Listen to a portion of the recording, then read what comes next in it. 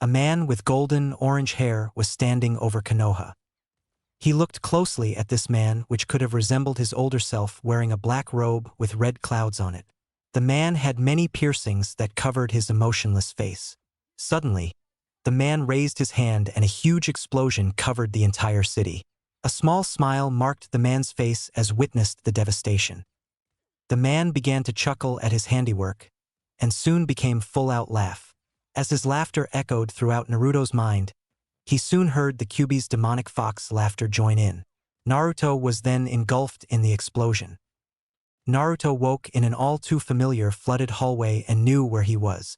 He followed the usual path to Kyuubi's prison, wondering if the fox was behind his strange meltdown. "Hey Fox, why don't you explain to me what's going on?" the boy demanded. Kyuubi came to the front of the cage to make eye contact with the boy and gave him an evil glare. "Your lack of respect is starting to irritate me, mortal. I am the great Kyuubi and you will address me as such." The giant fox snarled, pacing back and forth in his cage. Naruto merely shrugged off the fox's threat like it was nothing. "There must be some reason you brought me here then, because I don't willingly come here last I checked." The Kyuubi just slammed his head against the cage.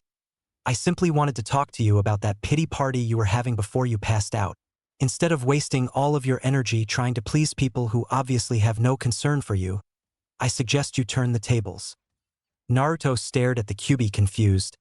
"What do you mean turn the tables?" The demon fox grinned at him in a strange way. "Instead of letting them walk all over you and waste your time for nothing, I suggest you harness your rage and let it fuel your ambitions." Kyuubi elaborated further, knowing the blonde genin wouldn't understand what he meant. "You could rule this world, Kit, with all of the powers you have, but instead you let others beat you down and cling to some fairy tale notion that you'll be Hokage one day. They'll never accept you for Hokage over their precious Uchiha, or when that corrupt council is there. It's time to face the facts, Kit. Become strong or live in your pathetic puddle of self-pity and misery." The Kyuubi's rant was something Naruto wasn't expecting. Deep down in the pit of his soul, he knew the Kyuubi was right about everything. No matter how hard he worked to live by their doctrines and to please them, Konoha had no love for the blonde ninja. "What would you have me do, Kyuubi-sama?" the boy asked desperately. The fox was somewhat surprised by the complete change in attitude the boy seemed to take. Kyuubi laughed inwardly at the thought of Naruto killing people. "Okay, Kit, I have great plans for you. First thing is you should leave this worthless village. As long as you remain here, they will only hinder your potential with their pathetic, misguided sense of morality. You mean leave and become bad? I'm not like that fox, I can't do that to other people, The QB interrupted him with a fierce roar. This is the real world. Everything worth having is something you have to fight for, to bleed for, to kill for. Naruto cringed over the red chakra flooding the room now. I can't leave, what would Tsunade say or Jiraiya? QB sighed. They won't be here forever. And when they're gone, then what will be here for you?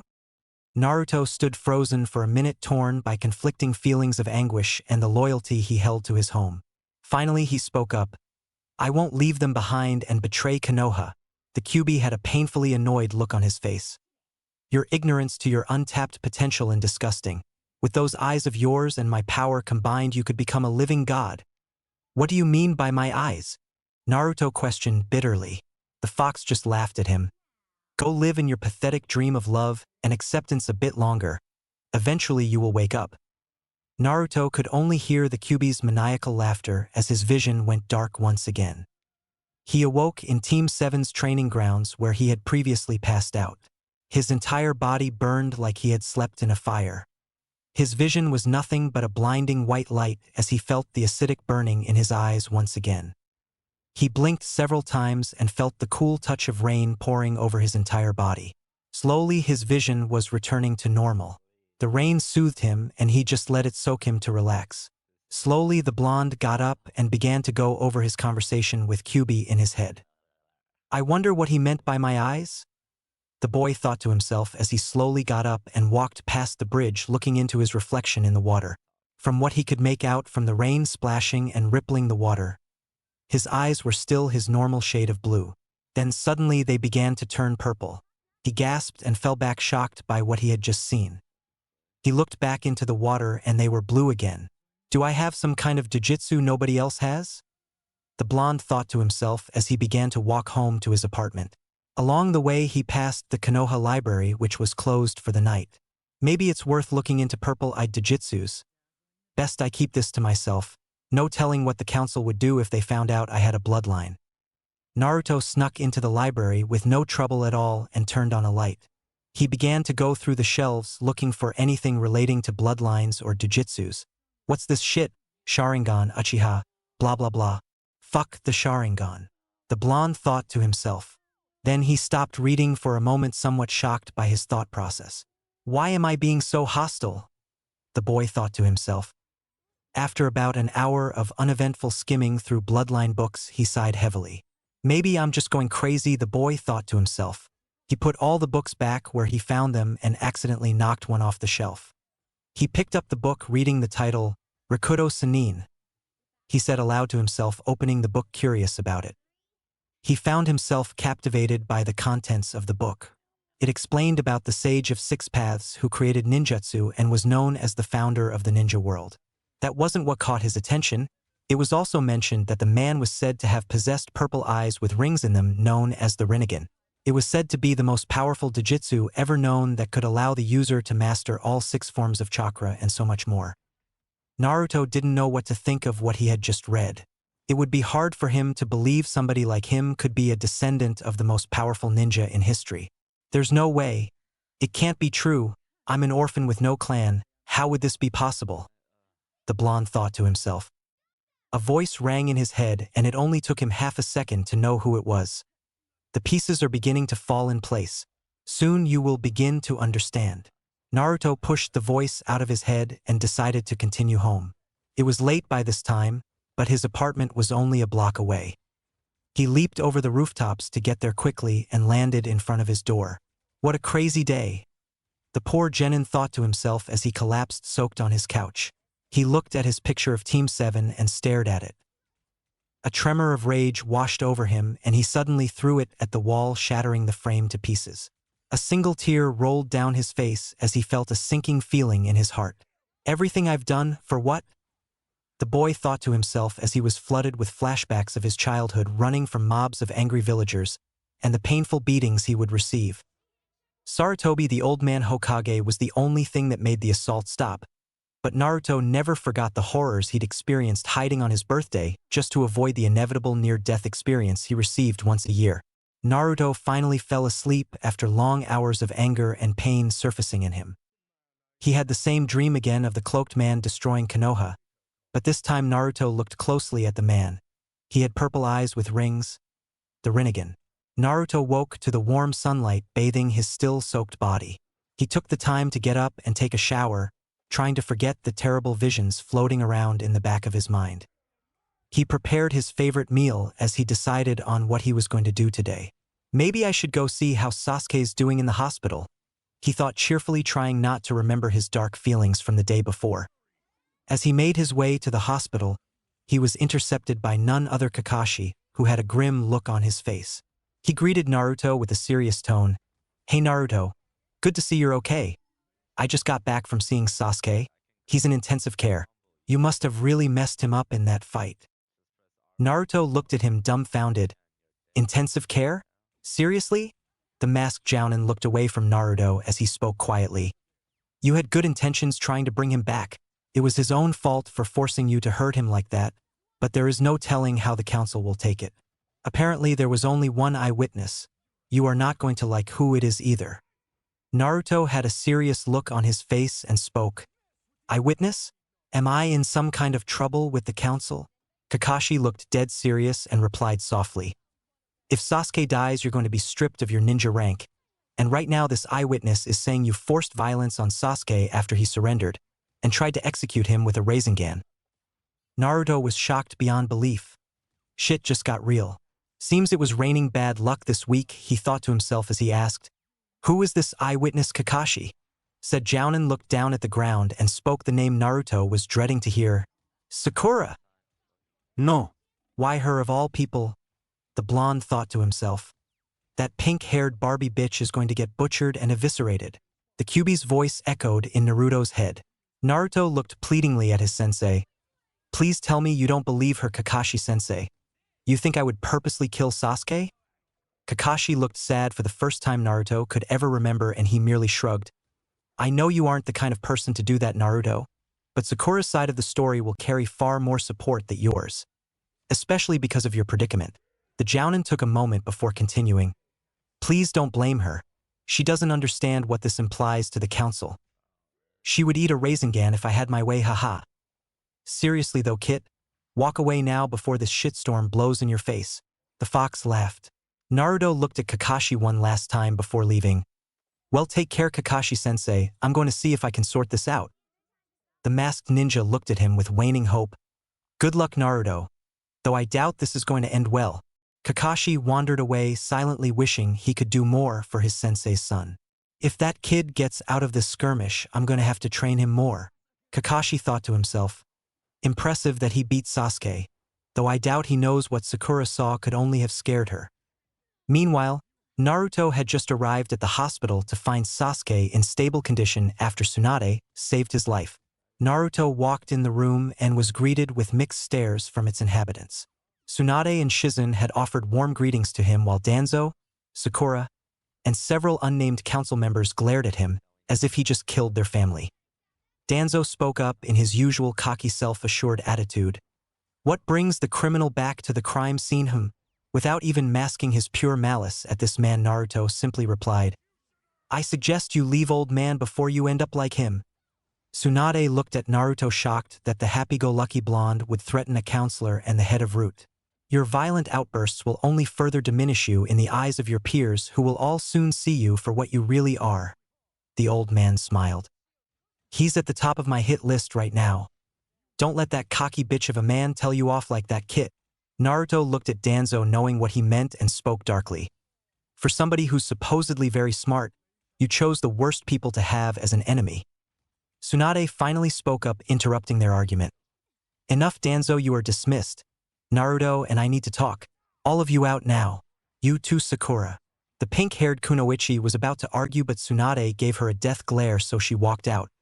But not before giving Naruto the most disgusting look of hatred he had ever seen.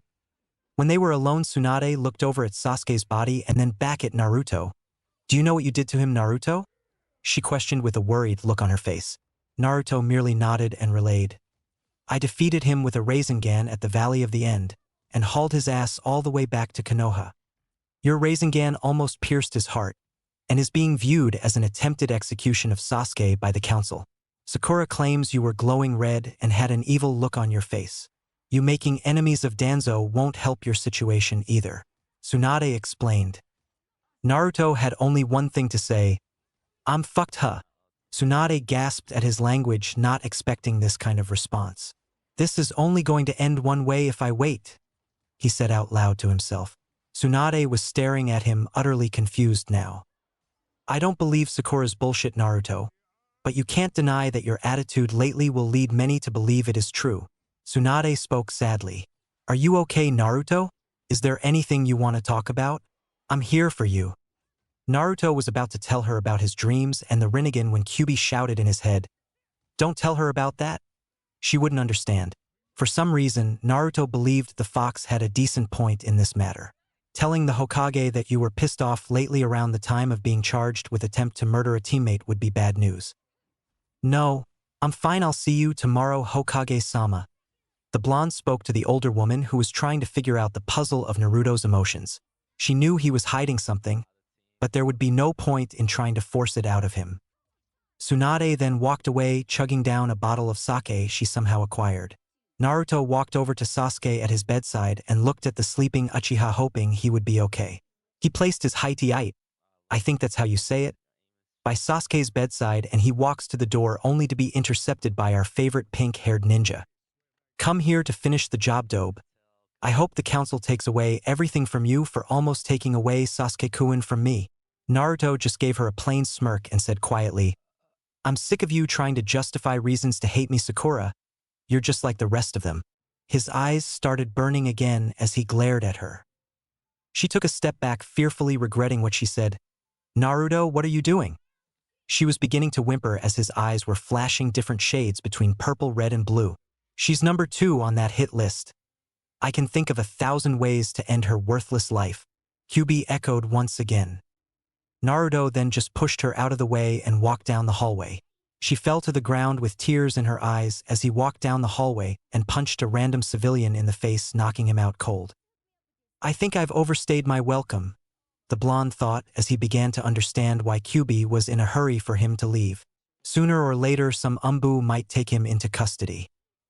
He made his way to the northern gate. As he began to walk out, he was surprised to see the gate guards weren't at their posts. Assuming this was his one chance, he began to run for it out of the village. He made it a good way out and thought he was clear. About an hour or so of running later, he took a quick break to recollect his energy he would need to make the long journey to Wave Country to stay with some old friends. After a few minutes he began to set off again, but was blocked by somebody he was shocked to see. It's you. That Chunin exam instructor, Anko. The woman just stared at him with her normal playful attitude and smiled. Ah, he remembers me? Been thinking of me lately, him cutie? Listen, lady, I don't have time to be your bitch in these stupid mind games you like. So how's about you play hide and go fuck yourself while I leave? Anko giggled at him with a menacing smirk. That game is so boring unless there's 2 people involved. But anyways, kid, where are you going all by yourself out of the village? Nothing that concerns you. I suggest you pretend you never saw me, and maybe someday I could make it up to you. A wicked grin graced her features as she imagined older Naruto. Aren't you the Kyuubi kid? Won't all the elders freak out if you leave? She asked in a somewhat serious manner. Breaking the rules is fun, wouldn't you say, Anko-chan? Do me a favor and cover me, and you can have whatever you want should we ever meet each other again. Anko then spoke empathetically. I know why you're leaving, kid. Maybe one day I'll join you. But I am holding you to this deal of ours. Guess I'll see you around then, Anko. Naruto winked as he darted away. Anko licked her lips as she headed back to Konoha. Well, I hope you guys enjoyed the first chapter. I did get some of my ideas from other fics, so don't freak out if you see something familiar. Anyways, I'll likely update soon, seeing as how it's the holidays. Review if you have and comments you wish to make. Chapter 2. New Identity. The light of dawn shined once again over the new day in Konoha. A heavily hungover Hokage was freshly awake in her desk. She had fallen asleep on the night before. Tsunade was stressed out of her mind at the moment. First, the Uchiha kid takes off. Second, Naruto nearly kills him and she has to spend all day saving his life. And finally Naruto was getting put on trial today for the attempted execution of Sasuke, which was just plain ridiculous.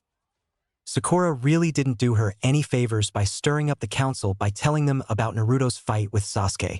She stared at her desk lost in thought. Red chakra. Why did Sakura have to tell them that? It would only translate as one thing to them, and that would be the QB is taking over the boy. It saddened her to think that people could be so heartless all because they were too afraid to see Naruto as a person.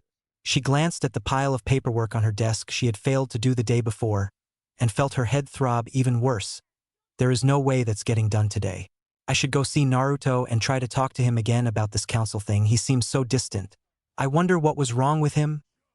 The woman thought to herself, ashamed that she was too tired to get him to open up. A knock was heard at the door and Tsunade hoped it was Naruto. Komein. Sadly though, her hopes were diminished by the sight of Danzo at the door with a dead serious look on his face. Lady Tsunade, where is the boy? He demanded. She then felt a bit concerned by the way he was acting. I last saw Naruto in the hospital late afternoon yesterday, right after you left. Why, what's happened? Danzo was pissed, judging by the way he was pacing in front of her desk glaring at her. The two Umbu I assigned to watch him are both dead, as well as 4 North Gate guards. Tsunade's eyes almost exploded out of their sockets. What? Danzo visibly tensed under the Hokage's angry outburst. They were all found slain in the Team 7 training grounds. All of them were killed by kunai to the heart with incisions on their cheeks. Here's the strange thing though. It looks as if they all killed themselves. Tsunade shivered at the thought of what that could mean. I have to see this for myself. Tsunade pushed past Danzo and hurried down to the tower and out to the forest where the crime scene was. As she arrived, she saw a dozen Umbu covering the perimeter and several Jounin, as well as Jiraiya, all standing around the bodies. When she arrived, she noticed several medic nin examining the bodies. Jiraiya turned to her and spoke up. Whoever did this to these men is a genjutsu master. But it would have had to be something terrible to make them all kill themselves. Tsunade looked at the grisly scene in disgust as she turned to her former teammate. You have some kind of lead, I'm assuming. Jiraiya had a distressed look on his face and spoke up. Yeah, only one thing could do this to Chunin and Umbu. A Mangekyo Sharingan. Everybody at the scene instantly turned their gaze to Jiraiya as everything went silent. Swanda knew exactly what that meant. So Itachi is behind this? Awkward silence filled the air once again at the mention of one of Konoha's number 1 missing nins. One of the random Jounins spoke up to everybody's surprise. Why would he kill random gate guards and Umbu? Danzo, who had recently just arrived to overhear Jiraiya's theory, replied. It's the fact that those Umbu were guarding the Kyuubi kid, and now he's missing. Everybody was shocked except Tsunade, who already heard that news. Jiraiya muttered quietly. No, that can't be it. That would mean Itachi has kidnapped him. Danzo, being the asshole that he is, shot out his theory. That or the kid is a lot smarter than you all think. I wouldn't doubt if he was working for Itachi to kill Sasuke. My root agents have been investigating his movements since he brought Sasuke back. But what you all don't know is he had been sighted in these very same grounds the day before, and was seen breaking into the library that night. My agents went missing the night he went home. Not too long after I left, I heard a testimony from a civilian that he went on a rampage on his way out of the hospital the previous night, and gave the man a concussion. Jiraiya looked unconvinced by Danzo's accusation.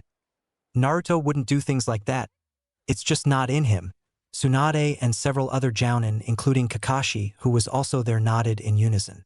I find it a little too convenient that he almost kills Sasuke and gets kidnapped the night before his trial with the council. Danzo retorted harshly. Joy and wonder soon graced the group of shinobi as none other than Sakura showed up and applied her 2 cents to the argument. He was acting different last night when I saw him in the hospital.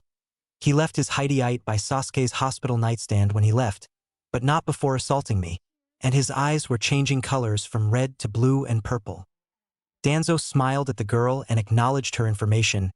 Yes, the same red eyes of the... Tsunade put her hand over Danzo's mouth and glared at him. Danzo? Nobody breaks that law in front of low-level shinobi. Danzo pushed her hand away, merely smirked. What law? The pink girl whined. Kakashi broke into the little ring of wonder that was going on. You said he left his hideout? Naruto would never do that, it means too much to him. I think this is obviously some kind of kidnapping set up to look like he went rogue. Danzo sighed at Kakashi for derailing his theory. There was unanimous agreement with Kakashi seeing as how everybody knew the boy treasured his Hideite. That pink-haired girl just ruined my one chance to send Hunter Neen after the kid. Shit. Danzo thought to himself as he walked away without another word. He knew he could get the council to back him up fortunately. Sakura took her leave as well saying she had to be by her Sasuke-kun's side. Tsunade turned to the Umbu and Jounin present and told them to gather at the Hokage Tower for a Jounin meeting. Everybody dispersed except the medic Neen disposing of the bodies and Jiraiya. The man looked at Tsunade with a worried look on his face. What would Itachi want with Naruto, do you think? The Hokage taking another look at the bodies sighed heavily. There's no telling, but he does know Naruto is the Kyuubi Jinchuriki. I wouldn't doubt if he had some kind of sick motive. Jiraiya looked over his former teammate who had a horrified look on her face. Tsunadeheim, you okay? The woman snapped back into her proper state of mind and replied quietly so the medics wouldn't hear. Something was wrong about him when I saw him last night. He wasn't his usual self. He threatened to kill Danzo, and he had this dark attitude. Jiraiya raised an eyebrow at this. You're sure it was him and not some imposter? She looked at him like he was stupid. I can sense his chakra. No way that wasn't him. Meanwhile, said Blonde was jumping through the trees at surprising speed. He had been running all night just in case anybody was hot on his trail. His inhuman stamina was a true gift to be proud of, he thought to himself as we wondered what he was going to do. Those people from Wave Country think I'm a hero. Maybe I'll stay with them for a bit till I figure out a plan. The former Genin planned as he panted heavily from the long night of tree sprinting. You can't stay in one place for too long, or they'll find you. This will be a hotspot as soon as they find out you're missing. Heeding the fox's warning, Naruto started to plan ahead of Wave. Where could I go, Kyuubi? The demon fox simply answered with a question. Where does darkness reign? Naruto had no clue what that could mean. Reign as in rule, or reign as in fall? The fox just laughed in his head. Big help. Well, I guess I'll figure that out later. Anyways, can you teach me new jutsu, Kyuubi? The fox stopped laughing briefly and bluntly replied, Jutsu? Ha ha ha ha, what do you think I am? Human. Naruto face-bombed at the fox's ridiculous demeanor. You seem to be in an awfully good mood. The blonde landed by the edge of the forest and walked on the path that lead across the great Naruto bridge. I forgot the name, lol, I think that's it. I can't directly teach you any jutsu, but I know a place where you could learn some. I just so happen to know the location of a hidden vault in this cave I used to live in. Conveniently, it has treasures I collected from Idiot Ninja over the years. It is protected by a powerful barrier I placed before I left, so I doubt anyone has found it. Naruto stopped halfway over the bridge looking into the water again. So you have a vault of everything I would ever want? How in the world would I learn any of it without a teacher? Suddenly Naruto's eyes began to burn again as he saw them change color in his reflection. With the power of the Rinnegan you can master in jutsu in very short time. Not to mention with your shadow clones, the time it would take you master a jutsu would be like 5 minutes. The fox chuckled in his head. Naruto's eyes were now purple with rings in them. So this is the Rinnegan, huh? He said to himself more than Kyuubi. The fox spoke to him once again. I wouldn't suggest staying here. One of these blabbermouth idiots will go spouting off you have purple eyes and half of the shinobi world is going to send assassins after you. Why would the other nations send assassins after me? He inquired. Well, the Kages might see you as a threat seeing as how you have the Rinnegan and would likely send nothing short of an army after you. How would I live if I can't ever be spotted anywhere? The blonde asked, irritated by the notion of living alone. The time will come when you reveal yourself and can usurp power to challenge the other nations. Until that time, we ride solo. Fine, but where is this cave of yours? The blonde asked curiously. Well, we are currently east of Fire Country. Mr. Unknown Uchiha killed the North Guards to throw the Konoha Nin off of his tracks. On this bridge to Wave. If I remember correctly, it is northwest of the Valley of the End between Takigakure and Otogakure. I can't remember it off the top of my head. But the cave is hidden by a waterfall near the borders of Waterfall Country. For some kind of an all-knowing demon fox god, you sure do act like an old man. The blonde laughed as he began his long trek back through Fire Country. I came all this way and this stupid cave of yours is all the way northwest of Konoha? That's the complete opposite direction. Naruto yelled at the fox as he set off once again. He looked one last time at his eyes, which were still purple, as he silently walked away, not even glancing back at the village in Wave Country, which was within viewing distance. He sighed at the mental image of him covering Fire Country again, risking his discovery. 1 week later, in a hospital room, a certain raven-haired Uchiha woke in shock. "What the? Where am I?" His voice stirred a pink-haired girl from her sleep who was lying on a chair next to his bed. Sasuke glared at Sakura, not wanting to ever see her face again. "Shit, Naruto must have brought me back." The Uchiha sat up, much to the disapproving whining sounds he heard coming from Sakura. "Sasuke-kun, you're hurt. Don't sit up, you need your rest." He wondered if he actually was killed and woke up in hell as he stared at her with pure disgust. The boy looked down at his chest and saw a lot of padded wrappings around his chest. "Guess his Rinnegan hit me. But how? I had a fully developed Sharingan, I would have seen it." Sasuke was lost in thought, thinking of his blonde friend, completely tuning out everything Sakura was saying. Then to his mighty rescue, Danzo, Tsunade, and 2 Umbu walked in to greet him. "Ah, Sasuke-san, it is good to see you're alive," Danzo said in his normal weasel manner. Sasuke told the guy to fuck off with his eyes and looked at Tsunade for a minute and asked, "Where is Naruto?" Sakura shouted at this comment. "Who cares? He almost killed you. He's gone, Sasuke, it's for the best." Sasuke just felt like tearing her lame pink hair out for insulting his only friend. "You have no room to insult him, bitch. He's my friend," Sasuke stated coldly as he stood up and made eye contact with Tsunade, waiting for an answer. She had a distressed look on her face and spoke sadly. "He's missing, Sasuke. We have no idea what happened to him. Some think it's a kidnapping, while others believe he went rogue. Either way, the council has authorized the use of Hunter Nin to bring him in alive or dead." Tsunade had a defeated look on her face, clearing, indicating that the council had favored Danzo's theory over Jiraiya's. Sasuke looked pissed at the thought of Naruto bringing him back just to go rogue. "He left his hidey-ite by your nightstand before he disappeared," Danzo added. Sasuke's Sharingan flared as he heard this. Tsunade handed the forehead protector to Sasuke, who stared at it fiercely. "Why don't you fill me in on why you think this is a kidnapping?" the raven-haired boy requested.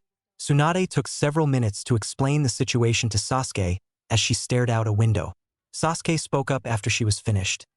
"That definitely sounds like a Mangekyo Sharingan. Itachi used that on me before he left."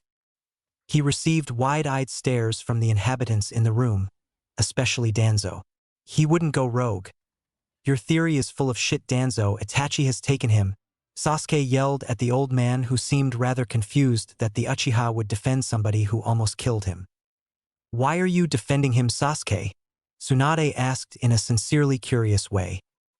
"He is my best and only true friend," the raven-haired boy said as he seemed less interested in his surroundings and was lost in thought.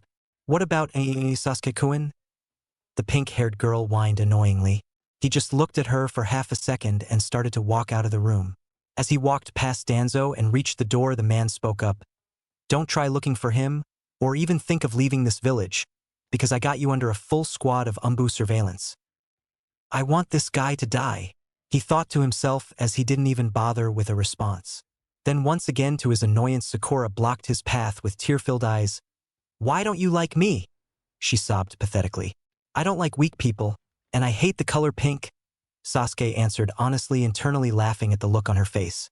He was under house arrest, so the only thing he could do was go home and train.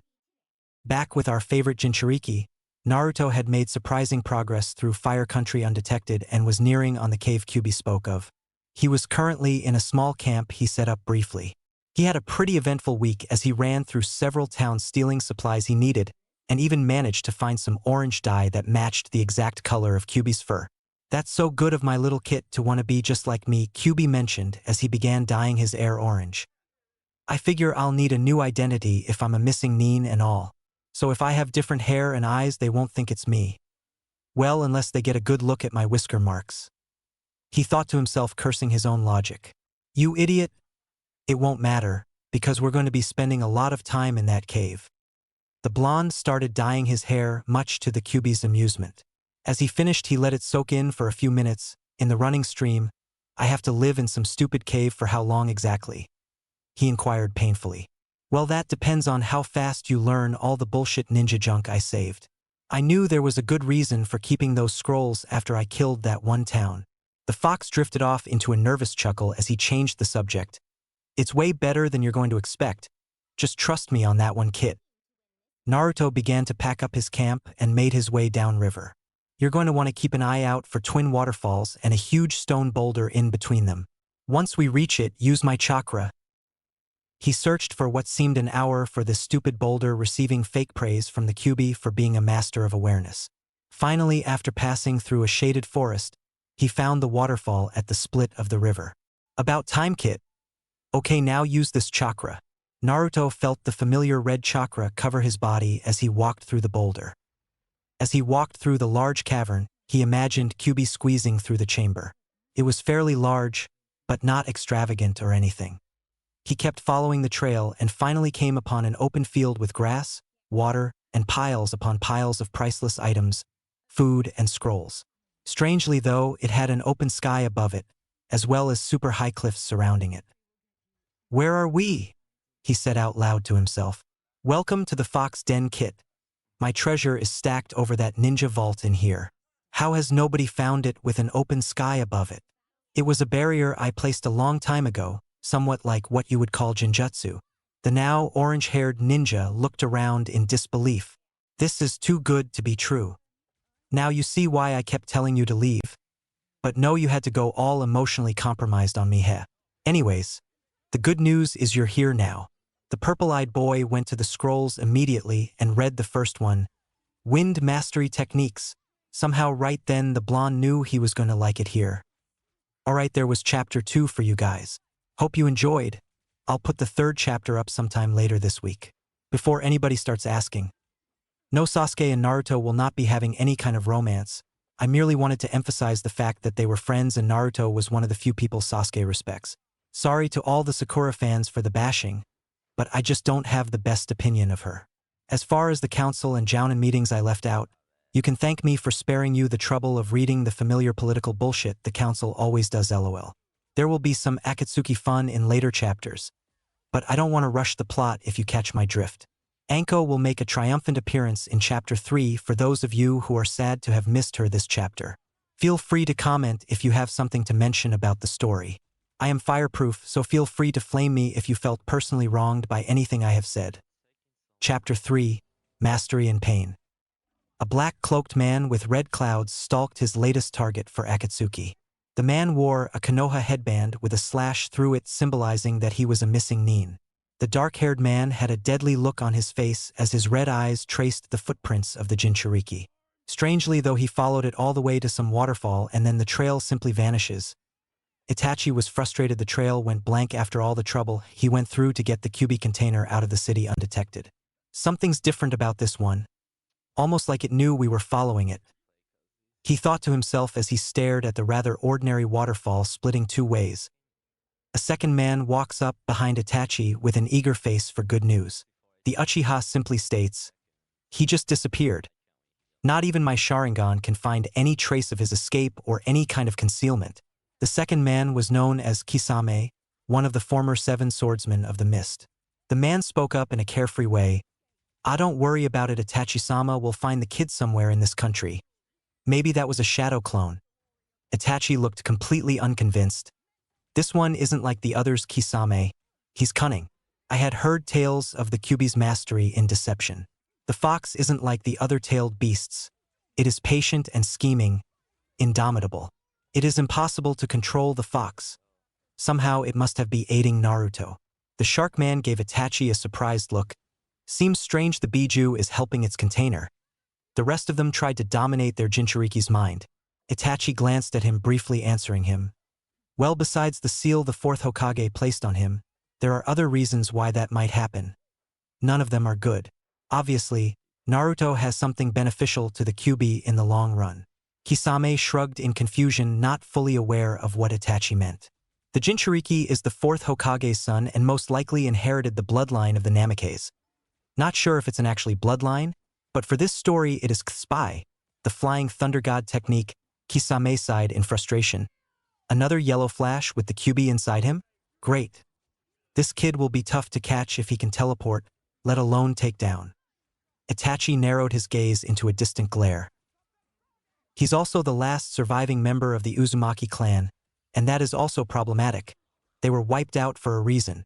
Kisame thought out loud for a moment. Never heard of the Uzumaki clan before. Itachi replied blankly. I never had either until I started reviewing confidential secrets in Black Ops when I was in Umbu. They were from Whirlpool Country, which is now known as the Land of Waves. /n no clue about it, so just roll with my version. The clan had two bloodlines. One was unnatural longevity. They have inhuman stamina and chakra capabilities, making them dangerous during long fights. Kisame smiled at the mention of inhuman chakra. The other bloodline was a very dangerous seal placed on every member, giving them the ability to do something known as chakra weaving. The seal would kill any normal person without the super stamina and chakra the clan possessed. To top off the danger they posed, they were also masters of Fuinjutsu. Sealing. Kisame began pacing as Itachi sat down on a nearby rock, distant in thought. So Itachi-sama, what the hell is chakra weaving? The Uchiha looked over at him, silent for a few moments.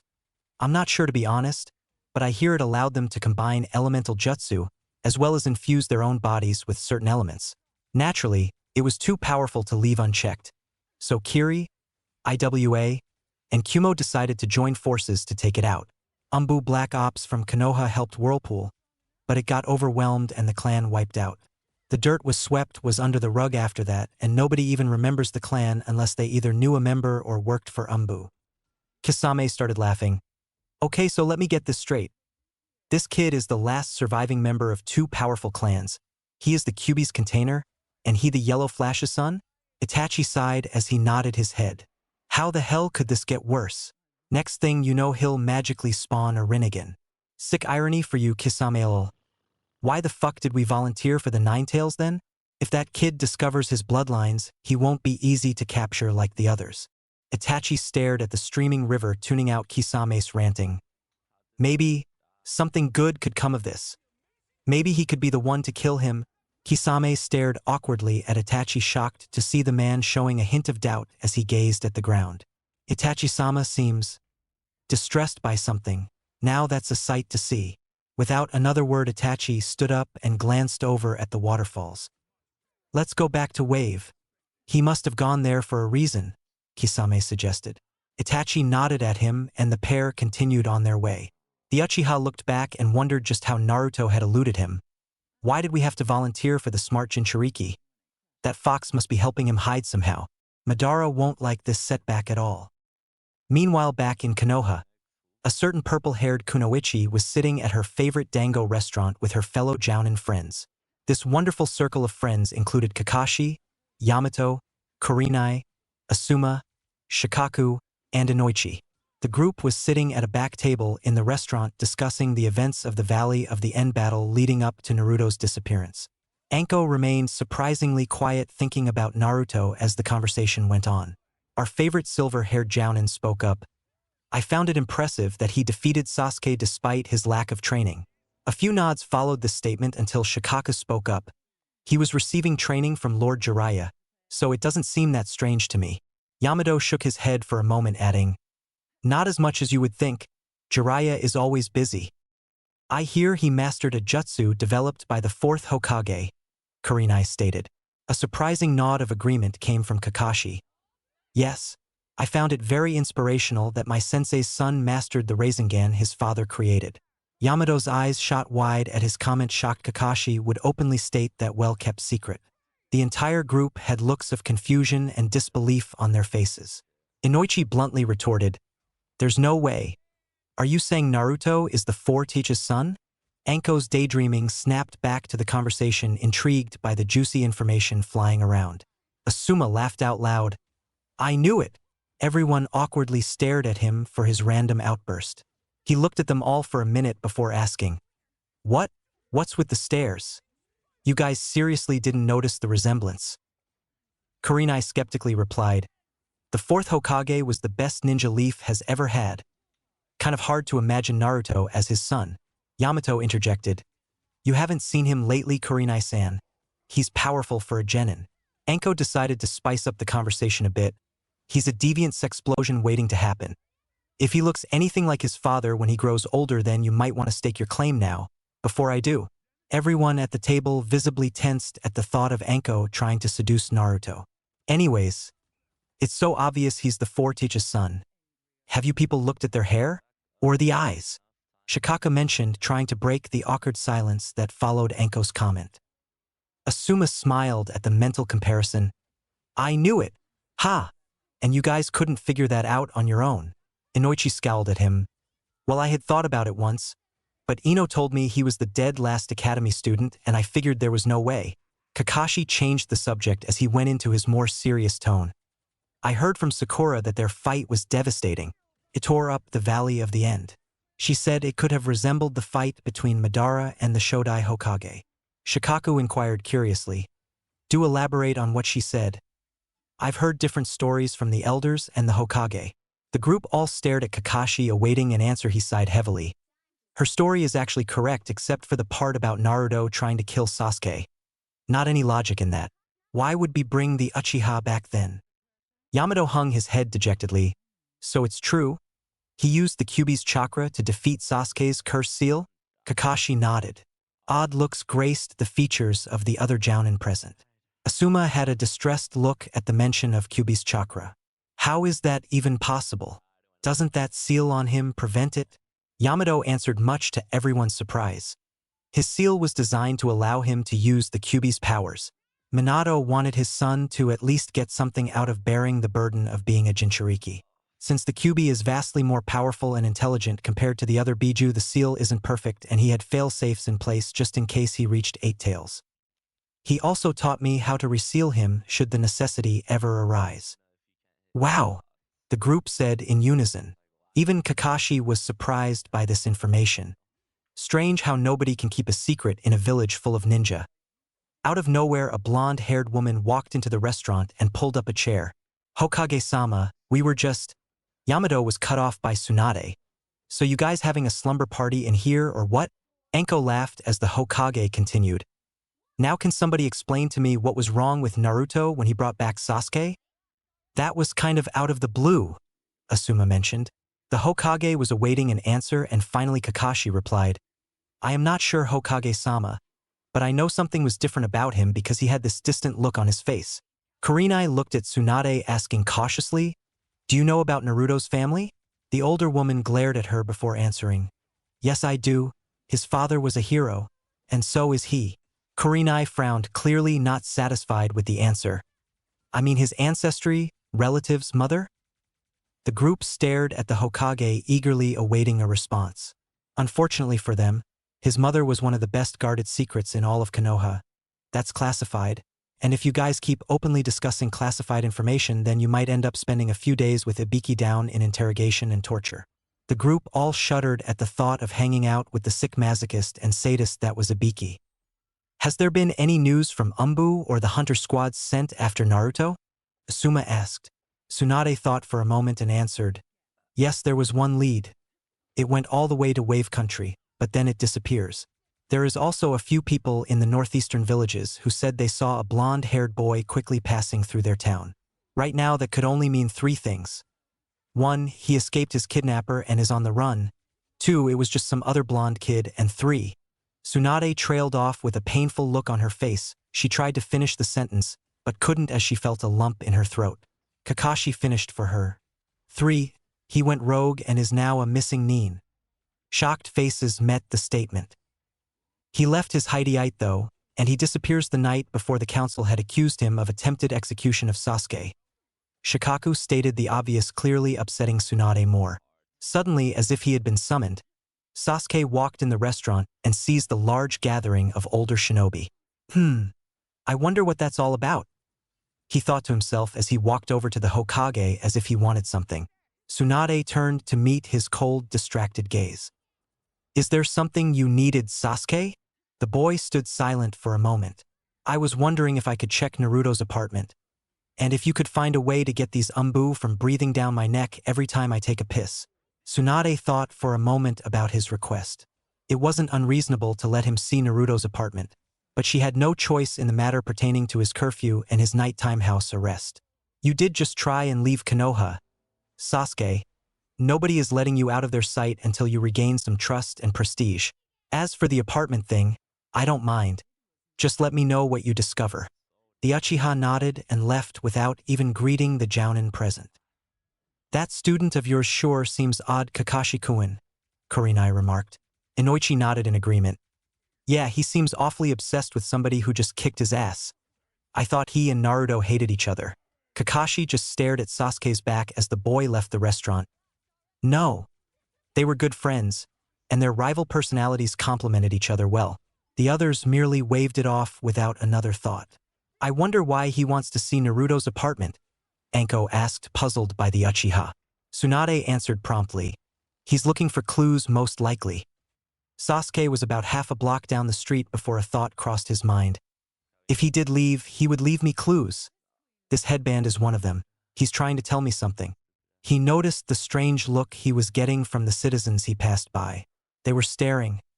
Always staring. Being the last Uchiha was something he had to live up to, or be doomed to forsaking his clan's name forever.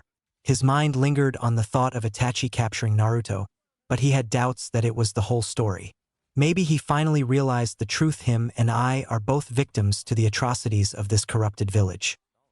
The raven-haired boy made his way down several back roads and finally found Naruto's apartment. He jumped up the stairs and went to the end door. Strange how nobody else lives in this building. As he made his way to the door, he saw it busted open inside. Looks like Umbu, or the hunters scoured the place for ways to track him. He walked inside and saw the entire living room ripped to shreds. He stared at it rather shocked. Besides the destruction of the room, he noticed one thing in particular that bothered him. That picture frame is shattered. Somebody must have thrown it. I wonder if Naruto did. Sasuke walked over to the shattered frame and picked up the picture of his team and stared at it for a minute.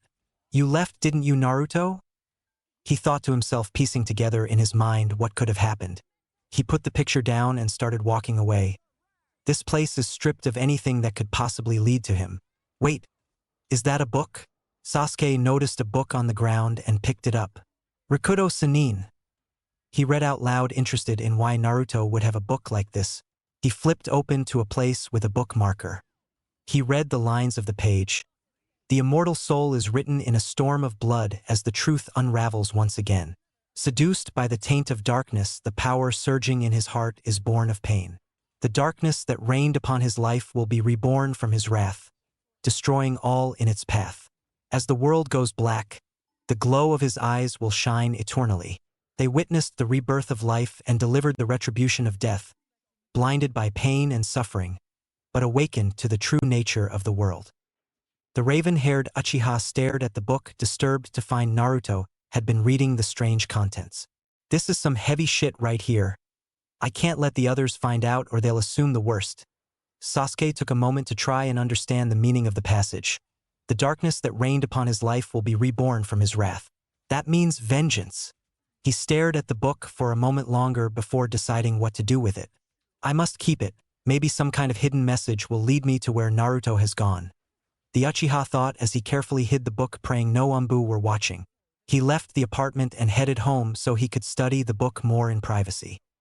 Back in the Fox Den, Naruto had been going through rigorous jutsu mastering over the past few weeks as he deciphered scrolls and practiced techniques with his shadow clones. Every night he was haunted by dreams of the evil cloaked man, who by this point he had come to realize was himself, or what he could become. The corruption power promised was doing sick things to his subconscious mind.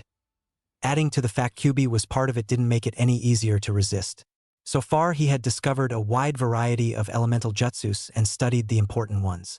Still though, even with all the scrolls that the fox had somehow acquired, the boy couldn't be quenched of his thirst for knowledge by simple elemental jutsus. No, he needed something terrible. Is there anything besides all of these jutsus? Some kind of super technique would help in case the guys who were hot on my ass decide to show up when I leave. I have no clue what's on those stupid pieces of paper. I only know where they are all from. I do remember that the ones with the spiral on them are Whirlpool Village scrolls. It was a nice village before burning to the ground, ha ha ha ha ha. The fox laughed maniacally. You really are one sick fuck, Kyuubi, Naruto criticized. The giant fox snarled in response. They were a bunch of peace lovers who squandered their power. They had it coming if you ask me. It's like I keep telling you time and time again. Only the strong survive. Those who can't exploit their superiorities over others are fools who will all die.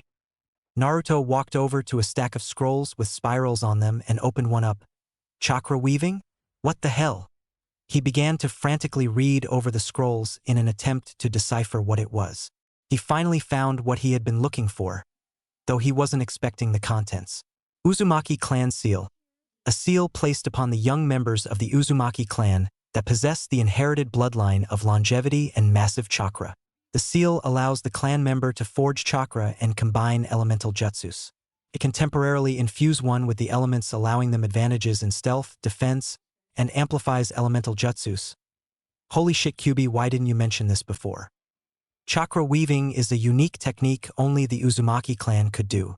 The reason for that is because it requires massive amounts of chakra and the clan seal, which allowed the user to manually manifest their chakra in different forms. So say for example you combine a fire jutsu with a wind jutsu, you could devastate people with burning wind. It's such a beautiful technique, only made better by infusing weapons with multiple elements. I'm part of the Uzumaki clan, so I could weave chakra as well, right? The orange-haired boy asked. Yes, but there is a downside to your reasoning. I have no clue how they did the seals. You might be able to find clues at the ruins of Yuzushiyogakure, village hidden among the whirling tides. Where is Whirlpool Country exactly? The Jinchuriki asked. The demon fox was silent for a moment before finally answering. Whirlpool Country is currently known as Wave Country ever since the Uzumaki clan was wiped out. The boy held his head in shame. Who wiped them out? The fox laughed in his head, delighting in the future consequences the villages would face. Iwa, Kiri, and Kumo all led an integrated assault on them out of desperate fear of the growing power the clan had. If it had been a part of one of the so-called Great Five Shinobi nations, then it might have survived. How is it that you know so much, Kyuubi? I mean, about ninja and politics and whatnot. Kyuubi didn't answer him at first, but finally broke the silence. I have been around for a long time, and tend to be in the right place at the right time to know about everything that goes on in my territory. Naruto accepted his answer and proceeded to finish examining the Uzumaki scrolls. It says here that the seal can only be learned at the Temple of Whirling Tides. Apparently they were big on tradition. You know, there is something else I thought you should know too. About your Rinnegan. It is not just an amped-up version of the Sharingan, but also serves other purposes. It gives you power over life and death. With it you can resurrect people and dominate their wills through the paths of pain. This would allow you to control multiple bodies. That's all a bit too deep for me, Kyuubi. The fox sighed as he elaborated further. You can kill powerful foes and raise them to serve you. Bestowing a gift of pain upon them allows you to implant your will into them, giving you the power to control their actions. However, when you don't directly control them, they can retain their own minds but do as you order unquestionably. Shit, no wonder people are terrified of the Rinnegan. How do I bestow the gift of pain? A laugh could be heard echoing in his mind. By becoming pain and sharing it with those who have earned of the gift. You'll know what to do when the time comes. You and your fucking riddles are killing me, damn fox. Naruto fell to the ground and gazed at the sky, relaxing as his shadow clones ran around him, busy working through scrolls, practicing taijutsu, or working on building him a semi-decent living space with the junk the pack-rat fox had laying all over the area. After finishing with their specified tasks, he simply dispelled them. After a while, he felt an insane amount of exhaustion wash over him as he faded into unconsciousness. The dream was different, the same man, except this time the man was destroying Kumogakure, Cloud Village. The Raikage jumped in front of him to stop the destruction and yelled, "Haration!" Sparking electric needle. A bolt of lightning flashed from the raining sky and hit the Raikage's arm as he charged a super-powered bolt at the man. It flew at the man with incredible speed but stopped short. Shinra Tensei. Divine judgment, I think. Suddenly the projectile bolt of lightning soaked into an invisible shield that surrounded the man, and then it reflected back at the Raikage threefold, who could only watch in horror as he felt the burning sting of electricity hit him. His body twitched wildly as he tried to stand up. The cloaked man with the Rinnegan spoke to the injured Raikage.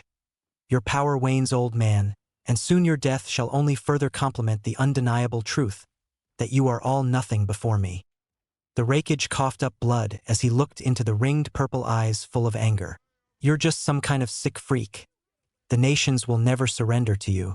Cough rivers of blood won't bring you peace or dominance. I'll be a martyr for standing against you. They'll speak my name for centuries to come. The cloaked man smiled and responded appropriately. Your name shall be stricken from history as I paint the ashes of your village with your blood. A storm is coming, my storm. And when it arrives, it shall erase every pathetic ideal you hold dear to your heart. The Raikage looked horrified as he stared at the man. The cloaked man paced back and forth, turning his back to the defeated Kage. Your power-obsessed monster. I only wish I could be there to see you fall. The cloaked man turned around and closed hand back fisted him in the face, knocking him to the ground with tremendous force. Another hero falls. He mocked as he went through several hand seals and his hands charged with different elements, one fire and the other wind. He swirled them together in a harmonic rhythm as the two were both surrounded by a vortex of fire. The rain came down faster and lightning was striking the vortex, adding to its devastating force. The defeated Kage cried out in horror as the cloaked man grabbed his neck and pulled him close. Pain is inevitable, but suffering is optional. The vortex spiraled closer together and finally sucked the Raikage in the burning gale winds that tore him to pieces. The man began to laugh as fiery hurricane destroyed everything in its path. It flew at Naruto and the outline of a dragon leapt out from it at him and swallowed him whole. Well, that's it for this chapter. I consider this an important part of the story, because it shows the developing changes going through his mind as his sense of morality is being twisted. In his current situation, Naruto is constantly hearing the Kyuubi's dark thoughts, mixed with his own dreams of eternal glory and mass destruction. I know some of you are probably looking forward to the female action, but fear not, for they will come in time. Savoring the moment it happens will be worth it. I hope you guys liked the dream as well. Anyways, there you go. Next chapter should be up soon, a week at the latest. A quick sneak peek at next chapter, Naruto heads to Wave and shit gets real. Chapter 4, Bad News. Somewhere within the northern borders of Fire Country, two mysterious cloaked men were making their way east. As they passed beneath a large tree, a third figure silently leapt from the tree above and landed in front of them. Zetsu tells me you lost the 9 tails. A cloaked man with a spiraled mask looked upon the two missing nin before him. Kisame looked shocked to see Toby in a serious mood, using a deadly tone of voice on the duo compared to his normal careless, idiotic attitude. Toby began to pace around them as he began to laugh to himself. So this one escaped you, Itachi? You always have held such promise, but that Jinchuriki is a genin from what I understand. You disgrace me. Such a waste. And here I thought I was going to name one of my kids after you. Still though, I find it peculiar that you didn't apprehend him at the village in the first place. The masked man was glaring at Itachi, his one red eye visible through the hole in the mask. Itachi sighed. I didn't think it would have been a good idea to alert the entire city of Konoha that we were after Jinchuriki. Jiraiya was present in the city at the time, and would have free leave to come snooping if he discovered our purpose. I created a diversion which allowed the kid a day's journey to escape after he left the city. We followed him to Wave Country, but for some reason he turned around and went back through Fire Country. We eventually made it to the edge of Takigaker's territory, Waterfall Country, and his trail disappeared at this waterfall we encountered. No footprints, no chakra signature, not even a single clue. The Uchiha was looking down, avoiding his leader's one visible soul-piercing eye. There is a flaw in your tactics. I wonder about Kisame's role in all of this? You should have intercepted him halfway down the road after he left the city. The former swordsman of the mist merely shrugged. I was awaiting Itachi-sama to rejoin me, Toby. There was this Jounin patrolling as well, and Itachi ordered me to remain undetected. Plus, I didn't see any reason in alerting the kid he was being followed until we had a viable way to subdue the Ninetails if it transformed. I wouldn't stand much of a chance in any attempt at taking down the Ninetails alone. Not to mention, what gives you the right to make demands of us, Toby? The masked leader merely stared at him for a few moments. He redirected his focus to Itachi, awaiting some kind of answer. The Uchiha spoke up. Madara-sama, his logic is unquestionable. The Ninetails is much more powerful than the other Biju. Without my Amaterasu, I am pretty sure that's one of his Sharingan eyes. It would be near impossible to subdue it. Kisame remained silent, shocked to find out Toby's true identity. He held his head down, avoiding eye contact with Madara. The man now identified as Madara merely laughed to himself. Yes, I remember that fox quite well. It was my favorite weapon. The two kneeling cloaked men shot confused looks at their leader. Kisame finally asked, "You've encountered it before then?" Madara took off his mask, much to the surprise of Kisame. His face looks exactly as it did from his statue, not aged one day. Kisame was surprised as he stared at the strangely captivating face of his leader. "Who do you think unleashed it on Konohagakure in the first place?"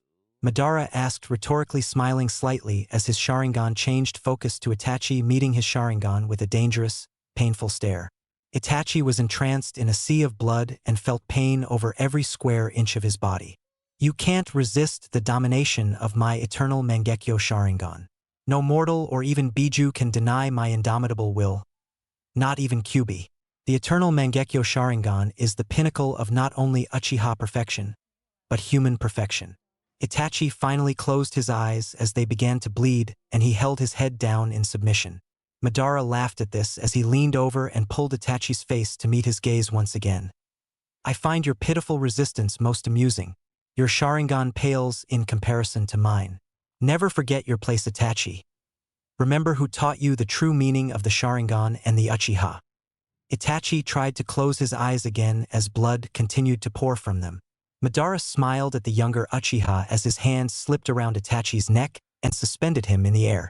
"Do you not appreciate everything I have given you?" Madara asked as a sick smile crossed his face. Itachi quietly submitted, "Yes, Madara-sama. You were my savior and my life is yours." Kisame looked up finally with a wide-eyed glance.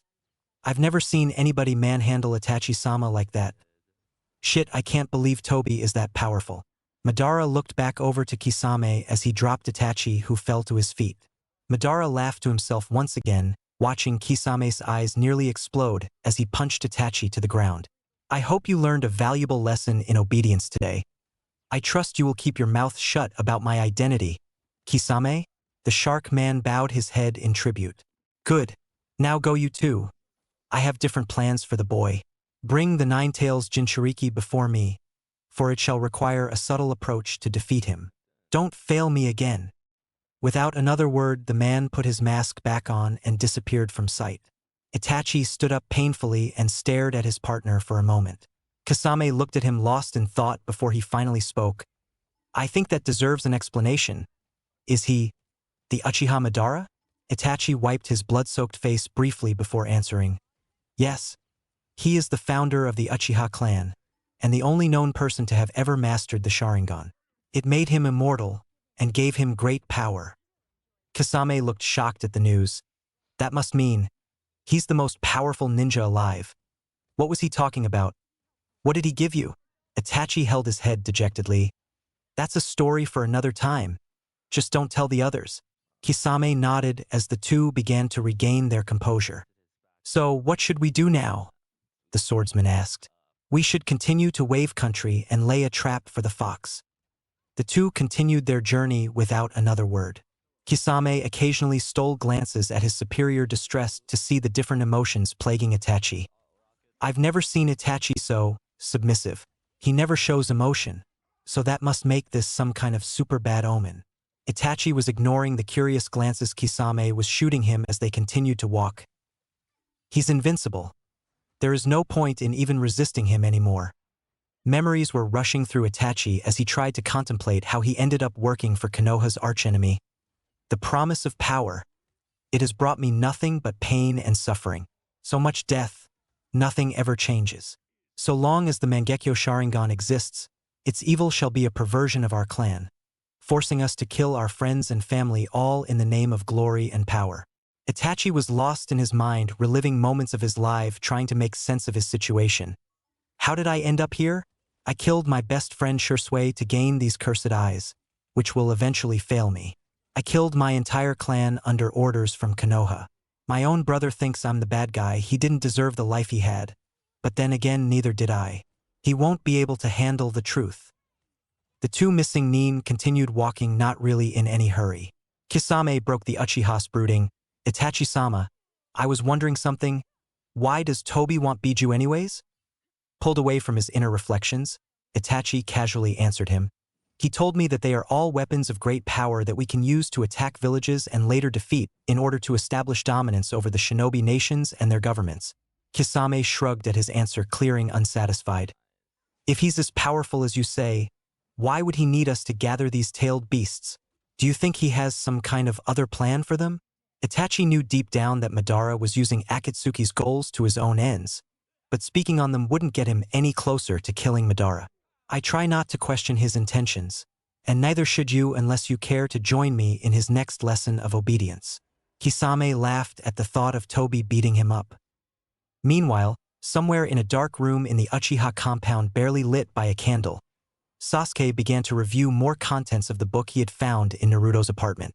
Despite his academy-based understanding of the Sage of Six Paths, Sasuke was not prepared for some of the dark messages within the actual book. He read the contents of the last chapter, which was a logistical commentary from several known shinobi experts. He read quickly, trying to learn more about this mysterious hero. The Sage of Six Paths was a real person despite what the teachings of modern-day shinobi would claim. His feats were so extraordinary that many assumed them to be tall tales and fables. According to legend, he was the only known person to wield the Rinnegan, a Dojutsu descendant from a bloodline that was believed to be from the gods themselves. He also was the Jinchuriki of the mighty Ten Tails. The mythic powers of the beast may seem impossible to the scholars of today to comprehend, but in ancient times of the first prehistoric shinobi clans, feared the beast and it was worshipped.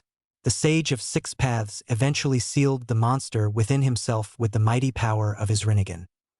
Sasuke silently gasped at the mention of a 10 Tails.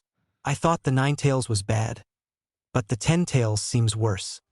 He glanced back down at the book so he could finish reading the epilogue. The Sage of Six Paths vanished from the ninja world after having many children and was never seen again. Legends say the 10 Tails eventually consumed him and he split it into 9 parts before his death.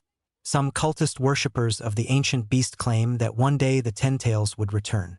None know how true the legend is, but it has been noted that the Uchiha and Senju clans are claimed to be descendants from the sage's bloodline, as well as the Senju's sister clan, the Uzumaki.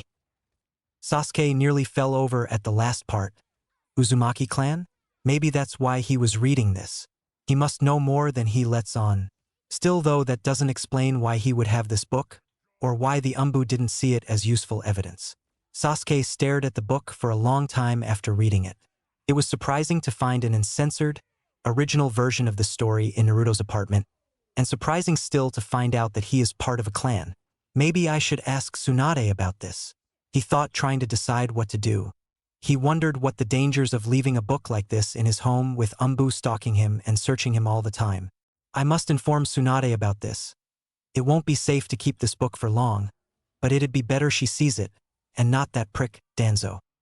Sasuke then held the book in his hand for a moment after deciding to bring it to Tsunade. I need some rest. Maybe tomorrow I'll see if Tsunade can explain more about the Uzumaki clan since she is one of the few surviving Senju. Sasuke thought as he began to fall asleep. Deep within the fox den, a certain orange-haired ninja was awaking from a terrible dream. He sat up quietly, trying to review it in his head. The nightmares are getting worse. They are going to drive me insane if I can't make sense of them. He looked around at the small utopian lair of the Kyuubi, wishing he could stay forever. Why can't I just live here for the rest of my days? He questioned Kyuubi, who could only snarl in response. Well, there's one thing I forgot to tell you about this little den of mine. Unless you're constantly feeding it my chakra, the barrier is going to weaken and eventually dissipate. It is also consuming the chakra I left behind in it much faster than I expected. I guess the more powerful the individual, the more chakra it takes to conceal his presence. So you're saying this barrier of yours is going to break soon? Naruto asked, slightly worried at the thought. Yes, that is one problem. Another one is it will leave an amplified echo of chakra here once it falls, meaning that every Chunin or above ninja within 50 kilometers is going to come running for it. Plus, due its proximity to Takigakure, I'd advise against you allowing that to happen. Naruto sighed, annoyed that he didn't learn of this sooner. So what can we do about it then? Kyuubi growled at his question. It's falling as we speak. You have to destroy this place before it's discovered. The things I have here are too dangerous to leave for some idiot to discover. Naruto's eyes shot open. Shit. You could have warned me about this ahead of time. The The fox merely sighed. I had no clue it would break after a few weeks. It must be your Rinnegan. Something that powerful is hard to conceal. So is it possible to redo the barrier? QB laughed. Not unless you feel like tearing off the seal to my cage. What should I do, run? The Rinnegan wielder questioned, awaiting timely advice from QB. No. That would leave too many breadcrumbs for them to follow. I suggest you burn everything, cave in these walls, and hightail it out of here. Naruto did as he was told and began going through several hand seals. Katan, Goryuka no Jutsu, Fire Release, Great Dragon Fire. The entire area was set ablaze and reduced to ashes at an astonishingly quick rate. Your Rinnegan amplifies all elemental jutsu, making them much more powerful. Plus, if you get this clan seal of yours, you will be lethal. QB commented as Naruto was destroying the small valley. The walls began to cave in as Naruto walked back through the dark cavernous entrance, performing earth jutsus to cave it in as we went. He finally reached the entrance of the cave and kicked open the boulder blocking the exit. The barrier to the fox den faded quickly and finally unleashed some kind of energy blast as he walked out of the cave. This place will be surrounded soon. So I say you go back to Wave and try and find somewhere to lay low for a while. Won't they be able to follow me though? He asked out loud to the fox. Perhaps, but you need to learn how to conceal your chakra, otherwise there will be some political investigation on your tail. You're like a fucking beacon right now. How do I do that, QB? The fiery-haired ninja asked. QB's voice became calm and his demeanor passive. You must first suppress your emotions. Breathe deeply and focus on your chakra. Feel it flowing around you and within your body. Now withdraw it slowly. Allow it to return. Good. Now focus it into a shell around your tenketsu points. Upon doing as QB requested, Naruto felt concentrated energy flowing tightly around his body's chakra points. I feel like my chakra could explode out of me at any second. The Jinchuriki thought as he relaxed and focused on repressing his emotions and his chakra. So long as you don't allow strong feelings of emotion to overwhelm your senses, then this technique will work well in concealing you from regular ninja. Still though, I doubt you'll be able to hide it from any S-class ninja. Plus the one downside is if you do unleash it, it'll be a nasty chakra spike for everyone within range. So doing such around any kind of ninja village is not a good thing. I'm going to Wave Country so I can acquire this clan seal of mine. Still though, what do I do if somebody recognizes my Rinnegan QB? The demon fox was silent for several minutes as Naruto began to leap through the trees, running at high speed away from the scene of the crime. Well, that is unfortunately inevitable, but thankfully the people of Wave are all civilians. I'm sure you can stay there for a little while.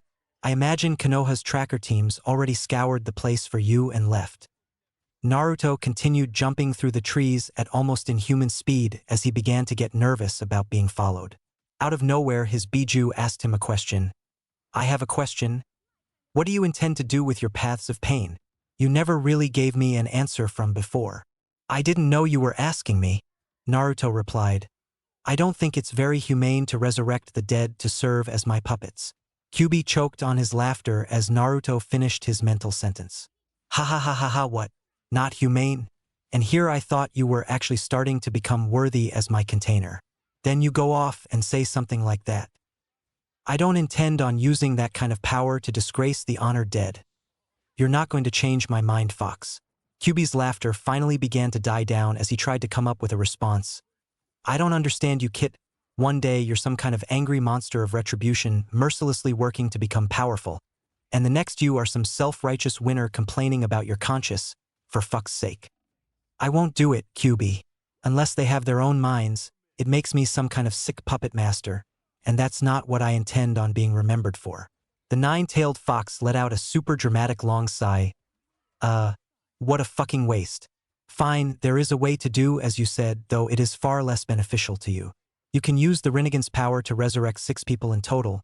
What that does is it will create a chakra bond between you and the individuals you resurrect. Their lives are tied to yours, so if you die they all die as well. Thankfully, it doesn't work the other way around, though it does put a strain on your chakra. Naruto was intrigued by the information as he silently awaited the fox to continue. The chakra bonds you create with these individuals means that they are more powerful the closer they are to you, and vice versa. However, with this option, they regain their old minds and have free will, Also, you can't acquire their techniques or use them for additional fields of vision. Ultimately, it's a risky alternative because you can't directly control them. Naruto thought about this for a few minutes as he continued running. Do they have to be dead for me to create this chakra bond? The fox replied to his question casually. Yeah, they do, but you can kill people and resurrect them like that if you wanted. Though I wouldn't do it to any of your enemies, otherwise they'd become more powerful and retain their same disposition from when you killed them. I am curious how you seem to know so much about the Rinnegan in General Kyubi. Almost as if you have seen it before? Kyubi roared violently in his cage. I knew the Sage of Six Paths. He was the original Jinchuriki of the 10 Tails, as you know. All the Biju hate him and his descendants. Then why on earth are you helping me? He shouted at the fox, clearing, distressed by Kyubi's answer. Kyubi quietly answered him. We are both bound to each other. You haven't been my first Jinchuriki kit, but you were the first with a seal designed to allow our interaction. I find myself intrigued that you are the only one of the sage's descendants to inherit his original bloodline. So I'm just an experiment, is what you're saying? Naruto asked. The fox laughed at his question. That bluntly sums it up. I'm still trying to decide if you're even worth my time. But as long as I'm stuck in my cage, I don't really have anything better to do. Without another word, the Jinchuriki continued on to wave. He was disturbed by Kyubi's knowledge and involvement in everything. It all seemed a little too convenient, that the fox had what seemed to be a well-orchestrated plan that had been laid in front him. He knew that ultimately he couldn't trust the Nine Tails, but for now the demon's aid was invaluable. Back at the recently demolished fox den, several Taki nin arrived at the scene investigating the disturbing chakra wave they felt several kilometers away. They looked around at the destroyed area in search of any clue about what happened. The leader of the group finally spoke up. My father needs to hear about this. One of the other nations must have been using this area as a command post to spy on Taki. Several of the Jounin present nodded at their leader. One of the Jounin rushed over to the group. What do you think happened here, Shibuki-sama? The leader, known as Shibuki, who appeared to be a very young man, shrugged in modest confusion. I don't know, but I noticed that this place is covered in ashes. Whatever happened here? Somebody must have destroyed it. Another Jounin joined the conversation with vigorous curiosity. How could something have been here? Our scouts patrol this area regularly. Somebody must have found it. So I suppose whoever was here torched the place and ran. Several nods of agreement went throughout the group. Shibuki sighed as he looked over the scene once again. You men secure the perimeter and keep stray passers away from the site. I'm going to report this situation to my father. Maybe he knows what this is all about. The man known as Shibuki headed back to Taki with a grim look on his face. One of the other nations must be after the Seven Tails. If that's the case, then Fu is in danger. I'll have to assign guards to watch her in case anything happens. Unknown to all present, a freakish figure was watching them silently tear apart the scene. His face was divided down the middle, one side black and the other white. A strange plant maw covered most of his head. It slightly opened and the figure began to talk to itself. So the fox had a barrier. No wonder Itachi lost his trail. The figure had been present when Naruto escaped, but was ordered by Tobi to spy only. The figure began to speak to itself once again. Tobi-sama must be informed. The fox is more cunning than we could imagine. The figure silently melted into the tree it was on and disappeared. Morning graced Konoha once again as a raven-haired Uchiha made his way to the Hokage's office. He knew Tsunade would likely be defensive, but he had to know. As he walked through the door to the building, he made his way past a rather sluttish-looking secretary. She called out to him, Sasuke-kun, you're not allowed to see the Hokage unless you have an appointment. He merely looked at her for a moment and continued on his way, completely disregarding her comment. Wait, you're not allowed to. Sasuke turned around, glared at the woman, full of killing intent. I suggest you sit down and let it be. The woman looked as if she was about to cry as he continued upstairs to the Hokage's office, ignoring everyone who acknowledged his presence. He finally reached the door and began to knock slowly. Come in. A loud, familiar voice rang as he opened the door casually and closed it behind him. Ah, Sasuke. Is there something you needed? As you can see, I'm busy with mountains of paperwork and have a meeting with Suna later this afternoon. So make it quick. The Uchiha nodded as he bluntly stated, I want the truth. No watered-down bullshit stories you give to the rest of the village. Tsunade stood up with a fierce look on her face, rather appalled by Sasuke's demand. You are in no position to make demands of me, Sasuke, but I'll humor you for the moment. What are you asking about? The raven-haired genin stared at her silently for a moment, meeting her gaze in a dangerous staring contest. Tell me the truth about the Uzumaki clan. Are they really related to the Senju? Tsunade was caught completely off guard by Sasuke's question. How do you know about that? What did you find in Naruto's apartment? Sasuke's face remained stoic as he answered, It doesn't matter. I just want the truth. Seeing no way to salvage the situation, Swanda finally sighed in defeat. Yes, they were our sister clan from Uzushiogakure. I am a descendant of both clans. My grandfather was the Shodai Hokage and my grandmother was Mito Uzumaki, who was the leader of the Uzumaki clan. Sasuke nodded at her answer and continued his interrogation, as one could call it. So that would mean that you are a distant relative of Naruto. Who were his parents, Tsunade? The Hokage couldn't believe that Sasuke was prying well-guarded secrets of Konoha from her directly. I can't tell him, but then again I can't not tell him. Otherwise he'll say the wrong thing to the wrong people. Who else have you told this to, Sasuke? Tsunade asked with a furious look on her face. Nobody, Hokage-sama. I just want clues as to why Naruto left the village. The Hokage sighed in relief as she sat back down in her chair. She turned away from him and looked out the window for a moment. What makes you think he left, Sasuke? The Uchiha walked over to her and placed the book on her desk. The Hokage stared at the name of the book in disbelief. Rakuto Sannin. Sasuke remained silent as she flipped through the book, briefly examining it. This is the original copy for Konoha. You're telling me you found this in Naruto's apartment? Sasuke nodded as the Hokage stood up and faced him again. Sasuke, I'm going to trust you with one of the biggest secrets in Konoha. You are forbidden to reveal this information to anybody or I'll kill you. Do you understand? He bowed his head respectfully, much to the Hokage's surprise. She sighed as she began. The only reason I'm telling you is because you know too much already, and I would rather you know the truth now instead of later. Also consider it a favor for bringing this to me. You see, Naruto is a Jinchuriki, Sasuke. The raven-haired Uchiha cocked his head, raising an eyebrow. I haven't heard much about them, Tsunade-sama, but I do know that they contain Biju within them. The Hokage nodded in response to Sasuke. Yes, Naruto contains the nine-tailed fox within him. Sasuke's eyes shot open in horror. So that red chakra? It was the Kyuubi's? Sasuke sighed as he sat down in a nearby chair, placing his hands over his head before continuing. Then that red chakra, that can only mean one thing, that the fox is subtly influencing Naruto? The Uchiha remembered parts of their fight as he thought aloud. Naruto's eyes turned red, his body was covered in red chakra, and I saw what looked like a tail. How did I not see it before? Tsunade sat down across from him and she folded her arms, narrowing her gaze. Yes, it wouldn't surprise me if that was the case. The fourth Hokage sealed the fox within Naruto after it attacked the village 14 years ago, but Naruto wasn't its first container. The other two were also part of the Uzumaki clan. My grandmother Mito Uzumaki, and Naruto's mother Kushina. Sasuke looked confused at her comment. Kushina? Who's that? She was Naruto's mother. Tsunade quietly answered. Kushina was the fourth Hokage's wife, Sasuke.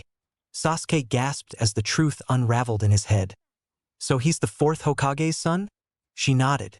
Sasuke felt like he was about to throw up. He felt his stomach turn at the thought of how Konoha had mistreated the boy who was the son of their greatest hero. So that's why everybody hated him. Tsunade's held her face down, staring at her desk as tears began to fall. You know the truth now, Sasuke. Please don't hate him for it. He worked so hard for this village and received nothing short of scorn and mockery in return. The Uchiha held his head down, feeling the contagious depression hit him. I'm sorry, Tsunade-sama. I just wanted to know the truth. Her eyes met his briefly before he looked down, trying to contain his emotions.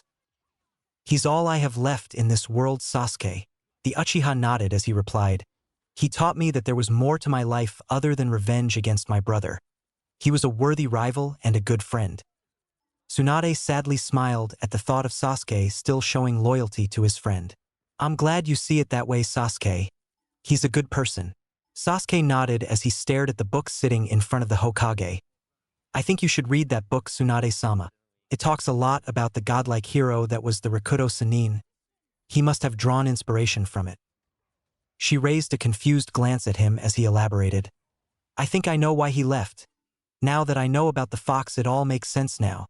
Tsunade stared at him, awaiting for the unveiling of his answer. After he defeated me in the Valley of the End, he carried me back to Konoha. What I didn't tell anybody is that I was awake some parts of his return trip and remember some of the things he said to me. He believed me to be unconscious the entire trip. Sasuke took a deep breath as Tsunade was leaning over the edge of her seat waiting for him to finish. Naruto told me that he was angry at Konoha, angry at his family, angry at me. Tsunade looked horrified at this information. Angry at Konoha? That seems so unlike him. Sasuke continued, dreading her reaction at the rest of his information. He started spouting off about how he hated war and fighting. He said he was tired of the disrespect he received even from his closest friends. And the last part, he made claims about how he was going to change the world. He sounded just like Itachi used to. Tsunade practically face-vaulted at the information Sasuke had revealed to her. She stared at him, trying to say something, but the words never came. Finally, Sasuke spoke. I don't know what that means to you, Tsunade, but I just thought you should know. She gave Sasuke an angry glare before giving him the motion to leave her office. She glanced at the paperwork on her desk once again and ignored it. As Sasuke left, she turned around and stared out the window once again. Naruto, why wasn't I there for you? Wherever you are, I just hope you're okay. A thought crossed her nostalgic mind as she sulked for a few minutes. Today's a good day for ramen. Our favorite golden orange-haired Jinchuriki once again saw the familiar bridge to Wave Country named after him. He thought about the bridge as he crossed it slowly, and the battle that had once been waged for it. Then the image of a pretty girl in a green outfit crossed his mind. Haku? He thought more about the battle with Haku and Zabuza and decided to visit their graves marked past the end of the bridge. Despite it being nighttime, Naruto found the lack of people around somewhat peculiar. The teenager knelt at the graves and whispered softly, I'm sorry you two had to die so senselessly. I hope you found peace in death. A sick and twisted laugh began to echo in his mind. My name is Naruto. I'm a whiny pussy who can't handle death. The fox mocked. Fuck off, Kyuubi. They didn't deserve their fate. They were the heroes in the end. The kitsune's laughter finally died down after laughing at his own joke for a few minutes. A thought crossed Naruto's mind as he looked at the graves again. I could bring them back. They deserve a second chance. Naruto felt the familiar stinging feeling in his eyes as he continued to stare at the graves. He looked deeper past the surface of the ground and saw the faint outline of two bodies and small chakra imprints still flowing through their deceased bodies. The Rinnegan began to glow deeper as Naruto's vision began to swirl. He held out both of his hands and chakra visibly poured through the ground into their bodies. The ground tore open as the two bodies floated from their graves covered in visible blue chakra. The glow around their bodies turned their figures pure white for a moment before they were placed on the ground. Naruto watched his handiwork as the wounds on the two began to heal and color returned once more to their faces. After a few moments, their eyes opened simultaneously. You fool! You can only do that to 4 more people for the rest of your life. I'd have used it on somebody far more valuable than these two. Zabuza looked around for a moment, trying to find out where he was. Last thing he remembered was dying slowly on a bridge, and then he looked to the graves right next to him and Haku. Haku looked at him for a moment with an equally shocked face. Zabuza-sama, where are we? She questioned. He shrugged for a moment until he noticed a black-clothed figure standing over him. I know I didn't mention Naruto changing outfits, but who honestly cares? Just imagine him in whatever black outfit you would like. Imagination goes further than whatever explanation I'd give you. And no, he's not wearing an Akatsuki robe, because I know somebody is going to ask that. He looked at the figure for a moment, trying to make out his face until he noticed the eyes. The silvery purple eyes with rings that glowed as bright as the moon itself. Zabuza stared at the figure in disbelief. The Rinnegan! Haku also stared at the mysterious figure as he leaned over to them, getting closer. Haku saw the whisker marks that covered his face and knew immediately who it was. Naruto-kun. Zabuza tensed at the name. You're the kid who defeated us on the bridge? You had the Rinnegan? Naruto broke the silence as the two uneasily sat up. Yes, you two both died over 2 years ago. I brought you back. The pair stared at Naruto in utter disbelief. Zabuza stood up and questioned him. Why would you bring us back? And for that matter, how? Naruto ignored his question as he gave them an ultimatum. You have two choices the way I see it. One, you can go on living the way you were before and die in some equally pointless way, or you can join my cause. Haku stared at Zabuza for a minute, trying to understand his thought process. What is your cause, Naruto-kun? She questioned curiously. The Jinchuriki smiled at the pair as he replied, to overthrow the Kages and establish world domination. Zabuza could barely contain his joy as a smile washed over his face. I had the same dream when I was younger. The council of Kirigakure had grown corrupt. After my friend Kisame killed the daimyo of Kiri, I decided to leave as well. It would bring me no honor greater than to serve your cause, Naruto-sama. The former demon of the mist exclaimed. He bowed to Naruto and Haku followed in turn. Naruto turned to Haku for her response. Her opinion matters as well, Zabuza. What say you, Haku-chan? The Ice Princess smiled at him and hugged him, much to his and Zabuza's surprise. I knew you were special from the day I met you. I will forever follow you, Naruto-sama. The two missing nin then stared at their leader, who was much different than they remembered. His hair is orange and he is much taller than he was before. He has a Rinnegan too. I can't even imagine how powerful that must make him. This must be some kind of divine miracle, Zabuza thought. Meanwhile, Haku's mind was heading in a different direction. He's beautiful, like a lost prince come to save his kingdom. He'll need a princess though. After a few moments of mind-wandering, Naruto broke the silence and explained the situation to them. I'm a fugitive of Konoha, probably near the top 5 or so on Konoha's bingo book. So if you two could try and avoid using my name publicly, that would help. They nodded briefly before a frown crossed Haku's face. What should we call you? Naruto wondered that himself for a moment as he stared at the two. Finally, he came up with an answer. Call me Pain. The pair nodded as Naruto began to explain his current objective. I'm on my way to the ruins of Uzushiogakure to find the remnants of my clan. You two are covered in dirt and blood, so I suggest you clean up and find your gear. Do so quickly. Then you are to meet me at the northern end of the island after you're finished. They nodded as Naruto headed off through the town. Zabuza felt the invincible feelings inside him wane as Naruto got further away from him. Finally, he turned to Haku and the two had smiles on their faces. Can you believe it? I finally found something worth doing in life. With him leading this cause, we'll be unstoppable. Zabuza cheered as if he had never been happier. Haku found his good mood refreshing and took the opportunity to ask him, do you know about the Rinnegan, Zabuza-sama? The man nodded his head. Yes, I have heard of the Rinnegan, and what it is capable of. Haku raised an eyebrow at him and queried, what is it exactly? Zabuza laughed as he and Haku began to gather some of their old equipment from their graves. It's a jujitsu that belonged to the first ninja, and is said to be insanely powerful. Haku continued, do go on. Zabuza chuckled as he picked up his sword and his mask. He handed Haku her hunter mask as well. Zabuza gave Haku a guilty look as she stared into his eyes. Finally, he spoke his mind. I'm sorry for everything that's happened to us, Haku. I promise you I won't let anything happen to you again. Haku stared shocked at her father-like figure for a few minutes before finally hugging him. All if forgiven, things will be better now. Zabuza returned her hug and proceeded to briefly explain the origins of the Rinnegan to Haku as the two wandered into town. Naruto walked through the town hoping to see some familiar faces, but unfortunately for him the town seemed empty. Something is wrong here. Not a single villager yet. I know it's nighttime, but still it seems too convenient. His paranoia seemed to prove accurate as he walked over to the home of Tazuna and upon a quick inspection noticed it was empty. I never liked him anyways, all self-righteous and whatnot. Shut up, Fox. Naruto tuned out Kyuubi's commentary as he started to think about what could have happened.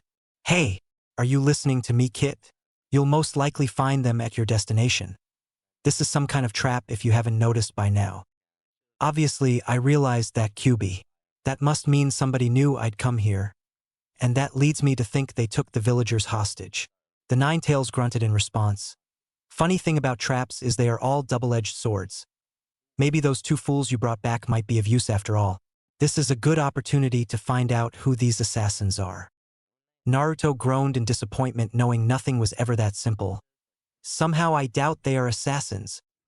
Okay, that was chapter 4 for you guys. I made it longer than the others because I couldn't figure a good place to end it. Before I get any complaints about personalities being off, Itachi, Zabuza, whatever, I just want to say get over it. That's how they'll be for this story. I have this distinct feeling I'll get complaints about the changes to the paths of pain. But again, get over it. I tried to make everything as accurate as possible in regards to the actual show, so try not to get upset if I changed a few things to work better for the story. Anyways, I'm sure most of you have noticed who some of the lucky harem girls will be. I can't promise many from Konoha, but fear not, for there will be girls and lemons in later chapters. Anyways, stay tuned for the next chapter. My name is Pain. Chapter 5. My name is Pain. Deep inside the Temple of Whirling Tides, a large group of hostages were all tied up along the circular walls of the Grand Dome Room. Large cries of panic and anger erupted amongst the crowd of people as two individuals walked into the room wearing black cloaks adorned with red clouds. The pair walked around the circular room examining their captured bait. It took me over 2 hours to tie all of these people up. This kid better be here soon, Kisame complained as he looked around the room annoyed. So Itachi-sama, you really think this will work?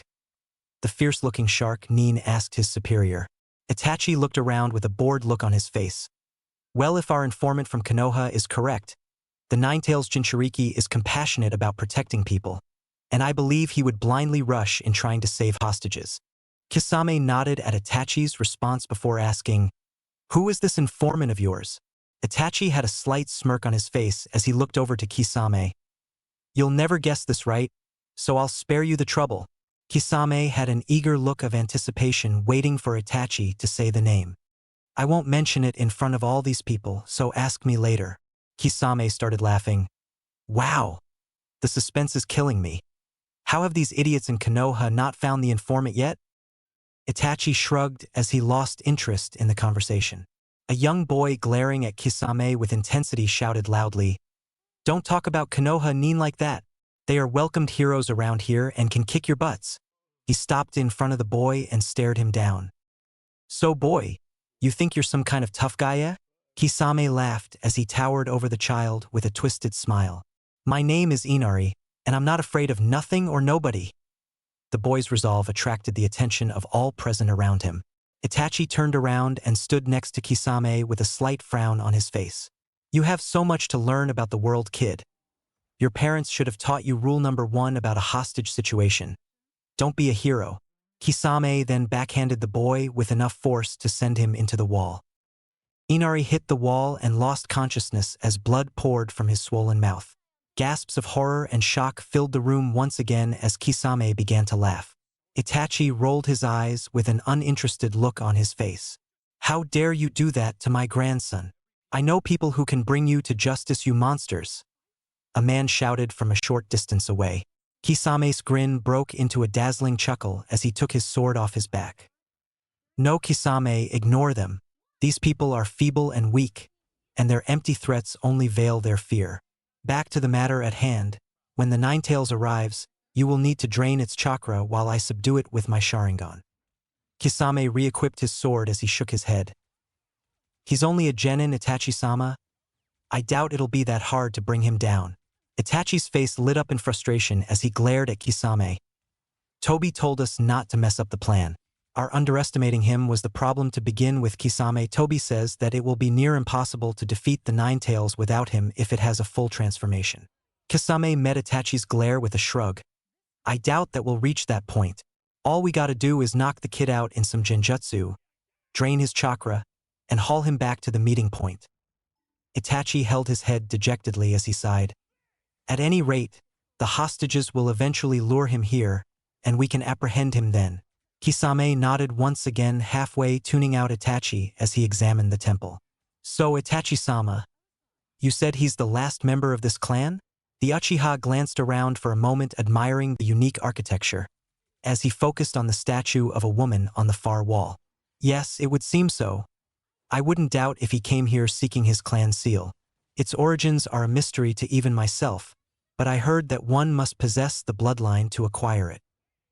Tazuna sat quietly listening to the conversation of his captors. The only clan that ever existed here was the Uzumaki, but who could they be talking about? He wondered as he searched his memory for clues. Suddenly a flashback hit him as he remembered a certain blonde-haired kid. Naruto. I can't believe I didn't realize he was a remnant of the clan. I wonder if these two are trying to capture Naruto or somebody else though. As if he read Tezuna's mind, Kisame wandered over to Tezuna with another grin. So, it looks like we have an eavesdropper over here, Itachi-sama. How would you like to go for a swim, old man? Kisame practically giggled as horror swept through the large crowd of individuals. Suddenly a woman spoke up in a pleading tone. We are simple people. Most of us here are fishermen, farmers, or carpenters, and we don't want anything to do with your shinobi politics or wars. Itachi walked to the woman's location with a massacre written on his face. Everything you believe is a mockery of the truth. Safety is a lie, peace is an illusion, and hatred is eternal. As the seeds of corruption grow in the hearts of all people, wars shall always erupt in a never-ending cycle of damnation. The woman had a terrified look on her face as Itachi activated his Mangekyo Sharingan. Look into my eyes and see the truth. The woman began to scream in pure terror as visions raced through her mind. What are you doing to my daughter, Tsunami? You sick fuck? Tezuna roared in rage before getting knocked down by Kisame. The woman finally fell over practically half dead. Keyword half dead. She didn't die, as Itachi's eyes went back to normal. So much for ignoring them, Itachi-sama. Shit, and you think I'm being too hard on them. That could qualify as torture. Kisame laughed as he and Itachi began to walk to the center of the room. Tezuna began to shout angrily at them. You'll pay for this, I swear. My daughter didn't deserve that. Itachi simply disregarded the man as he said, people like her are poison to their own societies. Encouraging weakness among each other only makes them more susceptible to violence and war. These people don't understand that strong nations don't care if they are weak civilians. They will trample those who are too weak to protect themselves. Kisame nodded at Itachi's logic. Yeah, I suppose that's true in the long run. Those too weak to protect themselves shouldn't be around those who can. None of them understand the measures that are acceptable in war. The people present were all cowering with their faces down, not daring to look up at the two. So Itachi-sama, which one of the hostages is going to be the first sacrifice? The Uchiha looked around with a disgusted look on his face. No point in making martyrs out of any of them. I would prefer not to kill these people. Maybe this experience will make them stronger. Kisame gave the Uchiha a strange look. You're too good for your own good, Itachi-sama. Suddenly a loud noise came from outside and drew the attention of all present. A large explosion blew the door open to the temple and a lone figure walked in. Kisame shot his gaze over to the commotion in excitement and looked upon the figure for a moment. Due to the darkness of the night, he could only make out the shadowy outline of a spiky-haired individual. Itachi was staring at the figure as well. Suddenly the figure began to open its eyes as a silvery glow outlined in purple shot out of them. Kisame's jaw nearly hit the floor as he gasped in disbelief at the teenager walking into the room. The cold, dark gaze of his eyes made Kisame feel uneasy as he looked over to Itachi for some kind of explanation. The Uchiha himself simply stared at the young man in complete shock. The Rinnegan? Kisame, why did you insist on jinxing us with this? The shark Nin merely hung his jaw open as the figure walked closer to the two. Fuck my life. So, you two were clearly interested in finding me. Might I ask why? Are you assassins perhaps? Or do you want to capture me? Naruto asked as he stood across from the two Akatsuki Nin in the center of the room. Itachi spoke up. We have been tracking you ever since you left Konoha, and have every intention of capturing you. Naruto glanced at the figure which strongly resembled Sasuke. The orange-haired Nin smiled as he retorted. So you must be Itachi, Sasuke's brother. Am I right? And you are. He looked over to the shark Nin as well, expecting some kind of introduction. Kisame frowned as he looked over to Itachi, waiting for a K to attack. I am Kisame, a former swordsman of the mist. The Uchiha made a quick glance in his direction and he nodded. Kisame suddenly unwrapped his sword as he began to circle Naruto slowly. Itachi's Mangekyo Sharingan activated soon after, and he glared into Naruto's eyes. The young man found himself enveloped in an ocean of kunai slashing, stabbing, and cutting him as blood rained upon him. A large pair of red pinwheel eyes was all he could see as he looked up in a desperate attempt to identify where he was. His eyes began to sting painfully as he flew out of the kunai with red chakra surrounding him. Itachi's form came into focus as he attempted to subdue Naruto. Then the ocean of blades turned into fire that burned over his body. However, the fire soon changed into red chakra as the form of a fox attacked Itachi. He found himself locked in a prison of chakra as Naruto's vision began to glow brighter and bring him back to his senses as broke the vision Itachi had placed him in. Naruto broke free of Itachi's Rinnegan and barely avoided the force of a large sword smashing down in front of him. He broke free Kisame, Itachi stated as the shark Nin began to swing his sword in a flurry, attempting to hit the Rinnegan wielder. Jia noschit. Kisame replied irritated. All hell broke loose as Kisame began assault as the Jinchuriki in a deathmatch. The orange-haired Nin drew his kunai. The Uchiha watched Kisame and Naruto fight with an interest. The Jinchuriki moved with incredible speed, parrying and dodging all of the former Mist Nin's attacks. How the fuck is this guy so fast? Kisame yelled as rage coursed through him. Kisame began to take things more seriously as he went through hand seals, Suetun, Bakusui Shoha, water release, exploding water colliding wave. Suddenly a large wave of water erupted from Kisame's mouth as he blasted the room full of water. Naruto laughed as he went through a series of hand seals, Suetun, Suryuden no Jutsu, water release, water dragon bullet technique. Suddenly a large dragon formed out of the water Kisame had created. It began to trash about in the temple, attacked Kisame with great speed. The former Mist Nin fought it back and dodged most of its attacks before absorbing it into his sword. The shark Nin laughed as it blasted back from his sword and blew Naruto along with half of the temple out of the out with it. Kisame rode the crashing wave of water down to strike once again. Naruto quickly regained his composure as he dodged Kisame's overhead smash. The former Mist Nin began to swing his sword in a whirlwind and water started to gather around him. The vortex of water surrounded the two, making Kisame laugh. Try and escape now, kid. Samahata hungers for your chakra. Itachi watched intently as Kisame began to unleash one of his aces. Naruto panted as he avoided the relentless flurry of Kisame's sword. The shark Nin's superhuman strength made it tiresome to counterattack his blows. A large vortex of water began to go faster and grow smaller. Naruto circled Kisame as the area they were in began to shrink then, limiting his room to dodge Kisame's attacks. Kisame laughed as water began to imprison them. Suetun, Gashikuzame, 5 man-eating sharks. Suddenly Naruto felt the water's pressure suck him down as 5 large sharks made of chakra began to swim at him. He growled as his eyes once again burned in pain. He held up his hand. Shinra Tensei. The sharks collided with an unseen shield and were repelled away by an invisible blast, much to Kisame's surprise. Naruto shot out of the water like a bullet and felt the familiar red chakra envelop him as he stood at the water's surface facing Kisame and Itachi. The remaining front entrance of the temple was demolished, allowing some of the villagers to escape and free each other. Several tried to catch a glance at the fight, but only saw an ominous red glow beginning to radiate through a dense fog that had just appeared. The water began to freeze, suddenly confusing Kisame greatly as he noticed 2 figures standing next to Naruto upon the misty ice-covered surface. The shark Nin halted his assault upon this sight and had a grim look on his face. Itachi-sama. Apparently this guy has friends.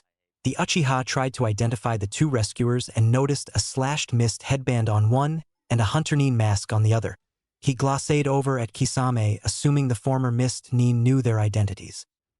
Kisame took a closer look at the 2 newcomers with a surprised laugh. Zabuza. It can't be. I thought you were dead. The masked swordsman simply leered at him as he drew his blade and faced Kisame. Normally I'd be happy to see you, but I can't allow you to harm my master. Kisame frowned in disapproval. Your master? You would disregard all those years we spent killing together for this kid. Zabuza laughed as he drew his sword.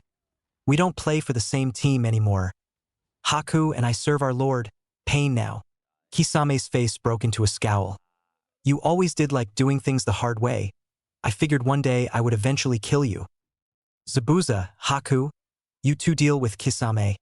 Itachi is mine.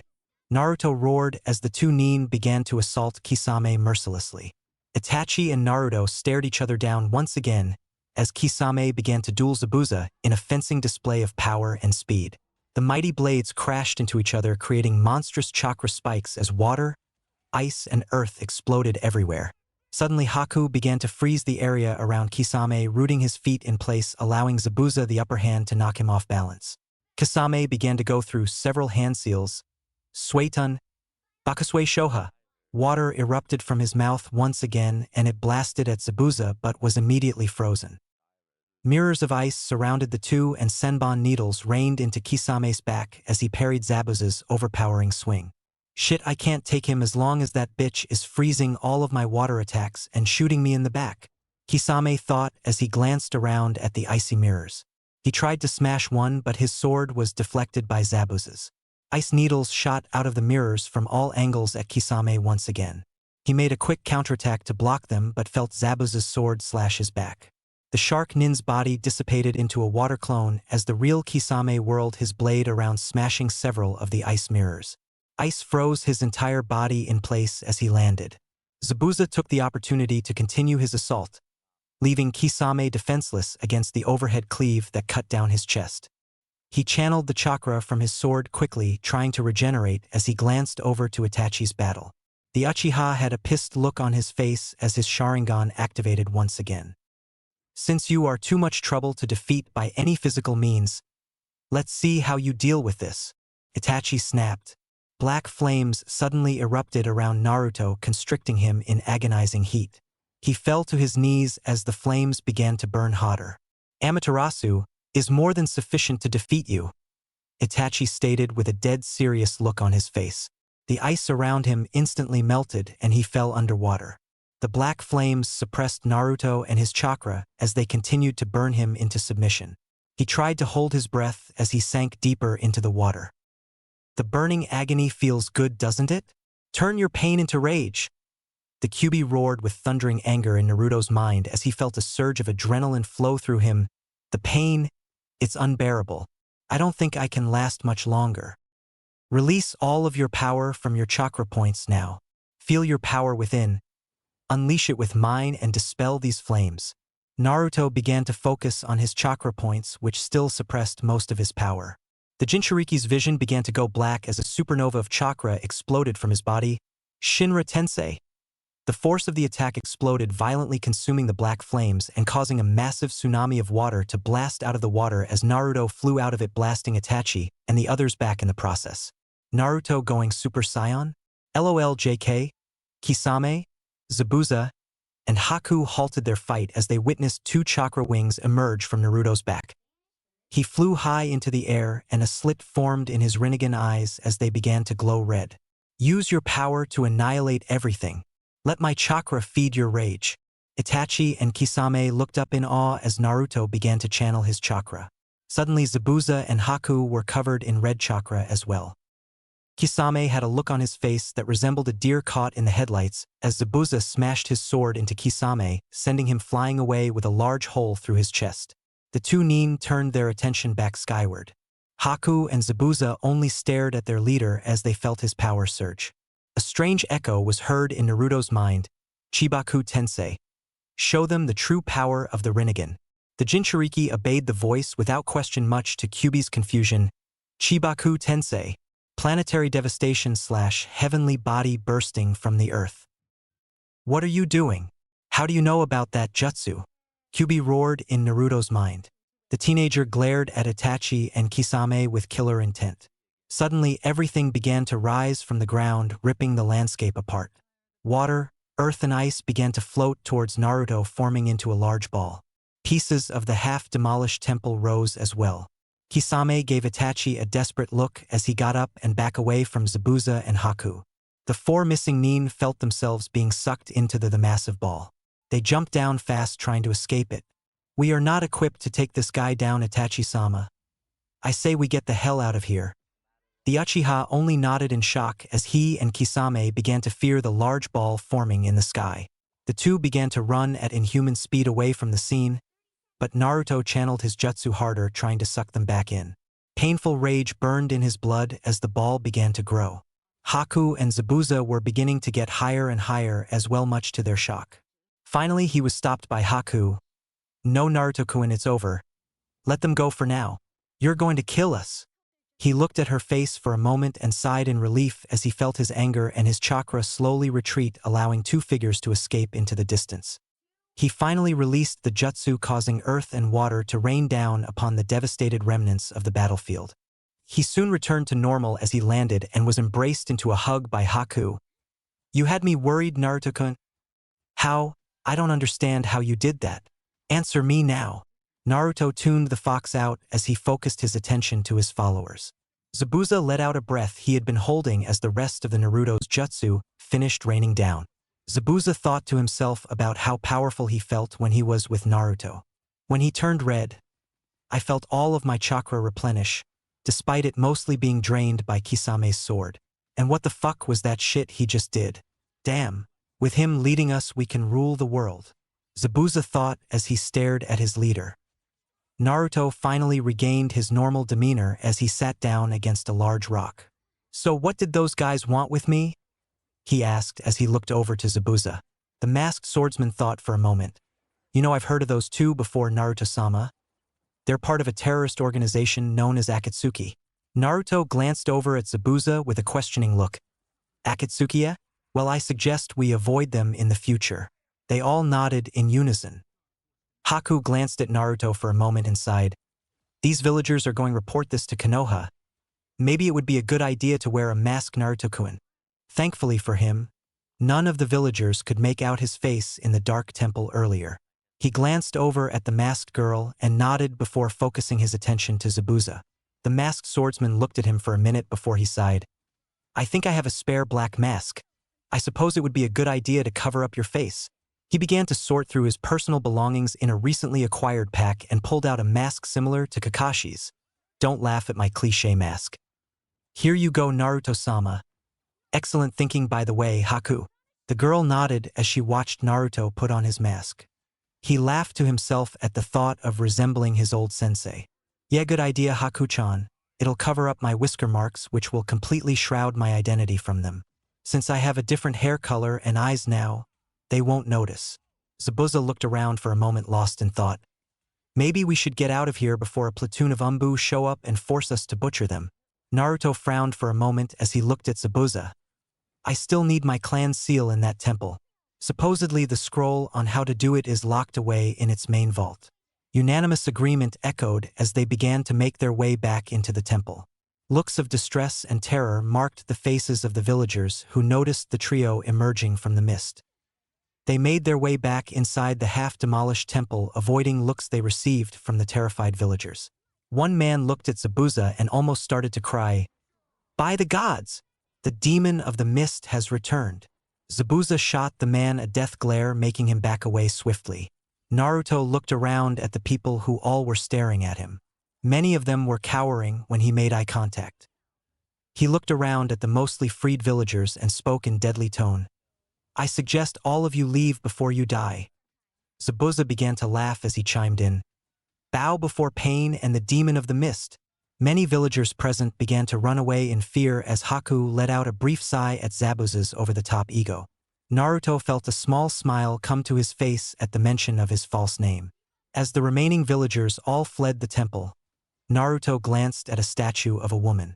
He walked closer to it and read the name on it, Mito Uzumaki. He looked at the statue for a moment, trying to identify who the woman was. He finally sighed as he walked away from it and down a hallway followed on each side by Zabuza and Haku. Naruto at last came to a dark corridor leading downstairs into a dark room. He picked up a torch on a nearby wall and set it on fire as they wandered further in. At the very back of the room, Naruto found a large chest with a super complicated lock on it. He handed the torch to Haku, who held it over for him. He read the inscription. To open the chest, a true member must channel his chakra through the lock. The Jinchuriki laughed quietly about how simple something such as this would be. Guess they figured nobody in the clan had any mind to steal it anyways, he thought as he began to open the chest. The locks undid themselves as his chakra flowed over the chest for several minutes. Finally, the chest opened and Naruto began to examine its contents. Haku and Zabuza quietly watched him go through the several scrolls inside the chest as he searched for his clan seal. He found it after a few minutes and read the instructions. To place the clan seal on a member, one must first have a large chakra pool and have the clan bloodline to ensure survival, otherwise the seal is fatal. He laughed to himself at the thought of somebody like Orochimaru finding this and killing himself accidentally. Speaking of which, I still need to kill him at some point. The teen's mind sidetracked for a moment before he continued reading. The clan seal allows the user to weave chakra and temporarily augment their weapons of even bodies with it. The seal amplifies all elemental jutsu. To acquire the seal, one must unleash their chakra in the heart of the maelstrom outside of the temple. To prove one's worth, he or she must overpower nature itself. If they are deemed worthy, the gods shall bless them with the Uzumaki seal of ascendance. Below, the instructions listed the names of every clan member to acquire the seal. Only 50 names were on it. No wonder nobody has heard of this seal. Naruto sighed as he reread the scroll before he finally placed it back inside the chest. He continued to search it for anything of value, and he finally found something very interesting. He pulled it out of the chest and stared at it. An Yuzushiogikyure Haitiite, Whirlpool Village headband, or something close to that. Naruto tied the forehead protector around his head and turned to his two followers. They both gave him an approving nod. He smiled underneath his mask before he spoke. Guys, I am going for a swim. The two missing nin focused their attention on their leader and followed him as he began to walk up the stairs outside of the temple's back entrance. They looked down and saw a huge whirlpool at the base of the cliff edge the temple was on. Haku took off her mask and gave a worried look to Naruto as he began to take his gear off and his shirt. Don't tell me you actually intend to go into that? She gasped as he walked to the edge of the cliff.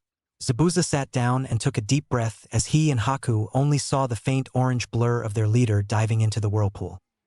He knows what he's doing, Haku. He'll be okay. She gave him a concerned look before sitting down next to him. I hope so. Meanwhile, Naruto had just landed in the freezing cold water and tried to get to the surface as his body spun out of control in the maelstrom. He focused his chakra into his feet and propelled himself upon the surface of the moving water and felt intense pressure as he attempted to walk to its center. Each step felt like it would suck him down to the seafloor. He slowly but surely made progress to the center, and upon finally reaching it, he felt his entire body starting to crush from the force of the pressure. Haku and Zabuza saw an orange blur in the center from where they were and only gaped in wide wonder. That guy never ceases to amaze me, Zabuza said as he intently watched the orange-haired shinobi channel his chakra at the center of the maelstrom. Haku stared at him and felt her heart throb. He's incredible. Naruto almost lost himself in his concentration to keep his chakra controlled as he focused harder.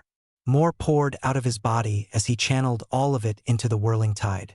The water surrounding him began to merge with his chakra and then glowed in a blinding display of power. Naruto got pulled down into the maelstrom of chakra and felt his entire body overcome by a strange tingling feeling. He felt the chakra in the water around him and began to alter its direction, reversing the flow of the whirlpool. After a full minute of rotating in its counter direction, the maelstrom was completely dissipated. Naruto emerged from it and ran up the cliff to meet his companions once more. They both looked at him in awe as they saw his skin glowing radiantly before finally returning to normal. I got what I came for. Let's leave this place. The orange-haired teen spoke as he put his gear back on. Explain to me how that got you a clan seal? Haku asked as she intently watched him re-equip his gear. Naruto turned around and replied, by mastering nature, I created my own seal. This was some kind of test for all of the most powerful Uzumaki clan members. I didn't realize that we must each create our own seals until I did that for myself. Haku and Zabuza both looked over the edge of the cliff in shock that the whirlpool was gone. Zabuza looked at him for a moment as if he was about to say something but finally closed his mouth. Haku licked her lips as he motioned for them to follow him. He's so powerful and in control all the time. Fuck, is that hot. Oh, the things I would do to you, Naruto-kun.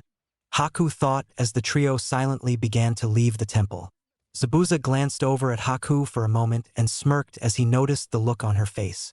I bet she won't be the only woman who wants to have your kids. Zabuza laughed to himself as he looked over at his leader. Naruto heard the familiar growl in his mind as Kyuubi began to interrupt his thoughts. Despite your lack of resolve, you've been impressing me lately, Kit. I have no idea how you did that jutsu earlier. Maybe you have no idea either, But at any rate, you might just earn my respect one day. Naruto acknowledged Kyuubi's comment. Like you said, with your power and mine, I'll be a god.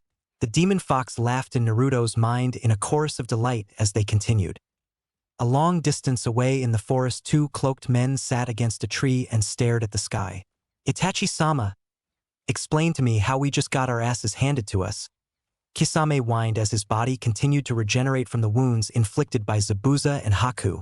The Uchiha simply stared at the moon, lost in thought. Kisame continued to rant. Those two friends of his died over 2 years ago, Itachi-sama. I saw their graves when we arrived at that village. Something wasn't right about that. Zabuza was one of my closest friends back when I was tight with the 7 swordsmen of the mist. I had heard of the Rinnegan's power, but I never imagined it could do that. Itachi sulked in his depression as he responded to Kisame. This is a worst-case scenario far beyond anything I could have ever imagined. And now he probably has his clan seal too. We are not going to try fighting him again unless we have Madara-sama. Kisame nodded in agreement as he rested his head back against the tree trunk. What was that jutsu he did that sucked everything in? Itachi gazed into the distance as if he was half asleep. That was one of the Rakuto Sennin's most powerful jutsus. There's no way I'm going against that again. Of course it was on a smaller scale, but the fact of the matter is he can do it as well. How in the world did you not know he had the Rinnegan, Itachi-sama? Weren't you tracking him? Itachi thought about the question for a moment. No, Kyuubi's Jinchuriki is named Naruto. He had blonde hair, blue eyes, and whisker marks according to our informant. He might have recently developed it. Maybe that's how he eluded us before. Kisame frowned. You said his name was Naruto? They referred to him as Pain. We might as well call him that too, Itachi said. Kisame gave him a questioning look and asked, why should we do that? The Uchiha relied. For the sake of covering his tracks, and our own for when the Konoha Umbu comes scouring this place 2 days from now. Silence passed for a few minutes before Itachi gave Kisame a brief glance and sighed. I don't think Madara-sama will like to hear that the Kyuubi's Jinchuriki is a Rinnegan wielder who is the son of the 4th Hokage and the last descendant of one of the most powerful clans ever known. Kisame had a sad look on his face. I have this strange feeling that we're going to go through disciplinary punishment for this. Itachi closed his eyes in distress at the thought of Madara making an example out of them in front of the rest of Akatsuki. Well, let's get this over with. Call him now Itachi-sama. Kisame groaned as Itachi went through several hand seals to alert their leader to show up. A shadow teleported directly in front of them and was silent as the one red eye shined through the swirled orange mask. Madara looked at Itachi and Kisame quietly awaiting their report. Madara-sama, we couldn't apprehend the 9 tails. There was a certain complication involved. Itachi began as the figure continued to stare at him. We set a trap for him at the old temple in Wave, but we couldn't subdue him by any means. He broke free of my Mangekyo Sharingan and, well, we had a large battle that resulted in his friends showing up and us getting out. We weren't trying to kill him, but we got overwhelmed and had no choice but to retreat. The masked man continued to silently gaze at Itachi and he took off his mask. His ethereal face gave the two Nin a look with curious interest. Finally he spoke. Broke free from your Sharingan care to elaborate, Itachi? The younger Uchiha sighed as he held his head down in submission once again. He has the Rinnegan. He outmaneuvered a lot of our techniques. After my Amaterasu failed to subdue him, he unleashed a surge of chakra and performed a Chibaku Tensei on us, and we fled from him. Madara's eyes shot open, and much to Itachi and Kisame's surprise, he began to smile. It must have been beautiful. You two fools are very lucky to be alive. He must have spared you if you were able to outrun that jutsu.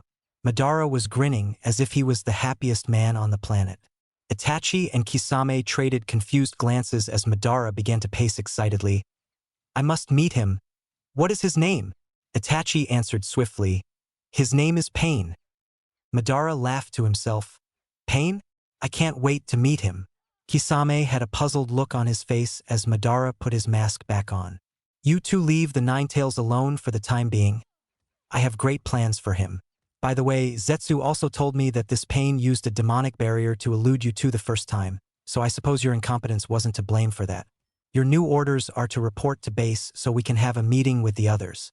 I'll have Zetsu keep an eye on Pain in the meantime and report any of his movements to me.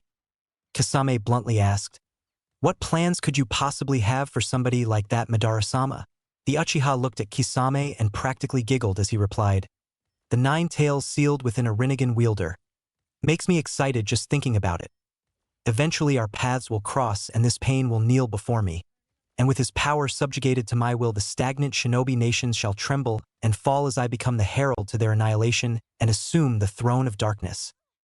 Madara disappeared after his speech, leaving a disturbed pair of missing Nin, who stared at each other for a full minute. "Sometimes, I get this feeling that Madara-sama is slightly crazy." Kisame chuckled as Itachi began to frown. "I wouldn't doubt it if Pain kills him." Kisame shot Itachi a surprised look. "I wouldn't go around saying things like that, Itachi-sama. Otherwise he might impale me with my own sword and… fuck, I'd hate to think what he'd do to you. I think he has some homoerotic fantasies about you." Itachi laughed for the first time ever after Kisame finished his sentence. "Yeah, I would prefer if he kept that directed elsewhere. Besides, I'm sure he's in love with Pain, judging by how excited he was." Kisame began to laugh hysterically. The Uchiha had a smirk on his face at the thought of it. "Heh, well, at any rate, let's go back to base." Itachi chuckled as the two began to set off once again. Kisame looked at Itachi for a moment and a familiar question popped into his mind.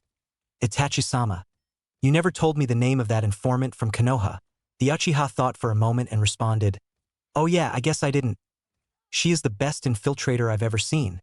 Kisame's interest soared as he asked, "Who is she?" Itachi looked at him and stopped walking for a moment and spoke. "She is the Hokage's secretary, Shizen, I think her name was." Kisame sighed sadly. "I'm afraid I don't know her." "Yeah. She is one of Madara-sama's agents? I didn't even know myself until I left Konoha something close to 7 years ago. Although she was barely into her teens back then, she had keen skill for information gathering. Apparently, it was good enough to impress Madara-sama." Itachi's statement sated Kisame's curiosity as the pair continued onward in silence. In the peaceful city of Konoha, a certain raven-haired Uchiha was sitting at a ramen stand. Sasuke stared at his food as he had nostalgic flashbacks about his friend. This was his favorite place to eat. "It's just not the same without him here. I guess I always took his friendship for granted." Sasuke's inner reflections were cut off by a young woman who spoke to him. "You're Naruto's teammate, right? I haven't seen him around at all. Do you know where he's been?" The auburn-haired daughter of the ramen stand owner was standing in front of him staring at him. Sasuke's depressed attitude only seemed to worsen upon her mentioning of Naruto. "He's not in Konoha anymore." Sasuke trailed off. The girl's cheery face began to dampen into an equally depressed one as Sasuke's. She looked at him for a moment and asked, "Please, tell me what happened to him. My father and I care dearly for him." Sasuke raised an eyebrow staring at her and she broke eye contact, looking away with a blush on her face. "I care for him dearly. But how could he ever care for me when all he would talk about was Sakura and yourself? Did he ever mention my name? I am to you?" Sasuke's interest in the conversation brought him from his half-dead state as he replied to her, "Not specifically, but he said your ramen stand was one of his favorite places in the world and that he loved the people there." I am sighed sadly and then asked, "I need to know what happened to him. None of the other shinobi I asked will tell me a thing." The raven-haired boy let out a long deep sigh. "Well, you heard about me trying to leave Konoha, I suppose. I guess I can start from there if you want the real story and not the official council bullshit." The girl's full attention was focused on Sasuke as she stared at him, waiting for him to begin. "I left Konoha. I won't go into the reasons why, but all you need to know was it was a personal matter. Naruto and several others from my age group were tasked to recover me. They encountered Orochimaru's sound Nin along the way and that picked them off individually. Finally, when I reached the Valley of the End, Naruto had caught up with me." Ayam walked around the counter and sat next to Sasuke as he continued his story. "We had a terrible battle, and we used our full arsenals on each other in an attempt to defeat one another. In the end, I used my cursed seal and he used his power. We had a final standoff when I charged a Chidori and he channeled a Rinnegan. When we collided in the center, I saw his eyes change into a silvery purple and he impaled me in the chest with his Rinnegan." Ayam gasped at Sasuke's story and she cut in, "That's terrible. I heard rumors that he tried to kill you." Is that what they were talking about? Sasuke nodded before he began again. The council tried to use it as an excuse to demean his reputation further. I tried to kill him as well. But that's not the point.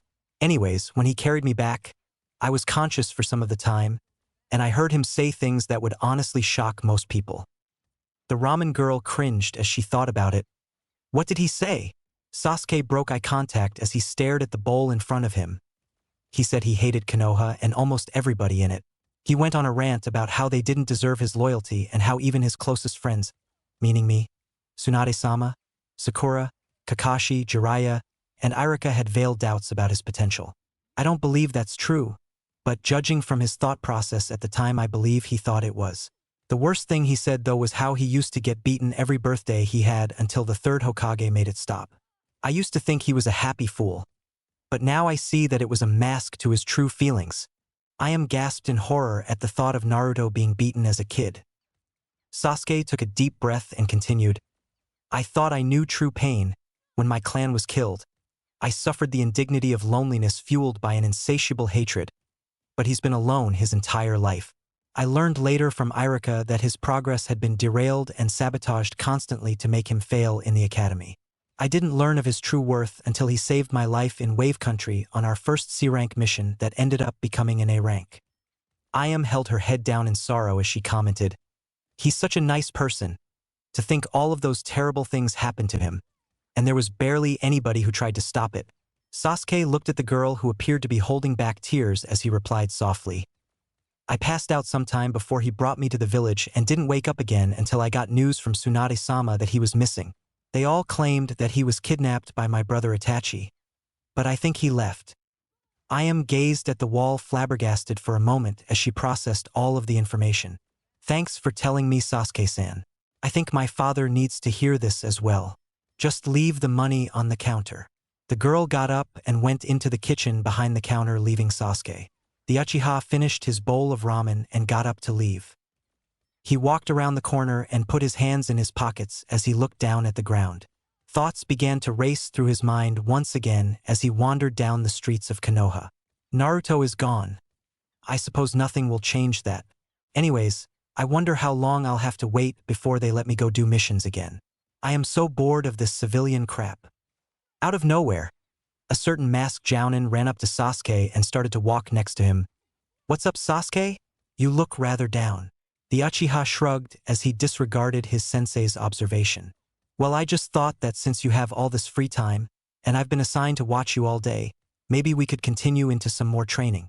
Sasuke's perked up at the mention of training as Kakashi continued. Anything beats wallowing in shame all day.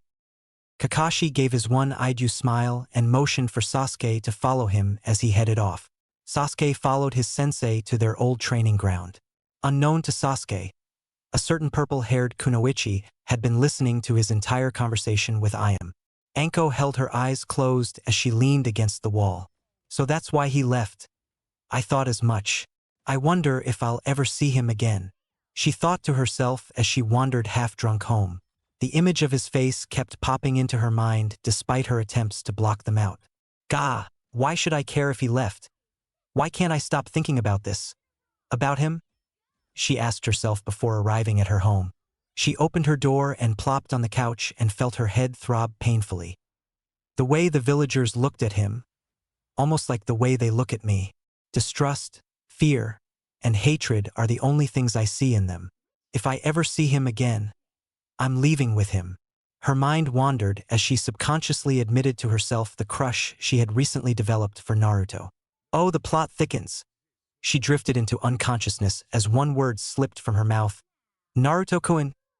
At a discreet, unknown location, 9 Akatsuki members stood around in large dark cave, facing an orange-masked individual. The figure began to speak.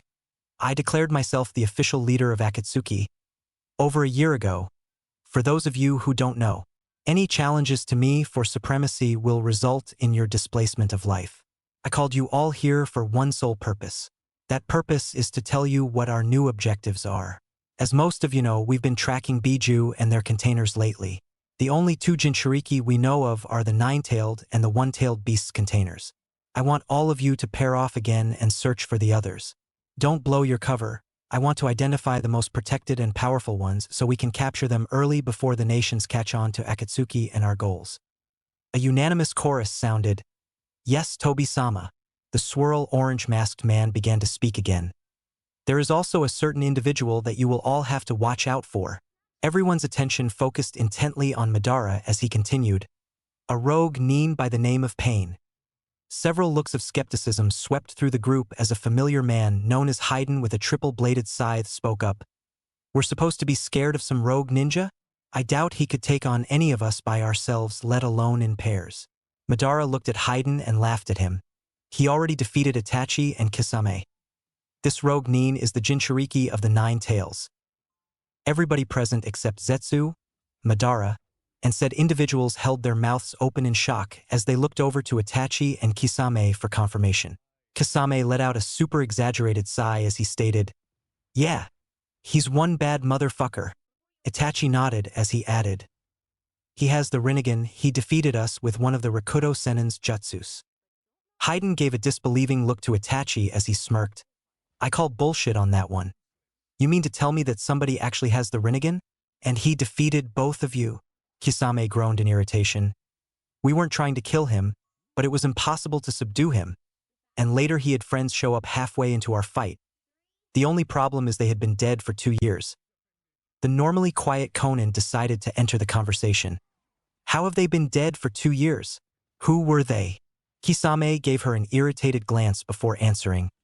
"They were Zabuza, the demon of the mist, and his apprentice Haku. They died 2 years ago during some stupid bridge fight with some kids and the Kapinin Kakashi." Conan raised an eyebrow at Kisame and she replied bluntly, "You know an awful lot about them, I see. They must have been friends of yours at one point, I bet." The shark nin gave her a nasty death glare as he retorted angrily, "Keep your observations to yourself, you bitch. I was just saying that I found it odd how they were serving this guy, Pain, despite the fact that there were official reports of them dying." Deidara decided to join the argument and laughed. "Ladies, you're both pretty." They both turned to look at him coldly. Kakuzu plainly added, "You're sure one to talk, Mr. Pretty Boy Art Lover." The blonde-haired man shot Kakuzu a smirk as he began to sing, "What can I say? I'm beautiful in every single way." Blank stares focused on the blonde, causing him to laugh to himself. "Yeah. Sorry I haven't blown anything up in a while. My artistic horizons have been hindered lately, so I've been a bit on edge." Everyone rolled their eyes and focused back on Madara. "I just thought that you guys should know that failure is never tolerated. But since Itachi and Kisame faced a Rinnegan wielder who just so happened to be the Nine Tails Jinchuriki, I am letting it slide. Do not engage Pain under any circumstances. Do you understand me?" A unanimous chorus of agreement sounded once again. Conan had a troubled look on her face and asked, "What do you intend to do with this Pain? Because the way I see it, letting some powerful Jinchuriki run around and swing his dick into everyone's business unopposed seems foolhardy to me." Madara nodded his head in acknowledgement. "Yes, that is true, Conan. But eventually he will grow arrogant and seek us out, and I shall personally handle him." Itachi and Kisame traded quick smirks as Madara finished. "Okay, I'm assigning all of you specific jobs. Zetsu, you are going to watch Orochimaru full-time. Report all of his actions to me. Sasori and Deidara, I want you two to keep a close eye on the one-tailed beast's container. The Kazekage, try to be discreet. Haydn and Kakuzu, you two go search Earth Country. Itachi and Kisame go search in Lightning Country. I will search in Water Country and several surrounding areas. Conan, you have 2 special tasks." The woman shot a confused look at her leader waiting for her assignment. "Conan, you are tasked with keeping an eye on Amigakure and Takigakure. Those 2 villages have been unsettling lately according to rumors. Kill their leaders and see if you can root out some information." The woman nodded. Madara finished. "You are all dismissed. We'll meet back in a few years whenever all 9 Jinchuriki have been identified, and every nation toured for final intel. When we meet again, we'll organize a plan." Everyone filed out in their paired groups and split to the 4 winds. Conan started to head off before she felt Madara's presence behind her. "That was your official assignment. The other one is something I can trust only you with, Conan." The blue-haired Kunoichi turned around with a confused look on her young, beautiful face and raised an eyebrow. "What is it, Madara-sama?" He looked at her for a moment before answering. "I need you to go undercover and find out more about Pain. You may have to track him down or watch areas he is likely to cover. Zetsu won't be able to watch him much because I need him to keep an eye on Orochimaru in case the snake makes a wrong move. Conan gave Madara a disapproving look and huffed. Why do I have to do that? Madara laughed as she scowled. Because you were the one who was so concerned about him running free unchecked. Plus, I'm sure he wouldn't turn a pretty girl's help down. Conan glared at him for a moment before groaning in anger. Ugh. Fine, I'll look into it. If I have time, but I don't really see a point in. She was interrupted by Madara. Be perceptive, girl. Imagine how strong our cause would be if he joined us. Conan gasped at his statement. You want me to bring him to you? You would have him join our ranks? Do you really think he would surrender to our cause? After Itachi and Kisame tried to capture him, Madara sighed as he began to pace around her. You lack the foresight to understand my plan, Conan. For now you will do as you're told and keep an eye on those small western countries. In due time your path will cross with his and you'll know what to do. Madara disappeared without another word, leaving a blue-haired woman slightly irritated. She growled in frustration as she walked away and began to mock Madara. Be perceptive, girl. You'll know what to do when the time comes. For fuck's sake, why does he have to make everything a puzzle or a riddle? I think I'll know what to do. Shove a kunai up your ass is what I'll do. The azure-haired beauty raged as she disappeared into the distance. Chapter 6. Rumors. 3 years had gone by for the citizens of Konoha. For many of the regular people it was short and uneventful. However, rumors of shinobi violence and criminal activities were all the talk as of late. A group of individuals were gathered in the Hokage's office. They had been summoned by Tsunade and now stood behind the weary woman as she stared out the window. She turned to speak to them as the door closed, signaling the last person had arrived. Good, you are all here now. I imagine you have all heard the rumors going around lately? The blonde woman asked the group of jounin in front of her. Among this group included a large list. Kakashi, Yamato, Anko, Niji, and all of Rookie 9-1 of course. Some nodded and several others shook their heads. Many of the older jounin have been sent to investigate these disturbances in several of the surrounding countries. Tsunade sighed. As of late, there are rumors that our borders are in chaos. The leader of Amigakure, Hanzo, was murdered over 2 years ago, leaving a large vacuum of power for many of the small-time criminals there. Violence is prevalent, and that's not the only thing going on out there. Sakura cut into her explanation after Tsunade finished. Yes, they say that the assassin was a cloaked woman who murdered half of Amigakure's leadership, and she assumed control of the village. Several present shot Sakura annoyed glances at the sound of hearing her speak. Many of them held her responsible for Naruto leaving. Despite what several of them would admit, the blonde had personally affected all of them at one point, and his disappearance left an uneasy tension when they were around Sakura. Anko chimed in casually, well damn, Pinky's got everything figured out. We should all just listen to her instead of the Hokage. The pink-haired girl shot a nasty glare at Anko and spoke back, I don't know what your problem is, you weird bitch, but I was just trying to help by giving my input. Anko's eyebrow twitched as she stared at Sakura. I don't know who you think you are, but nobody cares about anything you have to say. Tsunade held her tongue as she watched the conversation in interest. How dare you? I am Tsunade-sama's apprentice, I'll have you know. The inhabitants of the room eagerly watched the scene unfold, some hoping for a fight. I could care less if you were her wiper. You are probably the worst excuse of a ninja this place has ever seen.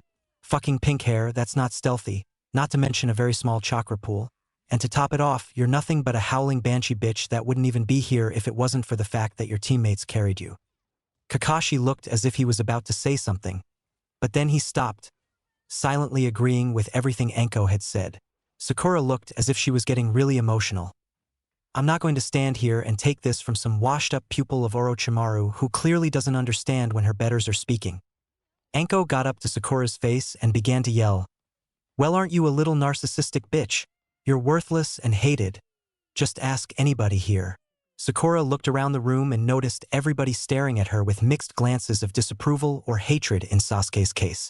Tell me guys what you think of me to shut her up, Sakura demanded as she stared at the group. The jounin simply stared at her. Kakashi-sensei, Niji Shikamaru? The three of them gave her bored, uninterested glances as they disregarded her presence. I know my Sasuke-kun appreciates me, she boasted. The Uchiha leered at her full of malice. No, I don't. I never did. And thanks to you, my best friend has been missing for 3 fucking years. Desperately, the pink-haired girl looked to Ino, her best childhood. Ino? Anything to say? Her friend simply looked away from her. Sasuke told us about you trying to get Naruto in trouble, Sakura. Sakura looked petrified at Ino's rejection as she finally turned to Hinata. Hinata! Not you as well. The Hyuga girl stared at Sakura for a moment and sighed. I agree with everything Sasuke said. Naruto-kun was a great person. And what you did to him was wrong. She whimpered as she started to crack under the pressure of everyone's silent staring. How am I responsible for him disappearing? Sasuke could have melted her face off with the look radiating off of his. He left because you tried to get the council to strip his shinobi rank, not to mention being a bitch to him all those years. No wonder he left. She looked back at him with a confused glance. What do you mean he left? Tsunade sighed once again as she entered the conversation. We have reports that he was emotionally unstable his entire time back in Konoha, and we have reports of him being spotted near the borders of Fire Country over 3 years ago, when he was going to the Fox Den. Sakura looked around shocked as the disregard from the group turned into venomous stares. You can't all hold me responsible for him leaving, can you? He was kidnapped from what I hear. Anko laughed at her as Sakura began to frown. Tsunade sighed deeply as she watched Sakura back away from the group in a fit of emotions. Sakura, go take a breather, I'll brief you individually later. Sakura held her head down in shame as she felt her eyes begin to water. She ran out of the Hokage's office in tears, leaving a very relieved-looking group of individuals.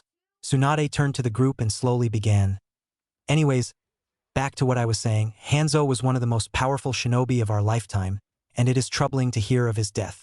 Although Amigakure isn't the only issue we have lately. There have been reports of a notorious S-rank criminal known as Pain, who has been terrorizing many surrounding countries. According to Umbu, he's been sighted in Wave Country, Water Country, Snow Country, Sound Country, and even through our own borders. Kakashi asked curiously, who is this Pain? I don't think I've ever heard of him. Tsunade frowned as she turned to the window. Nobody knows who he is. Nobody even knows what he looks like, but they say he just showed up out of nowhere and started wreaking havoc somewhere close to 2 or 3 years ago. Several present traded concerned glances and Niji spoke up. Is that why you called us here, Hokage-sama? The woman turned to meet the Hyuga's gaze and she replied, yes and no. I wanted to tell you guys about some of the things Umbu have dug up about him in case you encounter him on your mission. Everybody in the room tensed as Tsunade called out, Shizune, bring the reports in?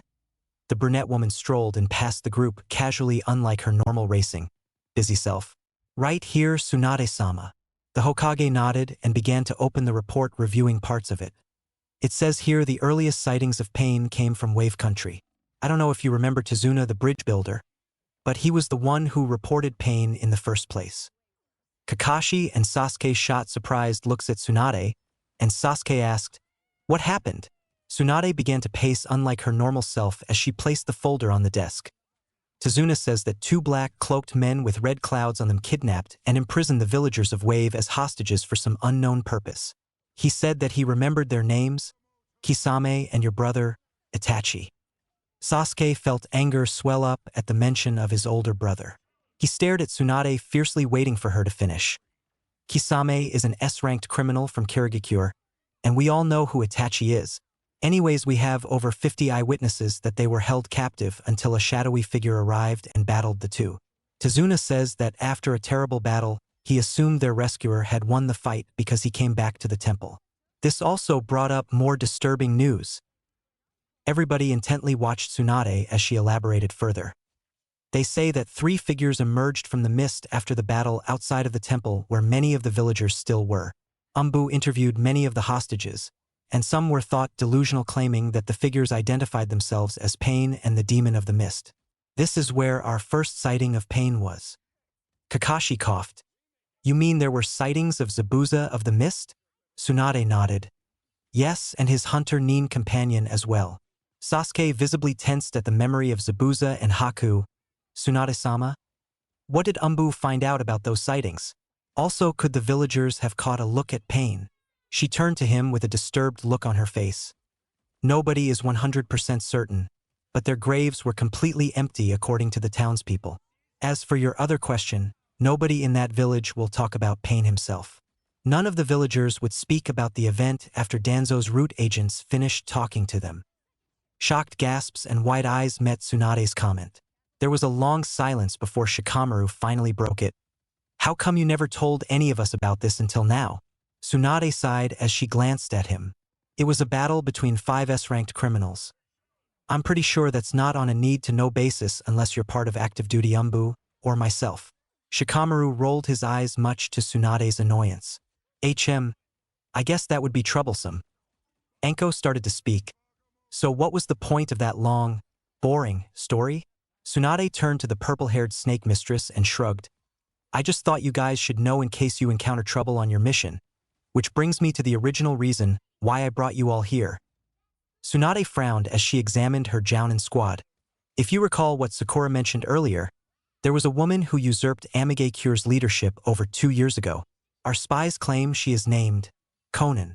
Mixed looks of confusion swept through the party of Jounin as they silently listened. Beyond that, there isn't much else we know about her. But many of the daimyo in surrounding countries are offering to pay fortunes to anybody who can kill her. The simple fact that she killed Hanzo means that she is a Kage-level criminal. We 3 Sannin didn't even defeat Hanzo in our youth, so that might give you an idea what she is capable of. Everyone in the room bowed their heads knowing what she meant. Konoha's economy is suffering lately due to trading routes being attacked and many won't travel for fear of being killed. Amigakure has a large monopoly over the trading roads in all of the Western countries, and even dare to cut off our own lines to Suna. Obviously, this Konan is far too dangerous for us and the surrounding countries, so you are tasked to assassinate her by any means necessary. I would prefer minimum casualties, but this is a vital mission. I already sent my Umbu platoon ahead. Meet up with them and coordinate an offensive. Several nods followed before the Hokage turned to her assistant. By the way, Shizune, I need you to go there as well in case the need for a skilled medic arises. Everybody nodded as Shizune shook her head nervously. Tsunade-sama, maybe you should tell them about the last group of people that tried to kill Konan. Surprised looks were directed to the woman. Tsunade acknowledged her comment. Yes, Shizune has a point. IWA sent a full company of Jounin to kill her over a year ago, and they were all wiped out. A large chorus of gasps erupted from the group before Chuji asked, You're sending us on a suicide mission? The Hokage looked down in shame as she began. Believe me, I don't have a choice. So long as this Konan is alive, the surrounding countries have no fear of attacking Fire Country. I can't believe I'm saying this, but Konan is far more terrifying than Hanzo. Shikamaru had a deep thought written on his face as he slowly began to speak. How did they wipe out a company of Jounin? I heard AIM was a relatively small shinobi nation. The almond-brown eyes of Tsunade scanned the group in front of her. Apparently Konan practically blew up half the village to kill them all. I contacted IWA to see if they would be willing to help us attack Amigakure again, but they refused. Kiba began to laugh. Oh, that's cool. We might as well just stab ourselves now. Ino gave a concerned look as she questioned, Why would they refuse? Don't they want payback? Yamato spoke up for the first time at the meeting and casually answered, Well, I imagine losing a big chunk of your village's Jounin in one battle would deter you from wanting to send more people to their deaths. You won't be alone. Also, don't forget that I have a platoon of my best Umbu there. For this mission, you will be in charge, Kakashi. You can assign your own lieutenants. Just get the job done. You are all dismissed. The group bowed their heads in unison and filed out of the Hokage's office one by one. Finally, only 3 figures remained. Among this trio included Shizune, Sasuke, and Kakashi. The masked Jounin spoke up in an unusual concerned tone. Tsunade, tell me more about what Umbu dug up in Wave Country. Zabuza and Haku were extremely dangerous criminals. We saw them die. Tsunade glanced at Kakashi and back to Sasuke, reading the troubled look on their faces. It is possible it could have been a genjutsu, but it seems highly unlikely, since their graves were uncovered. Sasuke had a disturbed look on his face. That's insane. They both died on that bridge and were buried. That can't be true. Kakashi and Sasuke traded concerned stares as Tsunade handed the file to Kakashi. Read through it if you want. Go talk to Danzo and Root, or see for yourself. All three will tell you the exact same thing. That Pain has found a way to reanimate them. Shizen tensed at the mention of Pain, which did not go unnoticed by the Hokage. Something wrong, Shizen? The brunette woman casually smiled and rubbed the back of her head. No, of course not, Hokage-sama. Her mind had a different answer, however. Stupid bitch. Conan already knows you're coming. And if you see Pain and his followers kiss your ass goodbye. Kakashi gave Shizen a weird stare. Tsunade looked at Sasuke for a moment and held up the book he had given her 3 years ago. Rakuto Sanin. I found out that this book is the original version. It is an account written by the sage's grandson. It's hundreds of years old. Commentaries have been added to it over the years, but I found its contents disturbing. Sasuke shot Tsunade a surprised look as she continued. There is something I thought I should tell you, Sasuke. Apparently the Sage of Six Paths had the power over life and death, and this book vaguely explains how the sage could resurrect people. Kakashi's one visible eye shot open in shock. You mean to tell us? You think this Pain is the Sage of Six Paths? That's impossible. She looked at the book once again before turning to Kakashi and Sasuke.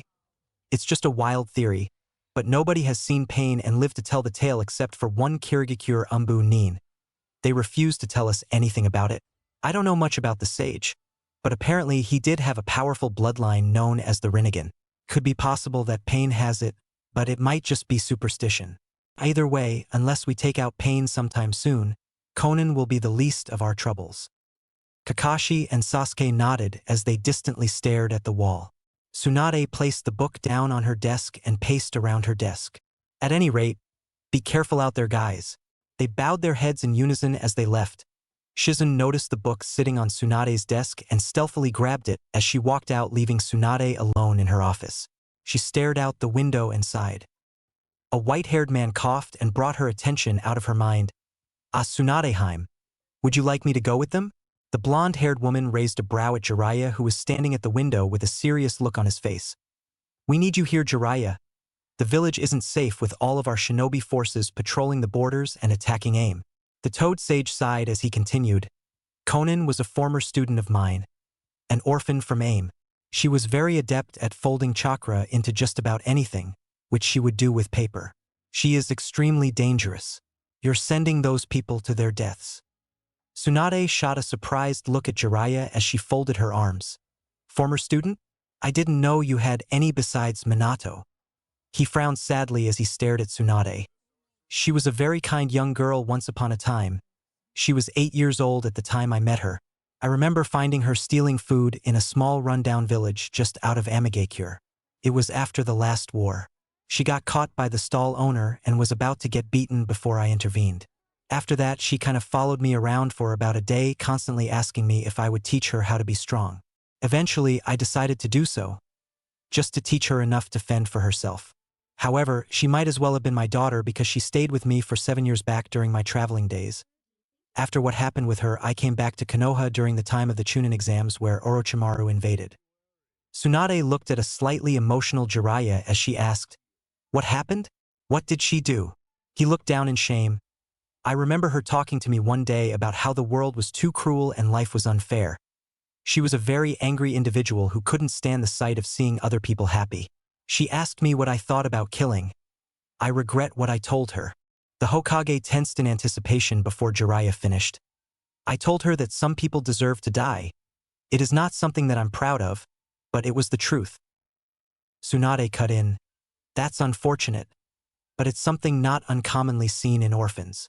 Jiraiya sighed deeply. Apparently she took it to heart because one day, she and I were on a training trip in Earth Country and we stopped at this village. We got a couple of rooms at an inn and stayed for a few days. I went to the hot springs one afternoon to get inspiration for my book. Tsunade rolled her eyes at him as he continued. And she decided to go eat at one of the nice restaurants in town. Several hours later, I heard screaming and shouting coming from outside. I gathered myself and went to the center of the commotion, and I saw Conan standing over dozens of bodies covered in blood. Tsunade looked horrified as the story unraveled. Apparently, a rich woman had flaunted herself over Conan, making fun of her for being a lone kunoichi in the restaurant. I don't know the whole story, but I learned from several of the survivors that the woman called Conan, a lonely wretch who would never find true love. Judging by the devastation and the death, I assumed something in the girl snapped that day. By the time I arrived, I was too late to save the 30 or so people she killed. I asked her why she did it, and she told me something that gives me nightmares to this day. They deserve to die. Jiraiya was silent for a moment as he felt self-pity wash over him. I didn't try to stop her as she ran away from the town. I wandered around for a year after she left, and had nightmares about it ever since. To think I created the monster she is today. She was 15 years old, and she killed 34 innocent people. I was there, and I should have stopped her, but something in me couldn't do it. All of those people. Their blood is on my hands and not hers. Jiraiya, it wasn't your fault. You could never have. He snapped back at her, interrupting her sentence. It was my fault, Tsunade. I'm responsible for every single person she has killed, which is a number I only dread to hear. I should have made her understand. I should have helped her. I failed her. Just like I failed Minato and just like I failed Naruto. Tsunade shot him a devastated look at the sight of seeing the man upset. Jiraiya, it's okay. You weren't responsible for what happened to Naruto or Minato. The Toad Sage sighed as he looked away. I have to go, Tsunade. The woman gave Jiraiya a sad look as he jumped onto the open window. Jiraiya! He turned to look at her, but she couldn't find the words to speak as his sorrow deepened. I'll be at my house, Tsunade. I need to be alone for a while. He leapt out of the window, leaving Tsunade alone once again. She groaned in frustration as she yelled at nobody in particular. Damn it! XXXXX. A brunette medic Nin was walking through the streets of Konoha, making her way to the training grounds as she casually passed groups of people who didn't even notice her. Shizun was very good at blending into a crowd. Despite her plain appearance, she was simply considered by all to be a nice and pretty woman. But nobody ever could suspect her of the dark sins she had committed. Being the Hokage's apprentice made her one of Madara's most effective spies because she could directly report all of the village's actions and tactics. As she wandered into the forest, she walked by several trees as if expecting somebody to show up. As if on K, a figure emerged from the tree behind her and walked next to her. She turned to greet the individual with a twisted smile. They are on their way. It is a platoon of the Hokage's Umbu, around 30 or so strong, and a strike team of Jounin including the Kapinin Kakashi. I have also been sent as their medic. The plant maw on the figure's head opened up before he spoke. I shall report this to Konan immediately. Do they suspect? Shizun smiled darkly as she replied. No. The fools are rushing headlong into the trap as planned. Zetsu casually nodded before Shizun interjected. However, they have been curious about Pain and are snooping around. They have sightings of Pain all over wave, snow, water, and sound countries. The man nodded. Yes, he has been tracking Orochimaru lately, which is why I have been able to keep a close eye on both of them. I sent Kabuto to lure him to aim where he'll kill all of Konoha's Nin for us. Zetsu's dark half began to speak. Orochimaru fled to Kusagakure, but all of his servants are still in Oto. He will kill all of our enemies there and all of the Konoha Nin in a glorious display. So it would be a very good idea for you to get out of there before it happens. Shizun shot the human plant a confused look. Kabuto works for us? Zetsu simply nodded. He's one of Tobi's agents sent to watch Orochimaru after he defected from Akatsuki. The medic Nin nodded in understanding as she handed a scroll to Zetsu. Here is a list of Konoha's patrol schedule and battle plans. I also have a book that I think Tobi might want to see. Shizun pulled a book out of her coat, handing it to the robed aloe vera man. Zetsu read the title out loud. Rakudo Sanin. I shall deliver this to Tobi. Zetsu disappeared without another word as Shizun turned to head back into the city. She began to laugh out loud as she happily headed home to gather supplies for the mission to Amigakure. It's always the nice ones that turn out to be crazy. XXXXX. Back with Tsunade and Sakura. A conversation was raging. Tsunade-sama, I can't work with them. They all think I'm responsible for Naruto leaving. Tsunade glared at her for being ignorant. Despite whatever they may think or feel about you, you are still a shinobi, and you still have to work with them on this mission. I had thought that maybe after these 3 years of Naruto being gone you would begin to appreciate the attention and feelings he had for you. But it seems I was wrong. Sakura held her head down in shame. I know what I did was wrong, but at the time, I didn't think anything of it. It can't have all been my fault. The blonde woman shrugged. You were one of the catalysts to his disappearance, and judging by the things Sasuke says about you, I'm sure the others might feel the same. Still though, if you ever want to earn their forgiveness, then start acting like a proper kunoichi and not some spoiled whining brat. Sakura dejectedly bobbed her head. Yes, Hokage-sama. I'm sorry for what I did to Naruto. The Hokage gave her a stern look as she skeptically replied. Maybe one day I'll be able to believe that. But that day won't come until Naruto comes home and you apologize to him. Sakura nodded and silence filled the office once again. Go join the others, Sakura. You are going to be one of the medics. Please think about what I've said. The pink-haired Jounin bowed as she left, walking past a bandaged man who walked in with a condescending smirk. So I hear that you have finally come to terms about the Fox kid leaving. We may not see eye to eye in matters pertaining to him, but I was correct in my assumption that he was mentally unstable. Tsunade shot Danzo a death glare as she stood up. What is it you want, Danzo? The man gave her a passive-aggressive smile as he spoke. Nothing at all. I just thought I'd check up on the status of your Jounin. Tsunade sighed as she looked around bored. They are en route to wipe out the leader of Amigakure. I sent many of my personal umbu ahead of them as well. All we can do now is hope and pray. Danzo silently nodded as he turned to leave. Rest assured that my root agents are working night and day to find Naruto, though I hope you can face the truth when they find him. The almond-brown eyes of the Hokage shot an angry leer at the man as he walked out of the room smiling. How the hell did Sensei put up with that motherfucker? She trailed off as she pulled out a bottle of sake and began to drink. XXXXX. Naruto had grown immensely powerful over the past 3 years. True to his own agenda, he had been hunting Orochimaru. He originally started his quest out of revenge against Orochimaru for killing the third Hokage, however. His reason changed over the years. Now he wanted to kill Orochimaru to remove any competition against his own plans for world domination. After Haku, Zabuza, and he had left Wave Country, they had been wreaking havoc all over the continent. All branded as notorious S-class criminals, they encountered many would-be heroes who were murdered and in some cases mutilated as they tried to apprehend or kill him. Pain was the #1 criminal in the bingo books across all of the shinobi nations, and nobody even knew what he looked like or anything about him, seeing as he killed anyone who identified him. The rumors of his companions were even more shocking to the world, especially to Kirigakure in general. During a brief battle with their Umbu strike team, one survivor made it back to Mist to spread the word of Zabuza and Haku's notorious return. News of the battle at Wave near the demolished Temple of Whirling Tides had left many nations terrified as well by the desecrated landscape. Members of different nations would flock to the scene to uncover more about Pain. They were all given call sign titles by the shinobi nations. Zabuza was known by his former one as the Demon of the Mist, Haku was known as the Sanguine Hunter, and Naruto himself had been known by dozens of different names in different parts of the world. One of the most common was Pain the Invincible. Many of the titles were bestowed upon him by the superstitious people who had never seen but only heard of Trio and the trail of death that followed them. Naruto had changed over the past few years in appearance as well. He was much taller now, matching Zabuza in height and build. The Jinchuriki wore something similar to a black Umbu outfit and had a medium-sized Umbu blade on his back. Zabuza hadn't physically changed much at all, but wore an outfit somewhat similar to Naruto's except his was white and black. Haku, on the other hand, had blossomed into a fully developed and beautiful woman. Her hair was slightly longer but not all that much different. The real difference was the curves that had developed.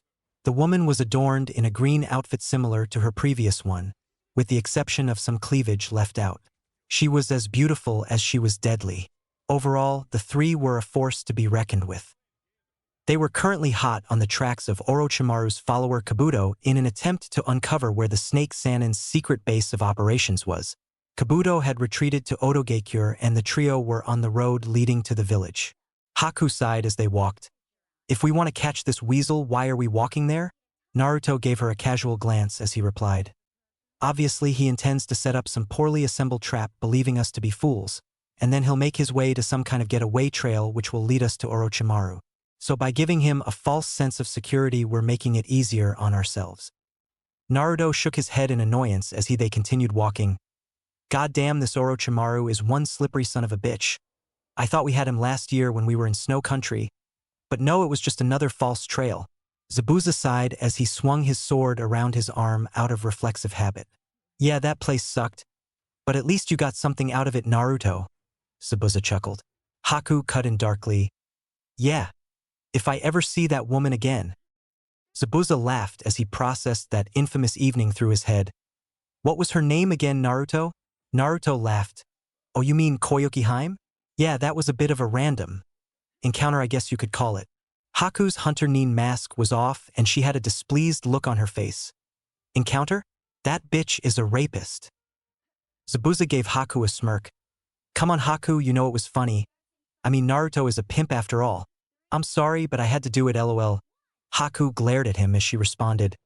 That chick was just a slut. I can't even believe you slept with her, Naruto-kun. Zabuza gave her a glazed smirk. My little Haku is jealous. If she's a good girl, Naruto might just reward her eventually. She looked at Zabuza and sighed. You're not helping me at all by encouraging this, Zabuza.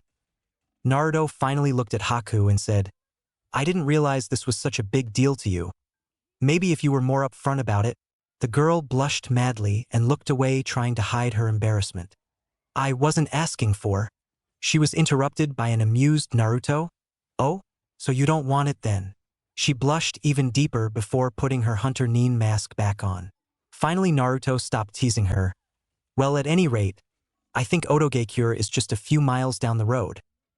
The group continued to walk silently for a moment before Zabuza spoke up. Naruto, I have a request. If you would honor me, accept it.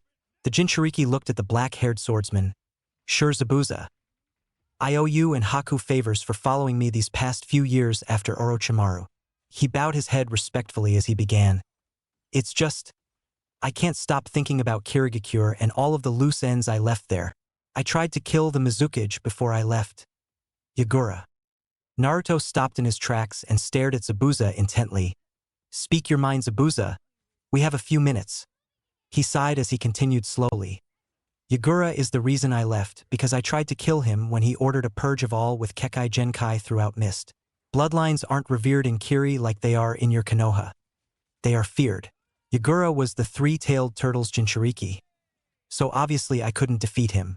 I found Haku when I fled, though she was an orphan. Naruto looked at Zabuza as the man finished. So you want to go kill this Yagura? The demon of the mist nodded. Haku spoke up. Yes, Yagura is a terrible person, who deserves nothing short of a horrible death. The orange-haired man nodded his head in understanding. He's a Jinchuriki with full control over his Biju. But if anyone can defeat him, I think you could, Naruto. The Jinchuriki sighed as he looked at the two of them. I never told you guys about my past. They both looked at him intently since he rarely shared personal history. I was an orphan my entire life.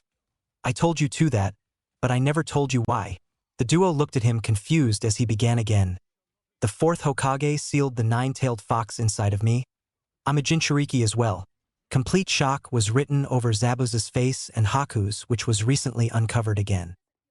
Zabuza asked shocked, so that red chakra? That was the Kyuubi's? I had always thought it was part of the Rinnegan bloodline. Naruto shook his head sadly. The life of a Jinchuriki is a terrible one, full of loneliness, fear, and hatred. I'm sure this Yagura had his reasons for being the way he was. Haku looked at her leader and asked, what's it like, Naruto-kun? I mean, does the demon ever affect you?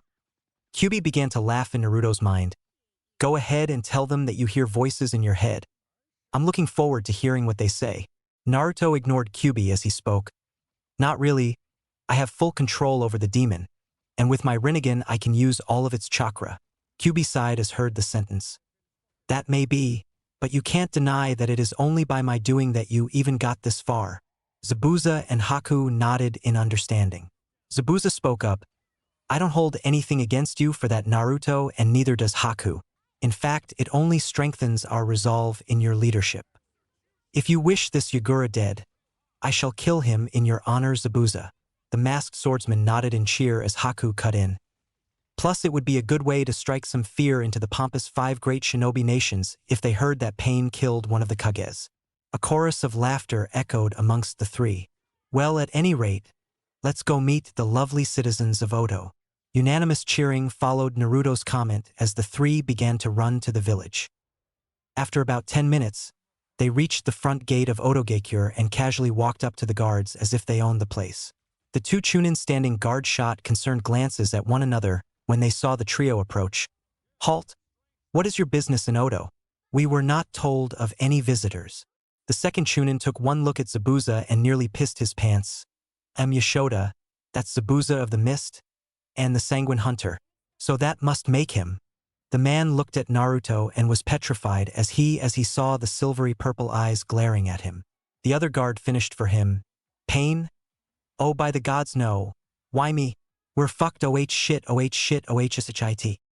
Zabuza shot the two an annoyed glance as he jumped at them at superhuman speed and cleaved one in half with his sword.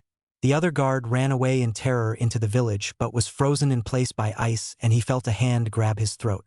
Naruto held the man off the ground and squeezed his throat in a terrible vice grip.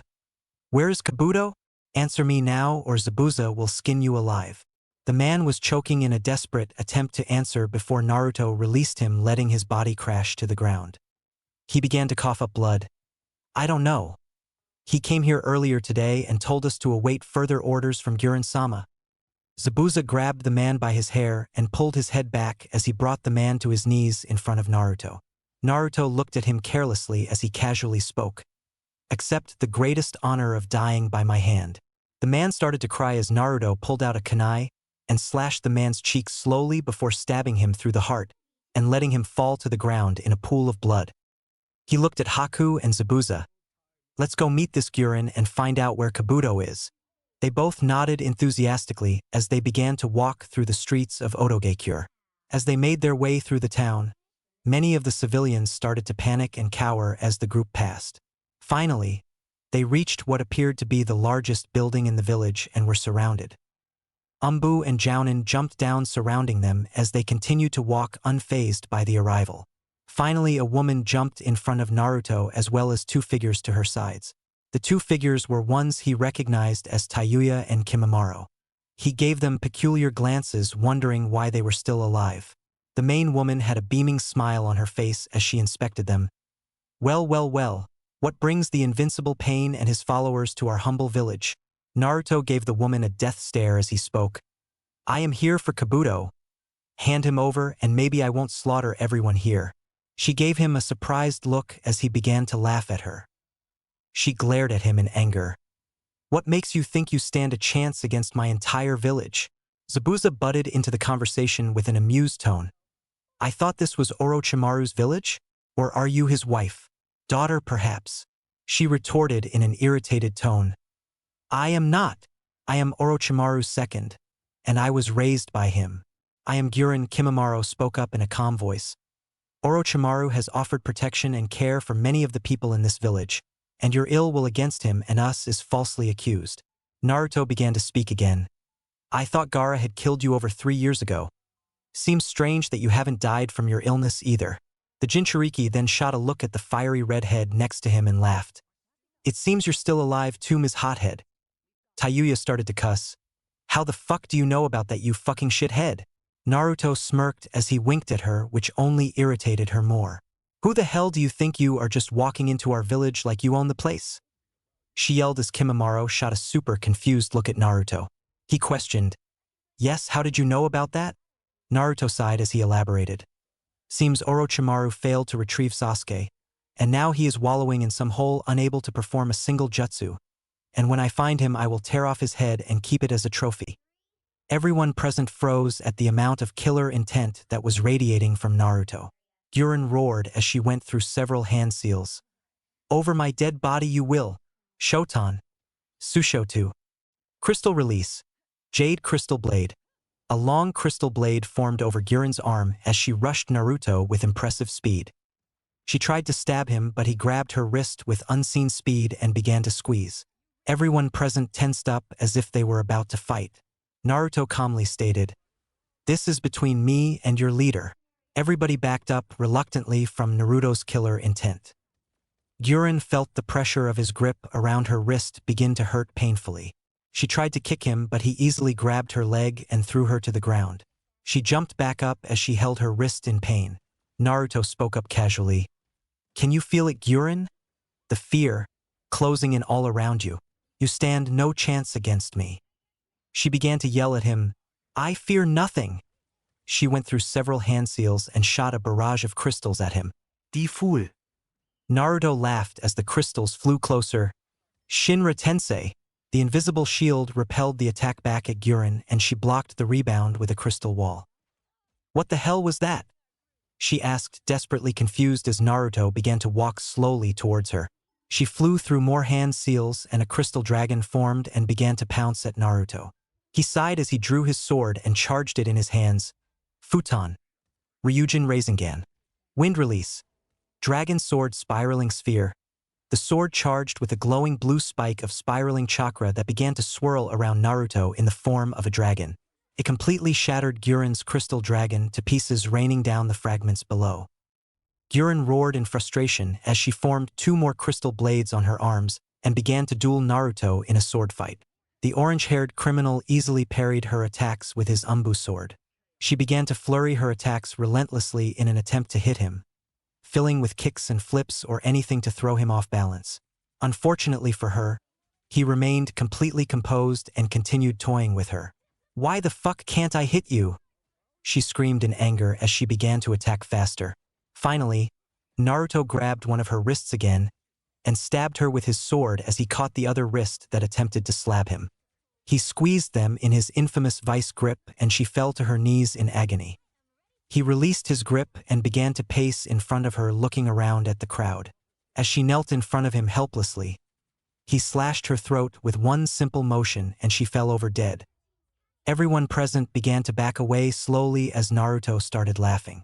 If she was the best you have here, then the rest of you are doomed. Zabuza and Haku laughed at the amount of fear sweeping through the crowd. Naruto took a closer look at the body and thought to himself for a moment. She may be useful. A joyful chorus of Kyuubi's laughter echoed in his head.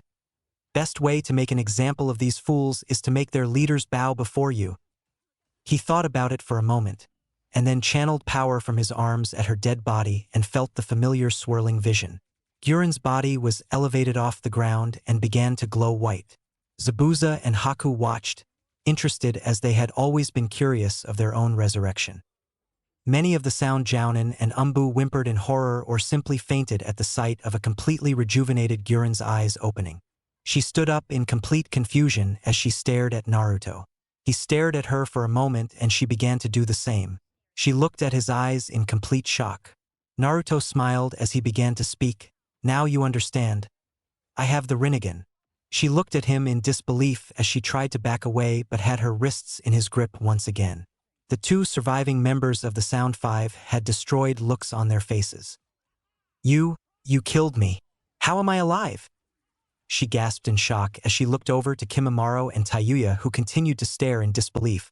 Naruto laughed as he shouted, Because I am a god. The Rinnegan is all-powerful. She shot him an angry glare as she shouted back, I don't believe in that superstitious shit. You're no god. Naruto kneed her in the stomach and she fell to her knees again. If I am not a god, then why are you on your knees before me? A super large crowd of not only Odo shinobi, but citizens as well gathered around the scene and stared in utter disbelief. Gyurin finally felt a sense of hopeless defeat wash over her as she looked up at Naruto with a pained face and met his stare. She silently asked, How did you bring me back to life? A long silence filled the air as he looked at her, before he answered. You wasted your unique powers serving a man who could offer you nothing but lies and death. Make yourself useful to me and I shall offer you far more than he ever could. I am your master now. Gyurin looked unconvinced. You presume too much pain. Orochimaru is my. She stopped speaking as he cupped her cheek with his hand. She felt a surge of warmth flow through her body at his touch. This feels so good. His hand is so warm, she thought as she began to smile. She experienced his chakra flowing from his hand and felt it washing over her. She smiled as he stroked her face, much to Haku's displeasure. Zabuza whispered to Haku with a quick smirk, I told you he was a pimp. The masked hunter Nin only glared in jealousy as Gyurin stared at Naruto with infatuation. This is merely a taste of what I can offer you. Naruto stated soothingly. Many of the viewers present at this fight were perplexed by the fact that Guren was allowing pain to touch her face. Tayuya and Kimimaro traded shocked glances as they saw Guren's face become flustered. Tayuya whispered to Kimimaro, "What the fuck is happening?" Kimimaro looked at the red head and sighed. "Whatever it is, Guren-sama seems to be enjoying it." Tayuya shot a disgusted glare at Guren as she sighed, secretly jealous that the dead sexy enemy was seducing her commander. A blue glow of chakra surrounded Naruto and then it enveloped Guren as well. She spoke up, "Yes, you can offer me power." Everyone gasped at her comment. Finally, Naruto stopped and offered Guren a hand up. She took it and he pulled her to her feet. She had a blushing face as she yelled for all to hear, "I am yours to command, my Lord Pain." Everyone bow. All of the shinobi and civilians present obeyed the order without question. Kimimaro and Tayuya, however, had not bowed yet. The white-haired man spoke up as he coughed.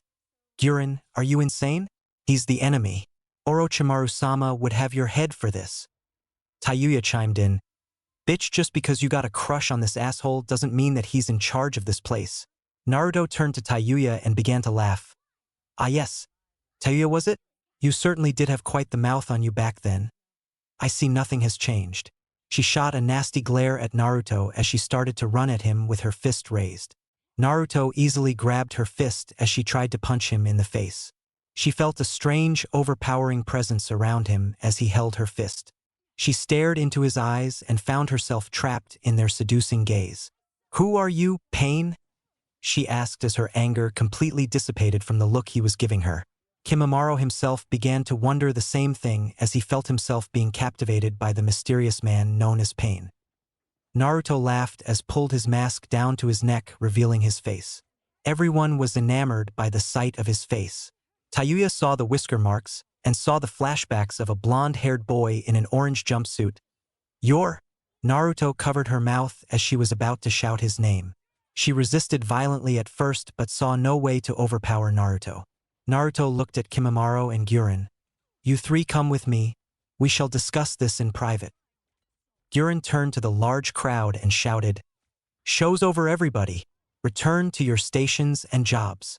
The large crowd began to disperse as the three sound Nin followed Naruto inside the large building, followed by Haku and Zabuza. Many of the Umbu, Jounin, or even desk secretaries bowed low as Naruto walked by. One man even went as far as to shout, "All hail Pain!" The six shinobi finally entered a large room that Naruto assumed was Orochimaru's main office. He walked in and sat at the main chair, exemplifying the fact that he owned everyone and everything in the room. Zabuza stood next to him while Haku pulled up a chair and sat directly to his other side. The three sound Nin sat in the chairs adjacent to the main one. A long silence filled the room before Tayuya began. "I remember you, Pain? Or should I say Naruto Uzumaki?" Kimimaro's eyes shot open as he looked at Tayuya for confirmation. "You mean to tell me that he's that blonde kid who defeated Sasuke in the Valley of the End?" She smiled as she nodded. The redhead gave him another glance and began to speak. "We were able to deal with your friends. They decided to flee. Me and Kimimaro were the only survivors, unfortunately. Still though, we did witness your battle with Sasuke." Kimimaro nodded his head as he spoke. "Yes, it was quite impressive. Unlike the trash that followed you on that mission, you were the one who did everything. We didn't dare to attack you after that display." Naruto held his hand up. "Don't flatter me. That was a terrible day for me. It was the day I realized how much I hated the world." Everyone in the room watched Naruto as he had a distant, sad look on his face. Tayuya stared at him before asking, "Why did you leave? If you don't mind me asking." Naruto continued to remain silent as the group traded confused shrugs at his depressed face. Guren looked at him and calmly added, "Don't answer her, Pain. I mean Naruto. It's probably something he's not proud of." Tayuya. The redhead shot the woman a glare as she disregarded her comment. "I want to know, damn it. You seem so intent on bringing back Sasuke." "Oh well, I had to do it, sorry Sasuke." "And then you leave the village right afterwards. There must be some reason why." Naruto sighed as he looked at the redhead. "My reasons for leaving don't matter. My goals now are the only things that matter. You three shall pledge yourselves to my cause and help me kill Kabuto and Orochimaru." Zabuza leaned against the wall with a smile on through his masked face. God, I love that kid. Just walks in and takes over a whole village with no effort, and then simply demands their leaders serve him. Haku spoke up skeptically. How can you trust them, Naruto-kun? They are Orochimaru's most powerful and loyal subordinates. The Jinchuriki stood up from his chair and walked over to Guren. She immediately stood up and knelt at his feet as she began to speak. I would be honored to serve you, Naruto, in any way you would ever want. Haku rolled her eyes at Guren's veiled sex invitation. Kimimaro stood up and said, I can't betray Orochimaru. He was my savior and was there for me during all the dark times of my life. Tayuya glanced at him annoyed.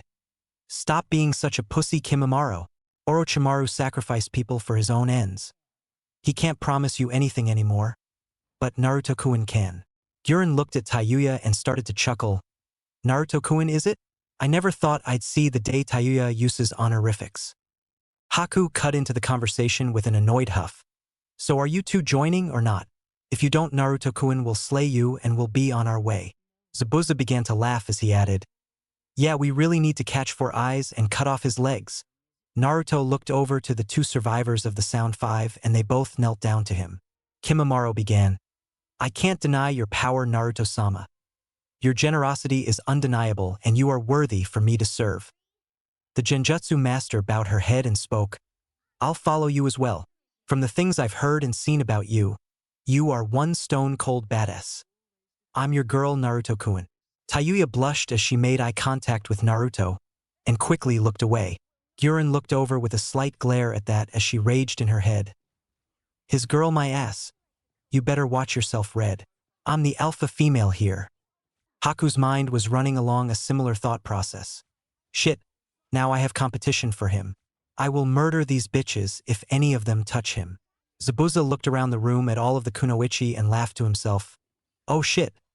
I'm gonna write a bestseller to rival Ika Paradise if this kind of sexual tension keeps flying around. Naruto looked around at the five shinobi and nodded. Very well, Otogekyure belongs to me now. This will be one of our bases of operation. Guren walked over to Naruto. I know where Kabuto is. The orange-haired shinobi looked at her for a moment waiting for an answer. He was here several hours before you came. Told me he was heading for Amigekure to meet up with Orochimaru. Naruto smiled as he pulled his mask back on. You three are coming with us? Orochimaru shall see his last day soon. Kimimaro spoke up in a worried voice. I'm not sure if you've heard this or not, but AIM recently had all of its leaders wiped out. They say that Hanzo was single-handedly defeated by a woman named Konan. Mixed looks of interest or confusion were prevalent. Haku spoke up. Hanzo the salamander? Somebody killed him one-on-one. Tayuya answered her. Kabuto was talking to us about it this morning. He said that she battled him a few miles from the village, turned everything within 5 square miles into a charred crater. She took his breathing mask as a trophy. It was the only thing left from what I hear. Guren nodded as she cut in to finish. The people of AIM call her the Angel of Death. I've only seen her one time in my travels with Orochimaru. She wasn't what you'd be expecting.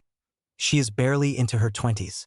Everyone shot her looks of disbelief before Naruto said, If she gets in my way, she'll die as well. They all nodded at their leader's unwavering resolve as he began to speak again. By the way, don't call me by my actual name in public. I want to keep my identity a secret from Konoha. The 5 shinobi followed their leader out of the office as he began to leave. Upon exiting the building, he found a large gathering of shinobi surrounding it. A random jounin spoke up. This man has Guren-sama under some kind mind-controlling jutsu. I cannot allow you to leave. Guren looked at the man and started to laugh. I don't know if you caught the memo, but Pain is in charge of Odo now. The man looked shocked as Naruto walked up to him. Is he the pun?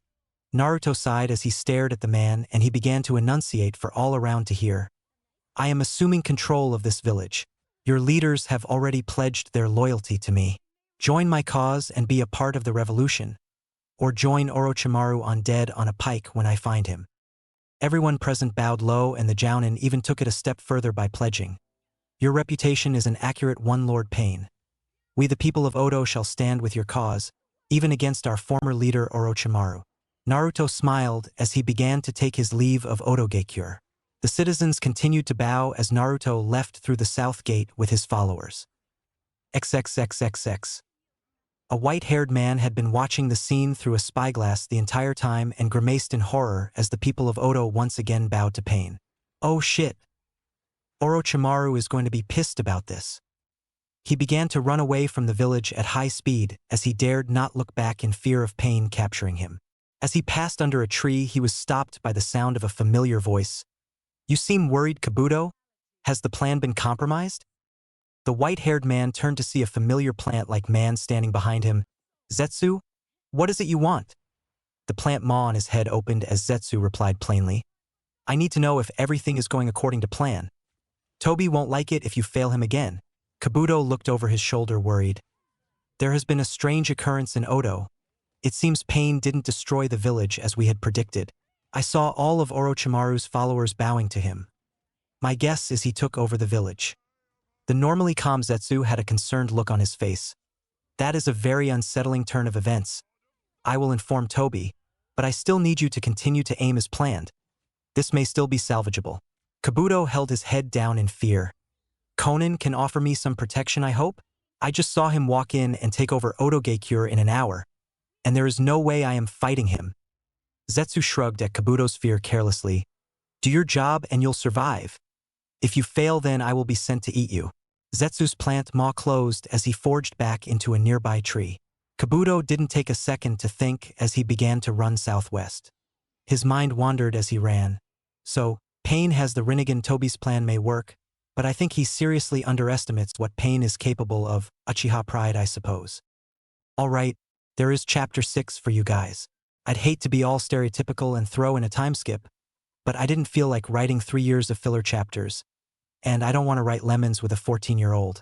Just imagine him in Snow Country if you want LOL. By the way, don't worry, Koyuki Haim will be making an appearance in the near future. Drama makes everything more fun. Am I right? Chapter 7, God's Angel. Close to the borders of Fire Country, a group was making their way through the forest at moderate speed. Among this party of ninja included the former Rookie 9 from Konoha, Kakashi, Yamato, Anko, Shizun, and Niji. Following the masked silver-haired man in unison, they had made decent progress through the chaotic borders of the country without detection. Kakashi raised his arms, signaling them to stop. Wait, guys! Somebody is coming. The large group suddenly stopped as they were intercepted by a group of Sunegakyure shinobi. The Sunanin were silent for a moment, staring the group down.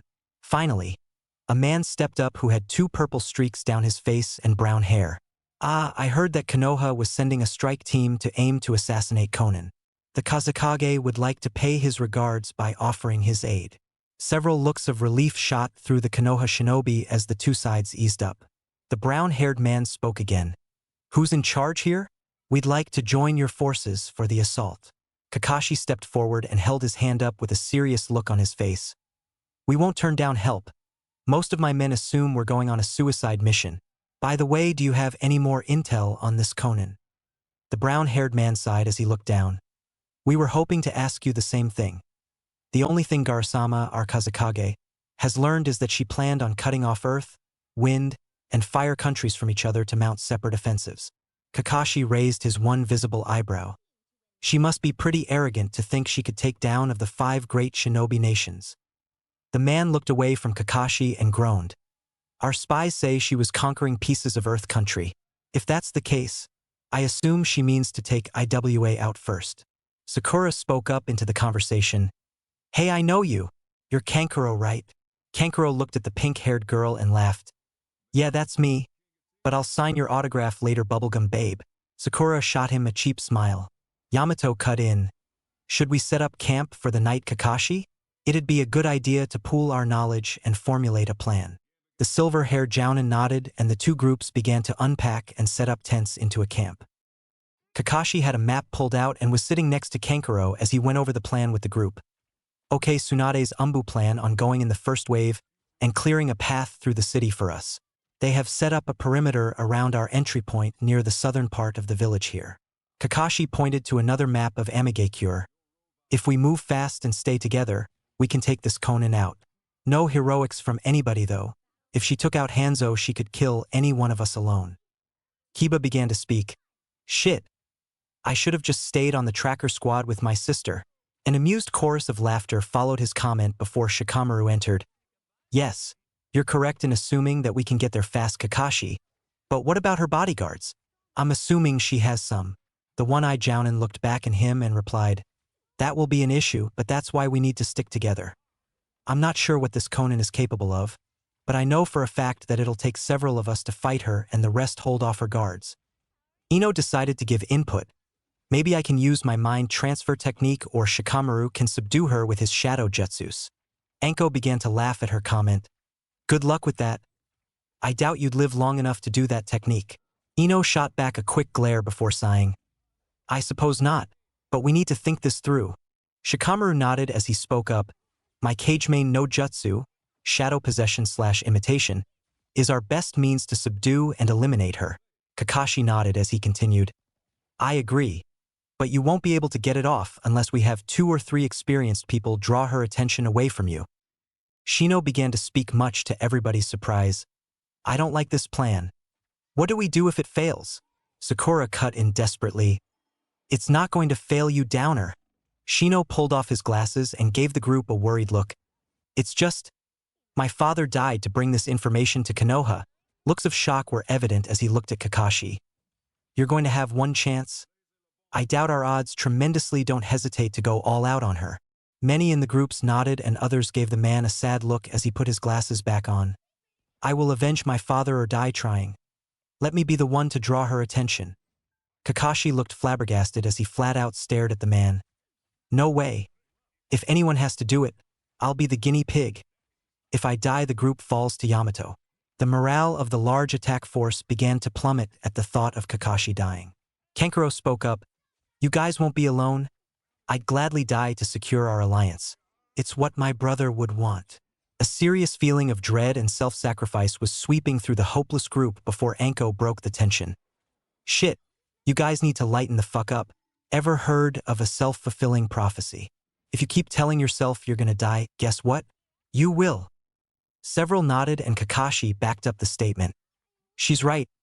Everybody, just hope for the best and we'll see this mission through. Morale was starting to climb again as several of the Sunanin and Konoha nin began to mingle and converse. The group all sat around a large fire enjoying what would be for some their last meal. Anko began to tune out the conversations convening between the two groups as her mind started to wander. I wonder if I'll ever see Naruto again. Fuck, why didn't I go with him when he left? Now I'm stuck on some suicide mission with these hopeless idiots. Kankuro sat next to her and had a playboy look on his face. So, what's your name, miss? Anko shot him a death glare as she was stricken from her thoughts. I miss go fuck off and die. She answered him much to his displeasure. He gave her a confused look as he sighed.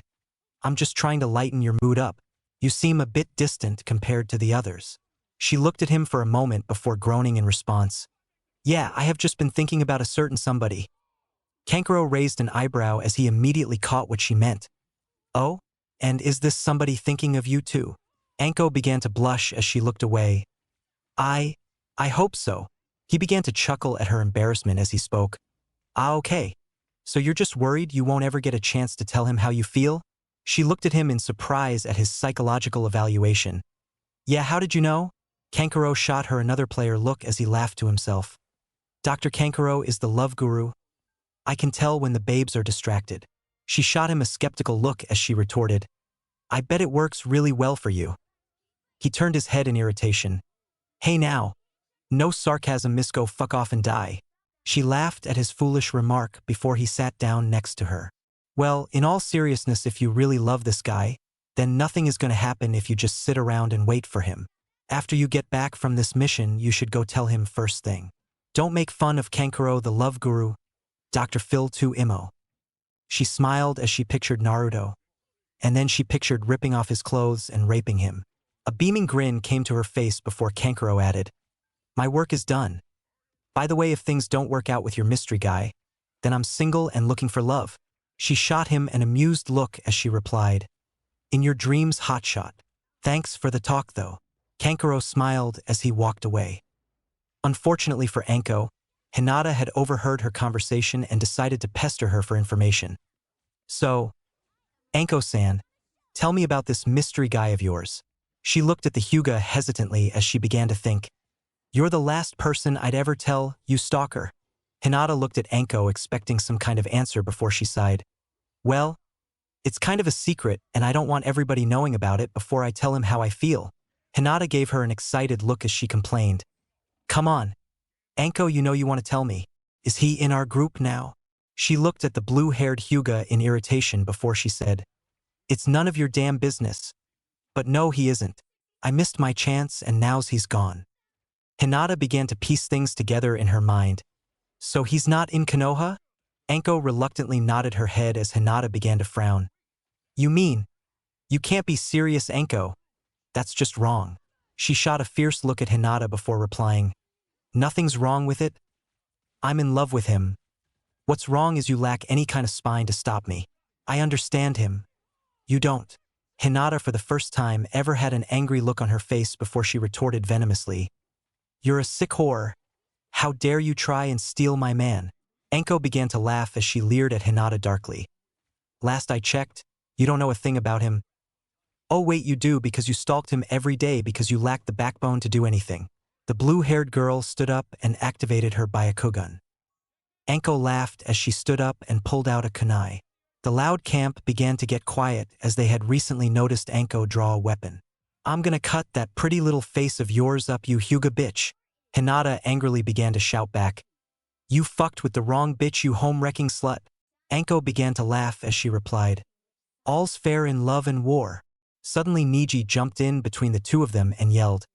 What the hell is going on over here? You girls need to calm down. Anko huffed as she began to walk to her tent, ignoring all the weird looks people were giving her as she zipped it up. Niji turned to Hinata. Hinata, what were you two arguing about? Hinata gave him an icy glare as she coldly stated. Nothing. Don't talk to me. Everyone was shocked to see the normally calm and kind Hyuga girl in a bad mood. Sasuke looked at her face and inwardly contemplated. Nothing gets her that emotional. Except Naruto.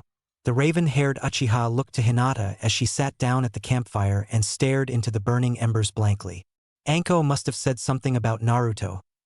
That's the only explanation for her to outburst like this. Many in the group continued to go back to their conversations, but some were still staring at Hinata. Among this group included most of Rookie 9. Sakura stood up and sat next to Hinata as she put her hand over the girl's back. If you want to talk to somebody in private about this, I'll listen, Hinata. Sasuke nearly choked on his dinner. He had started eating at her comment. If you and her end up alone, she'll eviscerate you, Sakura. Then a smile crossed Sasuke's face as he watched the scene unfold. Hinata looked at Sakura with a cold gaze as she plainly answered, Yes. Maybe that would be a good idea. Led on Sakura. The two kunoichi made their way a distance from the camp and Sasuke started to beam in laughter as saw the figures disappearing into the forest. What's so funny, Sasuke? Shikamaru asked curiously before the Uchiha shrugged. I don't know. The shadow user gave him a cold stare before waving off his comment and going to his tent. Kiba sat next to Sasuke and began to laugh. Sasuke looked at him and said, I bet she fucks Sakura up. Kiba looked at him and thought for a moment. Nah, she'll go easy on her. I'll bet you. Meanwhile, a good 100 yards from the camp, two figures were sitting beneath a tree. So Hinata, tell me what's wrong? Sakura asked genuinely as Hinata stared at the ground. The Hyuga girl sighed deeply as she asked Sakura a question. Sakura, did you ever have any feelings for Naruto? Was there any reason why you constantly rejected him and cruelly used him to your own ends? The pink-haired girl shot a surprised look at Hinata. What's that got to do with anything? Hinata stood up and began to raise her voice. Answer me! Sakura cowered under Hinata's rage-filled posture. I didn't at first, though Tsunade-sama brought up a good point to me. Ever since he's been gone, I've kind of missed him.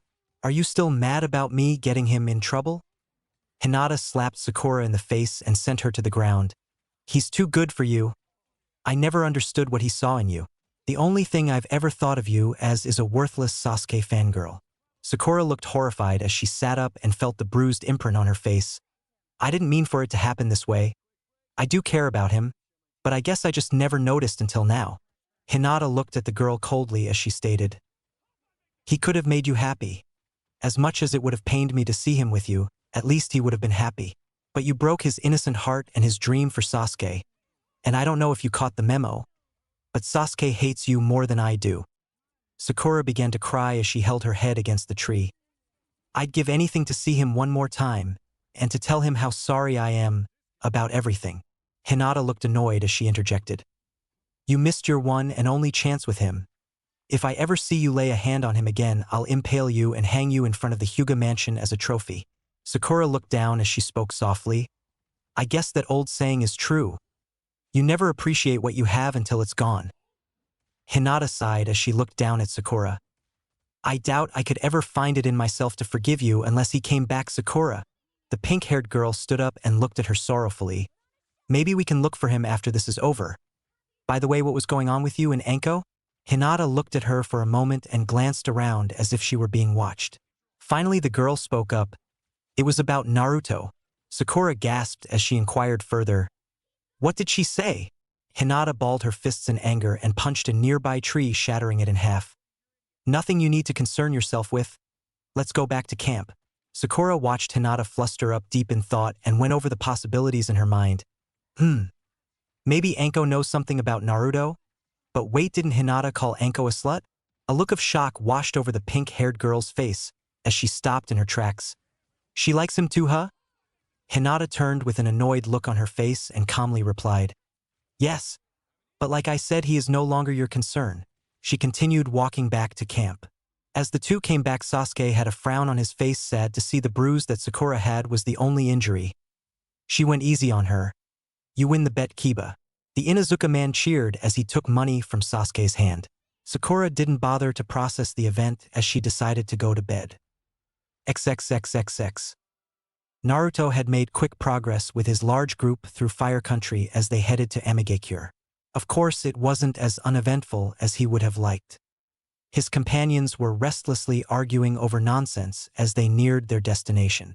"Naruto-kun, what do you intend to do if Konan interferes?" Zabuza spoke up curiously as he was bored of all the estrogen-filled topics. Naruto looked to the swordsman and he shrugged. "I doubt it will matter even if she does.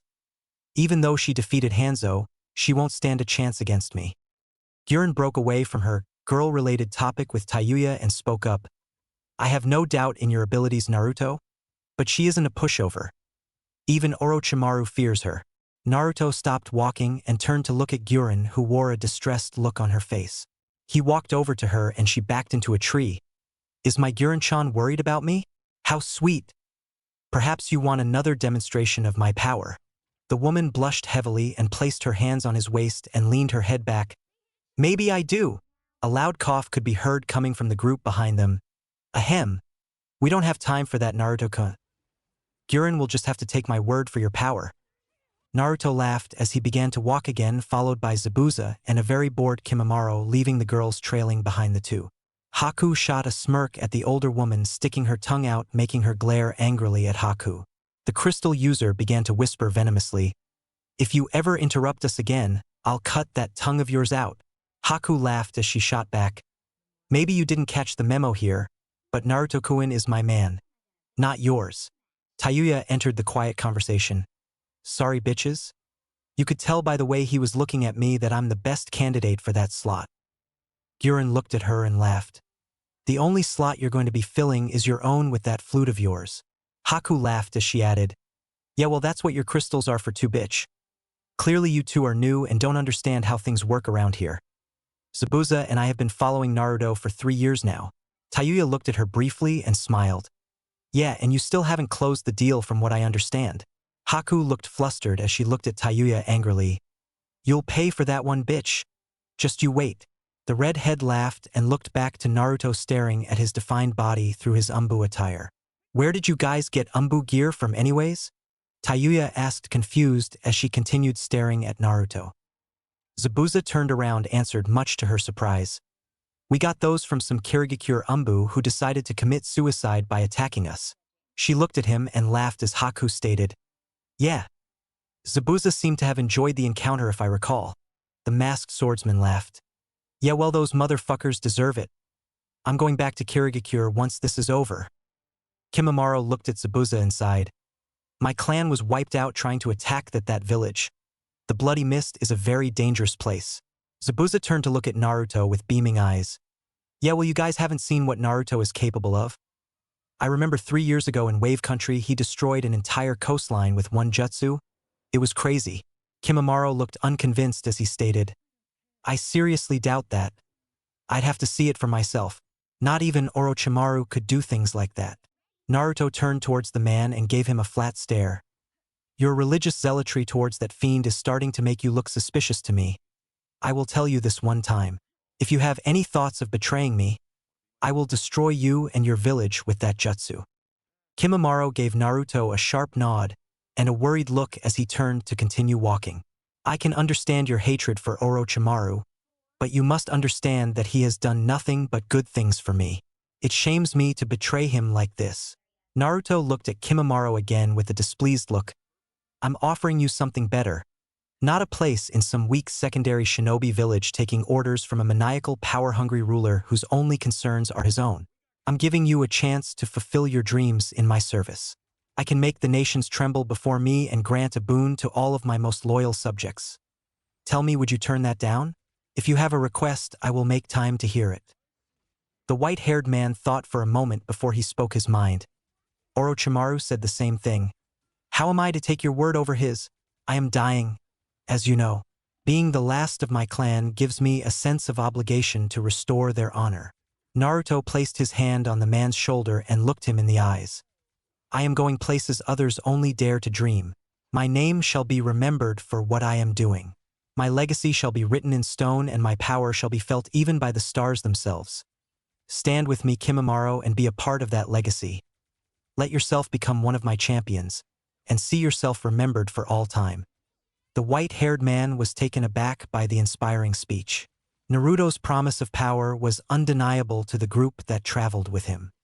He stared into the Rinnegan eyes of his leader for a moment before he responded.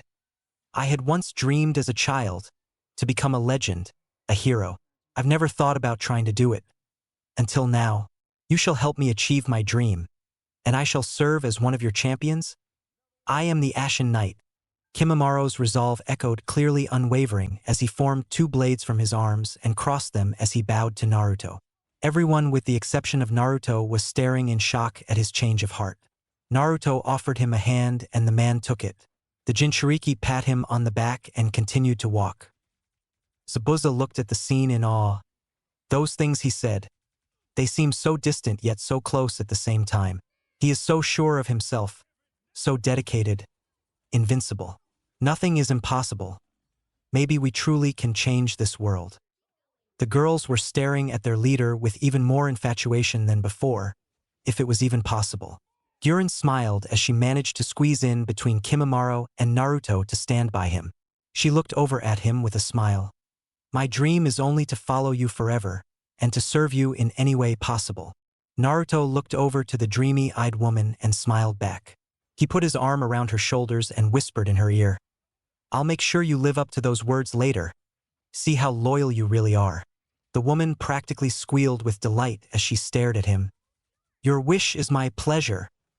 Haku broke the two up and pushed Guren away as she stood next to Naruto. She looked at him with a grin and spoke. Don't forget. You owe me a favor, Naruto-kun. He laughed as he nodded his head. Kimimaro was standing next to Zabuza now and began to speak to the man. It seems Naruto-sama is very popular among the ladies. Zabuza looked at him and laughed as he nodded. Yeah, you should see this guy play off the smooth criminal thing. It's so funny. I remember this one time in Snow Country he walked into the daimyo's palace and demanded rooms for the night in exchange for their lives. So we all get separate rooms when we went to bed for the night and I hear a bit of noise from Naruto's. So I go and check it out and I walked in on the daimyo's daughter pounding into him. Kimimaro had a plain look on his face for a second before his eyes shot open. That is a bit too much information, Zabuza. The masked man laughed as he continued. Yeah, it was so funny because Haku was pissed. Nearly killed the woman. But that's not the reason I told you that. You see, I've recently started writing in the journal here. Zabuza pulled out a journal. Kimimaro looked at it and read the title out loud. Chronicles of the Super Pimp. He looked over to Zabuza with a confused look on his face. Is there a reason why you're writing this? The masked man nodded his head. Of course. You see, I figure I can make a fortune if I write down all these stories about Naruto's love life. One to rival Ika Paradise. Naruto looked over at Zabuza, brought away from the female attention, and asked, "You're doing what?" The masked swordsman laughed nervously as he replied, "Nothing. I was just talking to Kimimaro about Ika Paradise." Naruto laughed as he spoke up to the group. "All right guys, enough fooling around. We have to get there soon if we're going to catch Kabuto." Everyone instantly dropped into a serious mood and the group began to follow their leader at high speed. XXXXX. In the city of Amigakure, a certain azure-haired woman was sitting on what resembled a throne as she leaned back with a bored look on her face. Konan had been ruling Amigakure for over 2 years. In that time, she had wreaked nothing but havoc for the other shinobi nations as she aggressively assimilated smaller countries' territory and monopolized most of the trade around the western part of the continent. On more than one occasion, she would think about what Madara had asked her to do. Despite his request, she found life pretty comfortable after she established herself as dictator. She hadn't even bothered with Takigakure like Madara had wanted, and had not even made an attempt to look for pain. Though the best thing she had done for Akatsuki was cause a beacon of chaos that drew attention away from the rest of them. She had, however, heard of disturbing reports about pain and the trail of death that followed him. Be perceptive, girl. You'll know what to do when the time comes. Fuck you, Madara, she thought as she glanced around her throne room with a bored, displeased look. Her mind wandered at the idea of Pain. I want to meet Pain. If I could get him on my side, I'd be unstoppable. A man suddenly ran in the room with a worried look on his face. Lady Konan, we have seen a large gathering of Konoha and Suna shinobi at the borders near Fire Country. What are your orders? Her amber eyes glanced at him emotionlessly as she went back to her daydream about Pain. He continued to stand there awaiting some kind of response. He watched her confused as she pulled a paper out of her pocket. She was twirling a piece of paper in her hands and used her chakra to fold it into an airplane, and it flew at the man. He caught it and looked at what it said. Konan watched him for a minute before she demanded, "Read it." The man nervously began to open the paper as he shook with fear. This is an ultimatum sent to Konan of Amigakure. By order of the 5 great shinobi nations, you are to surrender immediately and relinquish your power and submit to the obedience of the 5 Kages, or you shall force our hands. He looked at Konan confused as she twirled a kunai around her fingers. What do you want me to do? She looked at him annoyed and threw the kunai at him, and it slashed his face, leaving a huge cut. Blood began to pour down the horrified man's face before she stood up. You shall do your job. And if you don't wipe that look off your face, I'm going to kill you. Cowards are not accepted in my presence. Be gone. The man nodded as bowed to the floor. Of course, Konan-sama. Forgive my weakness. She gave him a pitiless look. Soon those arrogant fools are going to die. They will all kiss my feet before I kick their skulls in and stomp their eyes out. Get out of my sight, you pussy. The man got up and ran out of the room faster than the yellow flash himself could have. Konan paced around the room, staring out the window. She saw a familiar shadow come out of the wall, and it came into focus. It seems you have been enjoying yourself, Konan. Toby thinks you're starting to get a bit comfortable here. Don't forget your true purpose. She looked at a plant maw on the figure open, revealing a split down the middle man. Toby can eat a dick for all I care. Besides, I'm doing what he wanted anyways.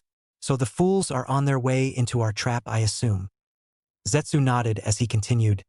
Yes. Shizune informed me that the Hokage sent a platoon of Umbu and a strike team of Jounin. Although you haven't exactly been given the details of the trap. I have also made sure Kabuto lured Pain here. He will intercept them and most likely wipe them out for us. She looked at Zetsu confused. What? Why did you bring Pain here? Is this one of Toby's plans? Zetsu remained silent as a third figure walked into the room. The figure was a man in glasses known only as Kabuto.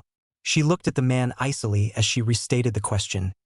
Did Toby tell you to lure Pain here? You are a fucking idiot. Kabuto had a concerned look at Konan's comment as he looked to Zetsu. You told me she would offer protection from Pain, Zetsu.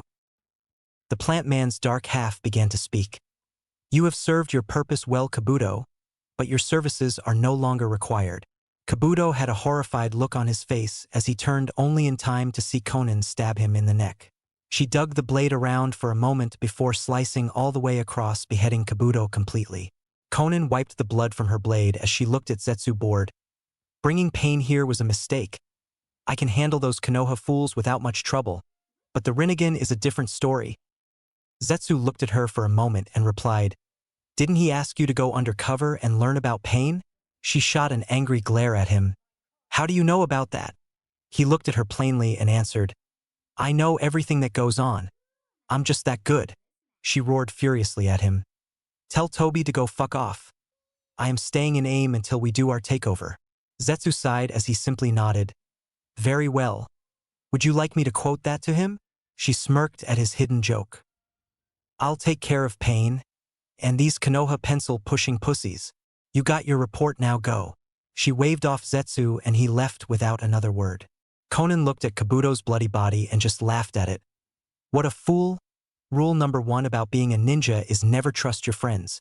Conan picked up Kabuto's head and placed it on a pike next to her throne as she sat back down. Loud noises could be heard outside as Amigakure Jounin ran into the room panting. The group saw the headless body on the floor and looked over to their leader in shock. She casually spoke.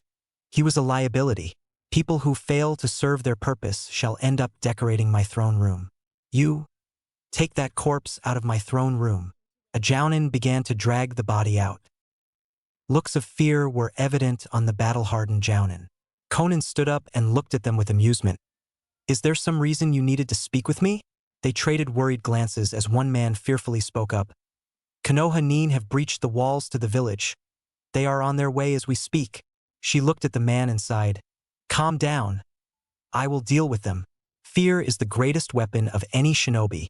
Don't let this pathetic attack weaken your mental fortitude." They all seemed to relax at their leader's calm attitude compared to her usual bloodthirsty manner.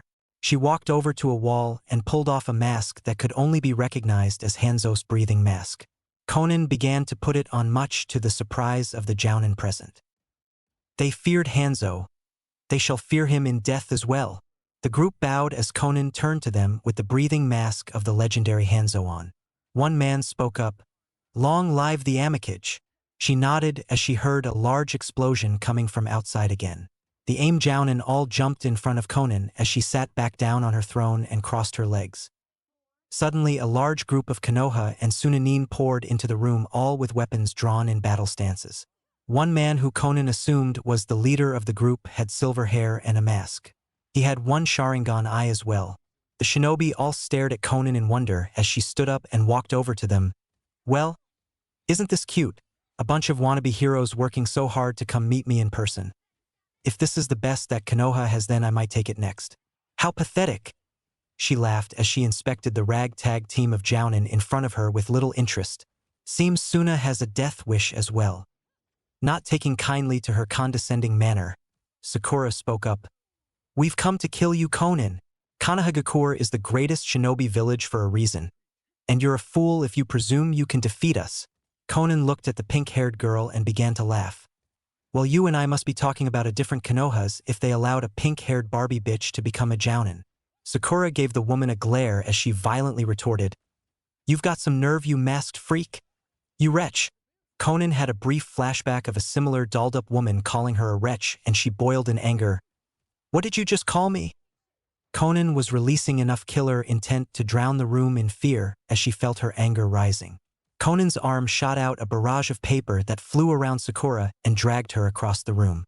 The woman looked at the pink-haired girl suspended in air wrapped in paper. Everyone present in the room was too afraid to move as Conan pulled out a kunai and looked at Sakura deviously. "I would just kill you, but it'd be far too merciful.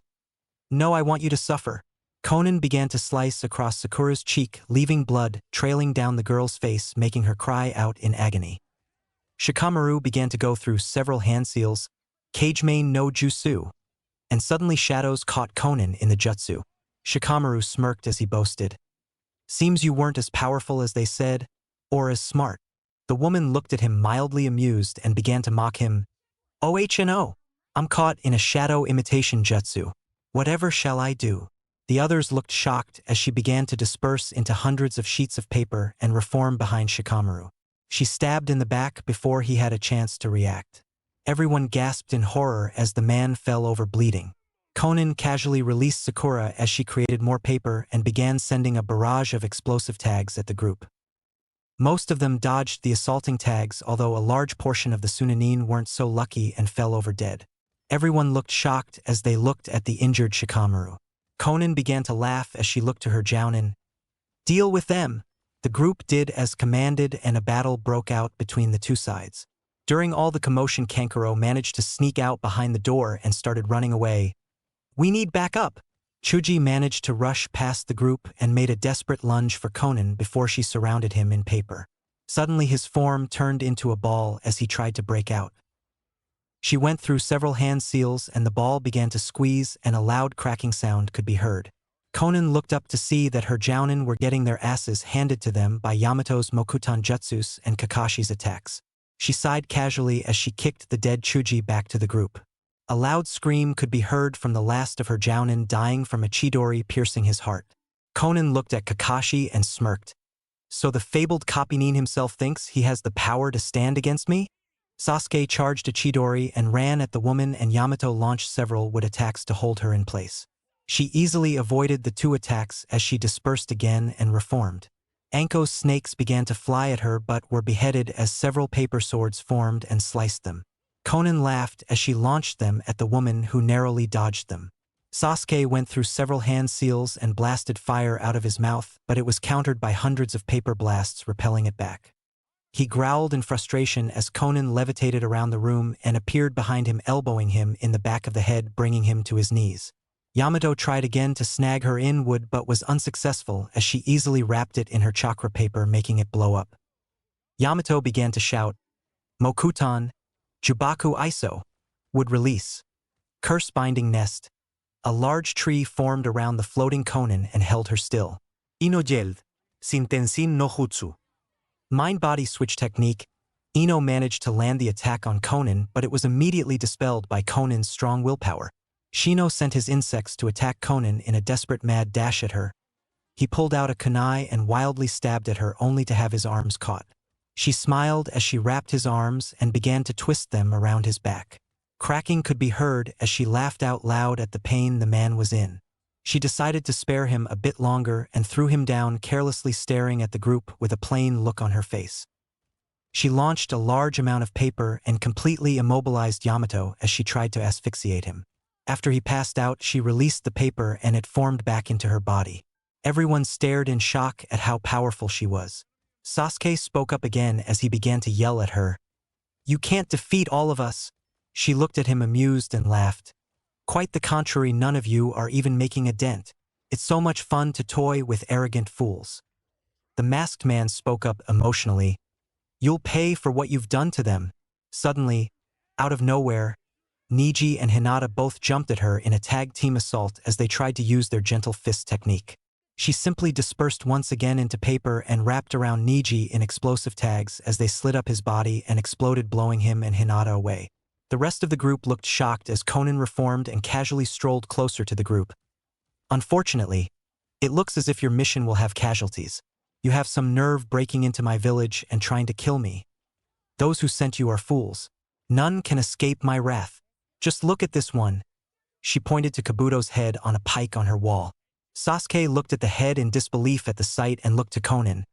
You killed Orochimaru's right-hand man? So you're not on good terms with him? She looked at him and nodded. The snake is hiding in his hole, too afraid to face me. Soon his head shall be on the wall as well, along with all of yours. Kakashi looked horrified at the sight of Orochimaru's servant beheaded. He looked at the mask Konan was wearing and spoke up. That's Hanzo's mask. Konan laughed as she looked at a serious Kakashi. His death was long overdue. He served his purpose. Anko looked at the masked woman in shock as she asked, So you really did defeat Hanzo? I have to ask, why did you do it? Konan looked at Anko with a careless glance. He lacked the strength necessary to do what must be done. He was cruel tyrant, but a fearful one. He accepted his place in this broken land. The stagnant shinobi nations are too arrogant and divided. They must all be purified and reforged. I plan on changing that. The Kages will all kneel before me and gladly beg for death as I watch them crumble in defeat. I shall be the empress of the world, and there is nothing you can do to stop me. The woman began to launch another super large barrage of exploding tags at Anko when suddenly, Shinra Tensei. An invisible shield blocked the entire blast, shielding the group from the explosion. Conan looked at the figure in awe as the smoke began to clear. She examined the orange hair, the pierced ears, the mask, and the haunting silvery purple eyes. Everyone turned in shock as they saw the man standing in front of Anko. Conan looked at him and smiled through her breathing mask. "Well, I never thought I'd get the honor of meeting you, Pain. Believe me when I say that it is truly an honor." Anko looked at the masked man in shock that he had just saved her life and looked at him up and down. He looked at Anko for a moment and said, "I owe you a favor." She gave him a completely shocked look as she backed away in disbelief. Ino eyed the newcomer lustfully as she looked at him. "That's fun. Damn. He's hot." The rest of the group simply looked horrified that they now had two Kage-level enemies in the room. Conan looked at Naruto's whirlpool headband and smiled. "So I guess Itachi was right after all." A kneeling Sasuke looked up at Conan in horror and shouted, "You know where he is, don't you?" She looked at him as if he were trash and kicked him in the face, sending him to the ground. Blood began pouring out of his mouth as he lied still, watching the scene unfold. Sakura managed to get up from her ordeal with a blood-covered face, and she looked at the man who had just entered the room. Slowly walking into the room were 5 individuals behind the man known as Pain. The conscious or surviving members of the Konoha strike team gasped in horror at the sight of seeing Zabuza, Haku, Kimimaro, Tayuya, and a woman they didn't know who was known as Guren. Sakura looked at the man in terrified as he gave her a death glare, causing her to fall on her ass and stare. Naruto turned back to look at Conan, who had a very interested look on her face. "I hear you've been doing some of my dirty work over in the east. Wiping out towns, killing shinobi, causing mass panic. It's such a shame that you have to die." Naruto continued to remain silent as he stared at her. Conan turned her eyes to his companions and looked impressed. "Well, it seems you have Otoge-cure on your side, I see. And if I'm not mistaken, those must be the 2 dead people following you around." Kakashi looked shocked as he noticed Zabuza and Haku walk up to their leader's flanks. Naruto finally decided to break his silence. "I came for Kabuto. I have no interest in you." She looked at the man plainly before pointing to a pike on her wall with the man's head on it. Naruto looked at it and sighed. "You killed my only lead to Orochimaru. He must die. I can't afford him interfering with my plans for world domination." Sasuke looked shocked as he asked, "If Orochimaru's servants are following you, then why are you trying to kill him?" Naruto looked at him and plainly answered, "Otoge-cure is under my control now. Hell, the whole eastern coastline is as far as I'm concerned." Conan giggled evilly as Naruto finished his sentence. "Orochimaru is in Kusagakure hiding in a hole, though he will be the least of your troubles once I start to conquer the other nations. I am taking over. It seems you are too much trouble to let live. But I find myself in a position where I could get much more use out of you alive. I'll give you 2 choices. Bow before me and accept me as your master, or die." Everyone remained silent, awaiting Naruto's answer before he bluntly replied, "No, I bow to no one." Sakura made an attempt to stab Conan in the back as she was gazing at Naruto, but Conan caught her arm and turned to look at the bloodied face of the pink-haired girl.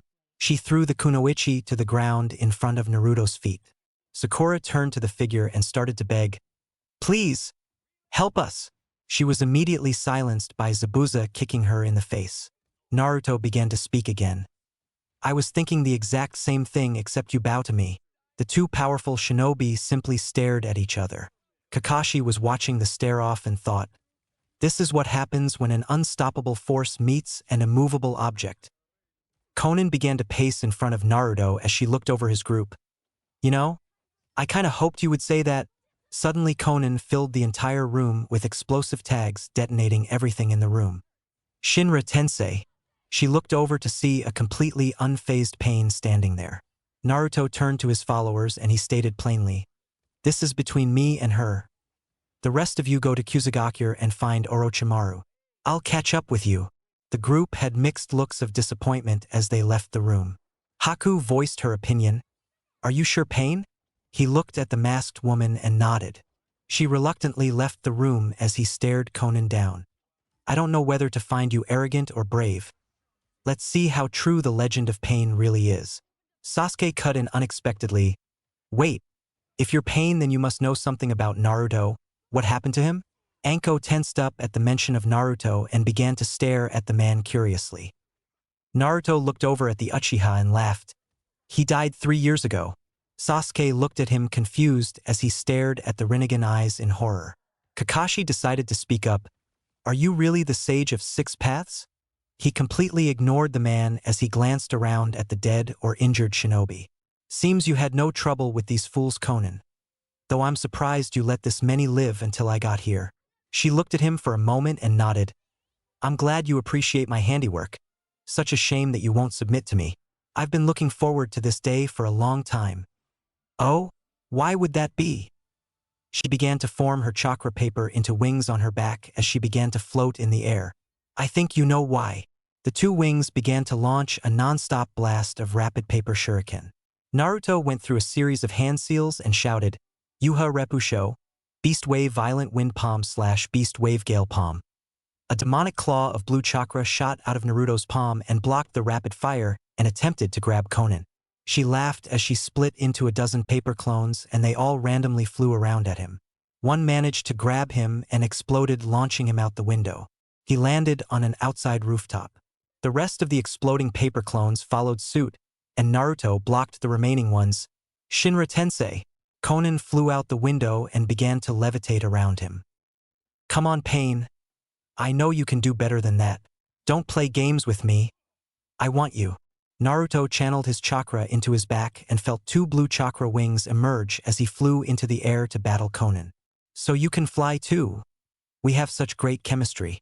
Naruto growled at her mocking humor as he began to channel chakra into hands. Konan watched curiously as a Naruto channeled wind chakra in one arm and fire in the other. He harmonically spun his arms and went through several hand seals. See if you can handle this bitch. A massive hurricane of fire began to circle the 2 and burned a large portion of the rooftops in aim as it enveloped Konan. Her chakra paper burned from the powerful fire as she swirled it in an attempt to keep herself from getting hit. Finally, she flew up as the hurricane of fire closed in and dispersed. She flew around and channeled more paper into a swirling death trap. Naruto began to charge his hands with chakra again before he roared, Eat these raisin shurikens. The man launched the 2 large chakra shuriken at her with tremendous force.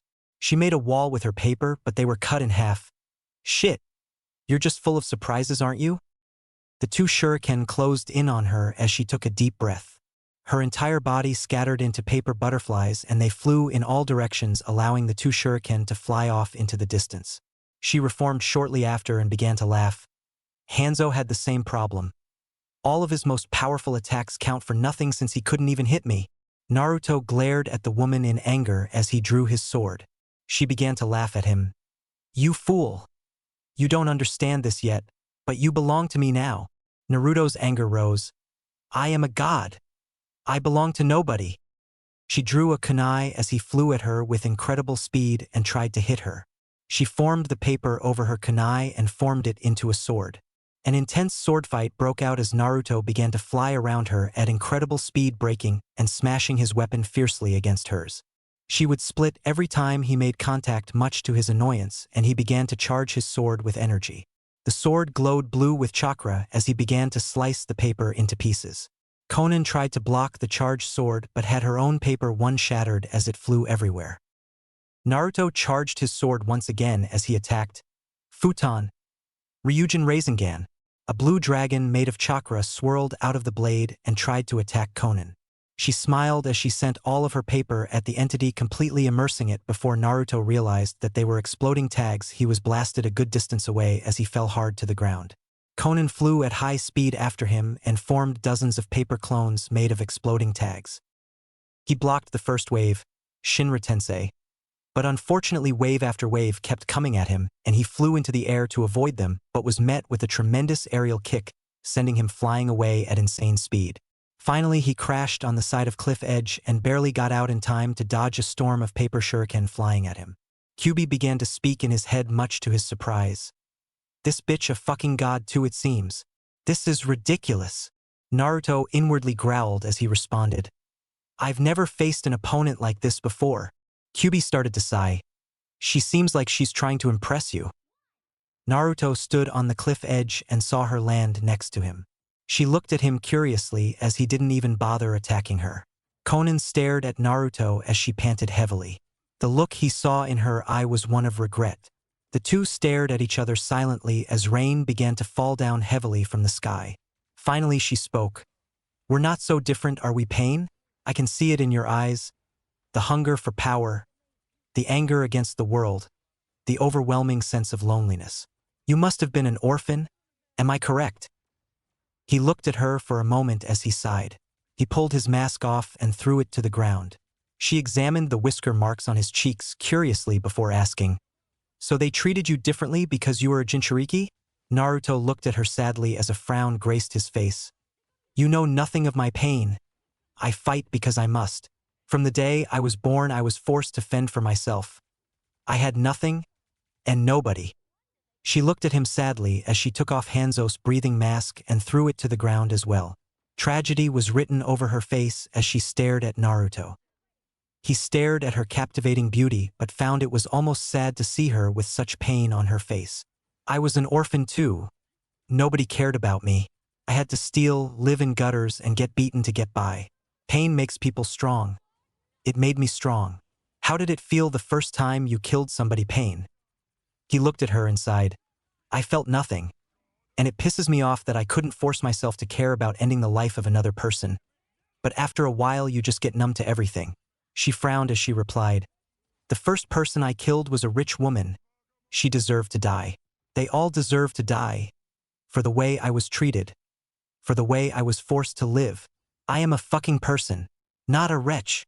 Naruto shot her a surprised look and stated, "We may have been born into the same shithole, but we're nothing alike.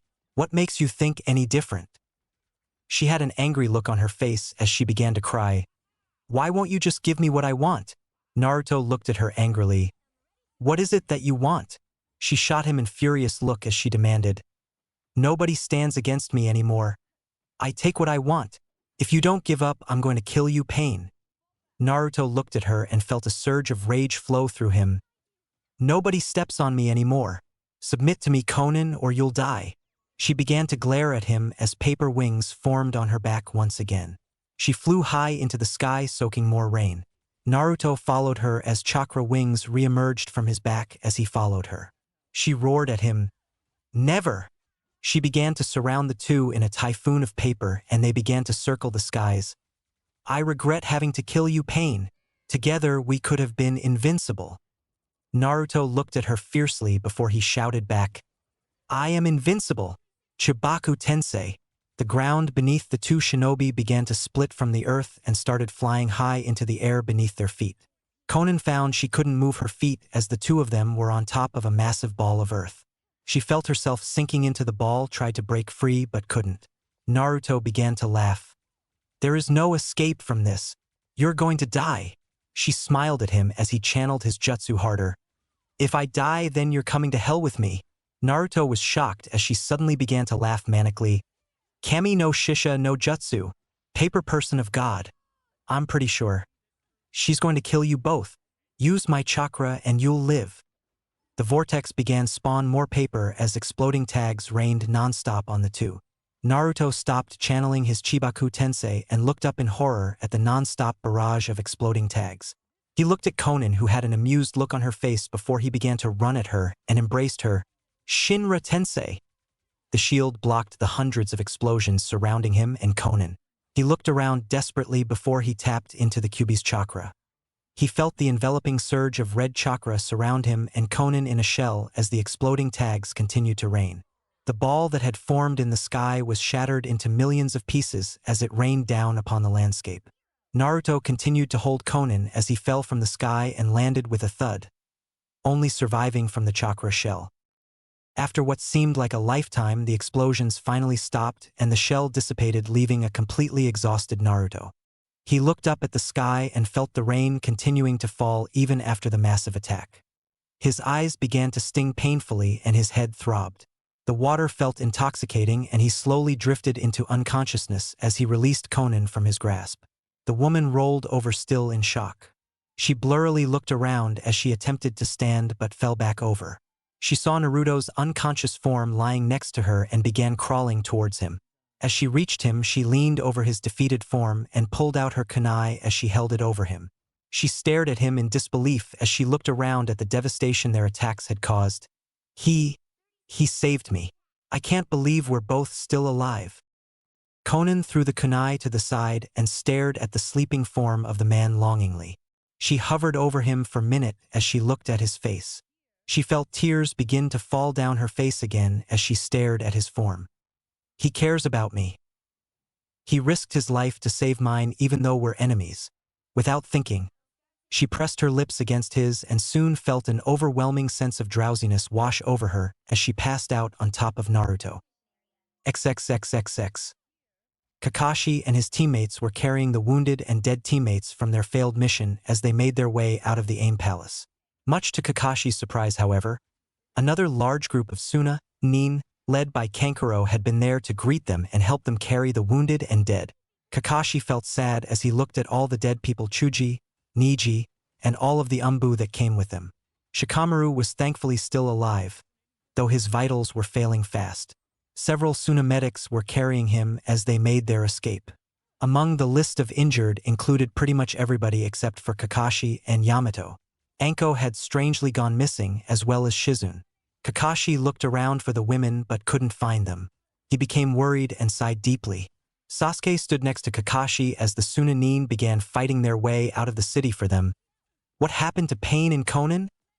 Kakashi looked over to a large series of explosions off in the distance and sighed. I'm guessing they are still fighting each other. I don't know what Tsunade will think of that, but we are in for some serious trouble if we don't get the hell out of here. Kankuro ran up to Kakashi and began to shout. Kazekage sent reinforcements to cover our retreat, but we need to get out now. The two nodded as they followed the trail of Suna Nin out of the city on their way to Konoha. XXXXX. Shortly afterwards, a large group of shinobi were investigating the desecrated area in complete shock. One man shouted, "Over here, Shibuki-sama. We have 2 survivors." The man known as Shibuki made his way over to the scene and noticed the 2 unconscious figures. He took a moment to examine the 2 individuals and his jaw nearly hit the ground. This must be my lucky day.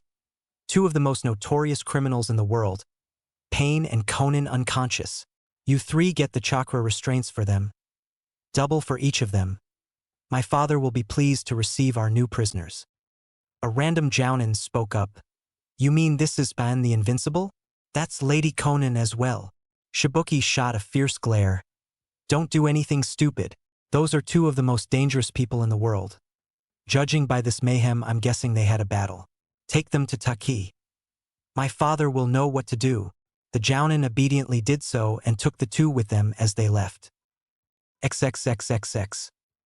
Meanwhile, Naruto's companions were following Zabuza high speed towards Kusagakure. Haku looked back at the massive explosions in the distance and sighed. We shouldn't just abandon him like this. What if he needs our help? Zabuza looked at the concerned woman and sighed. I didn't want to leave him alone either, but his orders were clear. Orochimaru will be on the move once he hears of this battle. Girin nodded as she added, yeah, the entire region is going to be unstable for a while. Still, that means Orochimaru already knows about this. Kimimaro sighed as he stated. He said he would catch up with us. I intend to fulfill his orders without question. Tayuya looked at him and laughed. So loyal, Kimimaro. Oh, I mean the Ashen Knight. He gave her a glare as he sighed. I thought it was fitting. Plus the rest of you all have cool alias names. Zabuza the Demon of the Mist, Haku the Sanguine Hunter. Girin laughed as she chimed in. Well, since everybody gets to have a cool name, I guess you guys can call me Girin the Criddle Diva. Everyone looked at her with mixed humor. Tayuya laughed as she responded, sounds so scary. Hanat, guess I'll be Tayuya the Nocturne of Pain. Zabuza sighed as he cut in. Well, now that we all have fun little superhero names, I suggest we go find Orochimaru. Girin looked at him and asked, what if we find him before Naruto catches up to us? Should we kill him? He nodded his head. I'm not taking any chances with that motherfucker. Plus, it'd be a gift to Naruto from all of us if we decided to bring his head as an offering. Haku sighed deeply. I hope he's okay. Girin looked back and heard a non-stop explosion echoing in the distance. They seem really hell-bent on killing each other, that's for sure. The group began to run faster as they disappeared into the distance. Unknown to them, a purple-haired kunoichi was following them closely.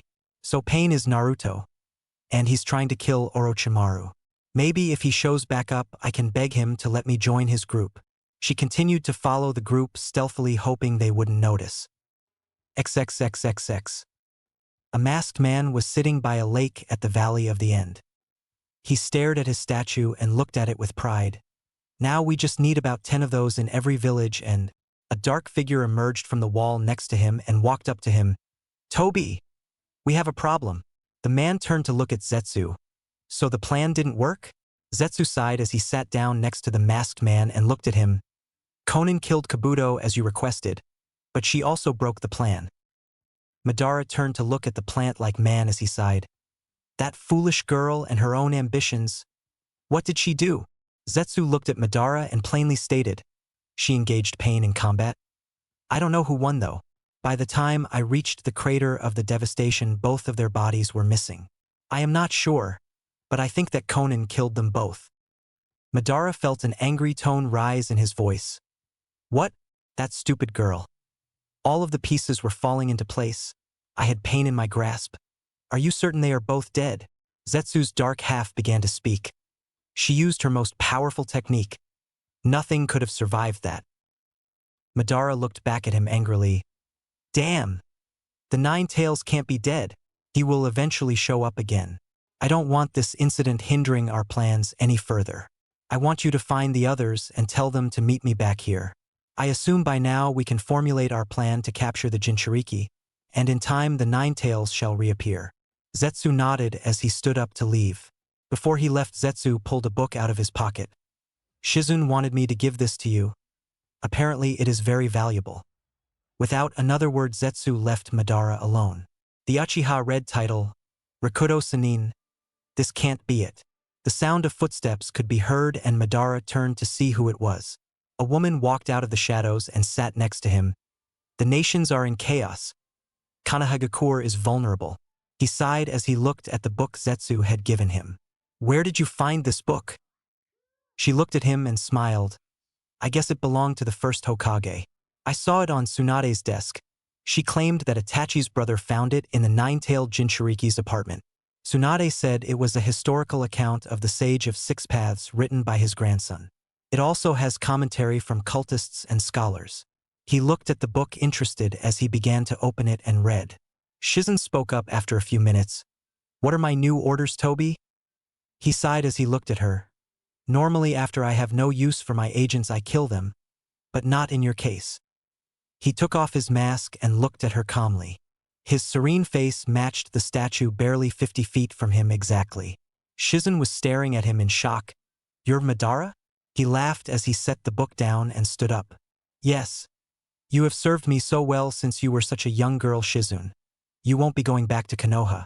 Your informant days are over. She looked shocked as he offered her a hand up. Madara? I don't know what to say. He looked at her and put his hand on her head. Tell me more about the Nine-Tails Jinchuriki. You must have seen him before he left Konoha. And I am assuming Pain isn't his real name. Shizun leaned against the nearby wall and nodded. His name is Naruto Uzumaki. He's Kushina's son. Madara's eyes opened up surprised. You should have told me this sooner. Why didn't you? Itachi requested for me to tell only him about Naruto and nobody else. Plus, I didn't think it would matter that much. Madara grabbed Shizun's throat and held her against the wall. Oh? So you think it's a good idea to keep things like this a secret from your leader?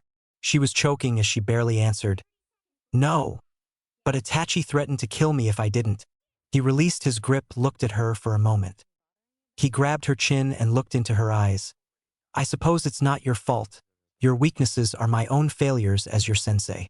I will deal with Itachi. So you can start by telling me everything about this Naruto. She looked at him as she said, He's the fourth Hokage's son as well. Madara raised an eyebrow in irritation as he sighed.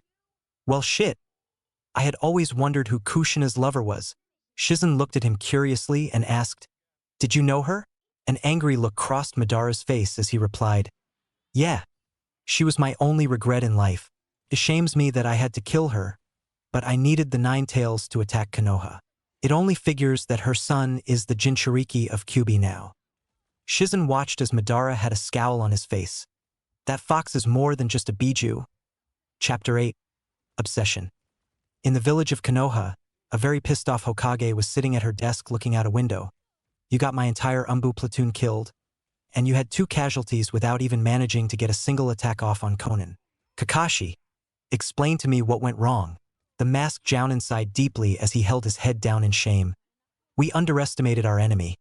I shall personally accept responsibility for those that died and inform their families. We also have 2 MIAs. Shizune and Anko both just disappeared. Tsunade turned to Kakashi with a pained face. So I read your report and you mentioned Pain showed up. What the fuck happened? Kakashi shook his head in confusion. I'm not sure what happened, Tsunade. Konan was demolishing us, and then Pain shows up out of nowhere and saves Anko's life with some extremely strange jutsu. He and Konan were discussing Kabuto, who Konan had apparently killed before our arrival. It would seem Pain has been hunting Orochimaru. She looked at him curiously as she cocked her brow. What happened to the 2 of them? Your report simply mentions your retreat. Kakashi looked at Tsunade fearfully as he answered, Pain and Konan in the same room was something I never want to experience again. Thankfully, they were enemies. Konan tried to force Pain to submit to her authority, and Pain made a similar demand. It was like an unstoppable force meeting an immovable object. They were still battling even as we fled the city. Tsunade sighed deeply as she thought about it. Well, thank the gods they weren't allies or none of you would be alive. She began to stare at Kakashi, making him nervous. Tell me more about Pain. What did he look like? Kakashi thought for a moment and responded. He had orange hair and an Umbu outfit on when I saw him. He also had many piercings in his ears. He wore a mask similar to my own, which covered up the lower half of his face. His eyes were purple with a silver outline and had rings in them. My guess is it was the Rinnegan. Tsunade looked very unhappy. That's not fucking good. I've heard nothing but terrible things about those eyes. Kakashi looked confused as Tsunade elaborated. The Sage of 6 Paths was the only known person to ever have the Rinnegan bloodline. If Pain has it, that can only mean one thing, that he is the Sage. Kakashi looked shocked as Tsunade finished. He sighed. Is there anything we can even do against him then? Tsunade laughed as she responded. You said he protected your team, right? Maybe Pain isn't as evil as everyone thinks. He was also trying to kill Orochimaru. That alone makes him a possible ally. Maybe if we're lucky, he killed Konan for us. Kakashi looked worried as he replied. He said he wanted world domination. I don't think that qualifies as being a good guy. Tsunade interrupted him. I'll send scouts to look for Pain, because I think he would make an excellent Konoha shinobi. Kakashi bluntly replied. He won't answer to Konoha. Somebody that powerful is dangerous. Tsunade glared at him. I'll decide that for myself. Kakashi was quiet for a moment. You know, Pain knows what happened to Naruto. Sasuke asked him, and he told us that Naruto died 3 years ago. A loud cough could be heard from the window, making both Tsunade and Kakashi turn to look. Standing in the window's entrance was a white-haired man with a distressed look on his face. Naruto isn't dead. His name is still on the Toad's summoning contract. My guess is that Pain is trying to protect him. Both gave him shocked looks before Tsunade spoke up. Well, at least he's alive. But if that's the case, then that only reinforces my statement that we need to find Pain and see if he knows what happened to Naruto. A fourth individual cut into the conversation. Unless Konan killed Pain. The 3 shinobi turned to see a bandaged man standing at the doorway with a smile on his face. Tsunade, I have important news for you. My root agents have uncovered some interesting information pertaining to the Battle of Amigakure. She raised an eyebrow and looked at him callously. There were several eyewitnesses we apprehended in AIM who claimed that Pain and Konan were both battling in the sky. It would seem that had quite the battle. Several kilometers from the village, there was a massive crater covered in rubble. One man claims to have seen the whole fight. Go on, tell her. Danzo pushed a timid-looking civilian into the Hokage's office, and he met cold blank stares. Forgive me, Hokage-sama. You see, I saw what caused the crater. Tsunade looked at him sharply and asked, Well, are you going to tell me or waste my time staring all day? The man started shaking in fear as he began. Those 2 fighting. They were flying in the air. I saw some of their battle over Amigakure and made it close enough to see them create the crater. The man did this crazy thing that literally sucked all the earth below them into this gigantic ball. But what the woman did was suicidal.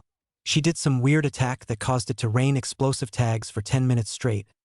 If I would have been any closer, I would have died. Danzo looked at Tsunade for a moment before stating, I've had dozens of agents scour that crater, but we can find no sign of either Pain or Conan. I'm assuming they killed each other. Tsunade frowned as she looked at Danzo for a moment. What? You're sure of this? He nodded as he began to pace. That's the only logical explanation. At any rate, we had two of the most powerful criminals in the world take each other out simultaneously. That's nothing short of a miracle. Tsunade sighed as Danzo began to take his leave. Okay, Danzo, we'll talk more about this later. As he walked out of the office along with the cowering civilian man, Jiraiya had a very disturbed look on his face. If I know anything about Conan, it's that she is a survivor. The fact that she would commit suicide to kill Pain just doesn't seem right to me. Kakashi looked at him curiously. Why? Did you know her? Jiraiya gave him an annoyed nod. Yes. She was my apprentice after Minato and before Naruto. Kakashi's eyes shot open. Can you explain to me how she's so powerful then? I honestly doubt any of us would have survived unless Pain showed up. Jiraiya thought for a moment. Conan had a very interesting ability to fold chakra. I am not sure if it was a bloodline or not, but she could essentially do anything with it. As her chakra levels rose, I am assuming she became far more skilled at it. Kakashi sighed as he looked down. I'll say, we didn't even get a hit on her. She was toying with us the whole time. Jiraiya laughed as he responded. Well, it's a good thing neither she nor Pain would submit to each other. Those two together would be the apocalypse. I still can't believe Shizune and Anko just went missing. You have no idea where they went? Kakashi shook his head. I have no idea where Shizune went. She disappeared sometime before we made it to Conan. As for Anko, I have a theory. Tsunade folded her arms. Let's hear it, Kakashi. He nodded as he began. Pain had 5 followers when we arrived. Conan recognized some of them to be Orochimaru's lieutenants, and Pain claimed that he usurped Otogakure. The other 2 followers were Haku and Zabuza. Seeing them alive was just wrong. Tsunade impatiently stared at him.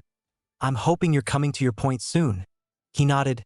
Conan told Pain where Orochimaru was, and Pain ordered his followers to go there. I'm assuming that Anko followed them. She was Orochimaru's former pupil, and I am guessing she still wants revenge. The blonde woman sighed as she turned to Jiraiya. What do you think about that? He looked down and shook his head. Being one of Orochimaru's former students is enough to make anybody slightly crazy. She probably hopes to find Orochimaru and try and kill him with the aid of Pain's followers. If that's the case, then maybe we can use Anko as a way to contact Pain. Tsunade nodded. I guess she was just taking initiative to find out more. At any rate, there's one thing that is still bothering me. That book Rakuto Sannin is missing. Besides you two, the only other people who were in my office before it happened were Shizune and Sasuke. Both men looked at her questioningly. Sasuke is the one who originally brought that book to me. I know he's read the whole thing, she sighed. Shizune and the book both going missing doesn't seem like a coincidence. Jiraiya had a worried look on his face. I think I saw her put a book in her bag a few days ago when you were talking to Kakashi and Sasuke. I didn't think it was that book. The Hokage had a pissed look on her face. What? Why would Shizune do that? She's one of my most trusted subordinates.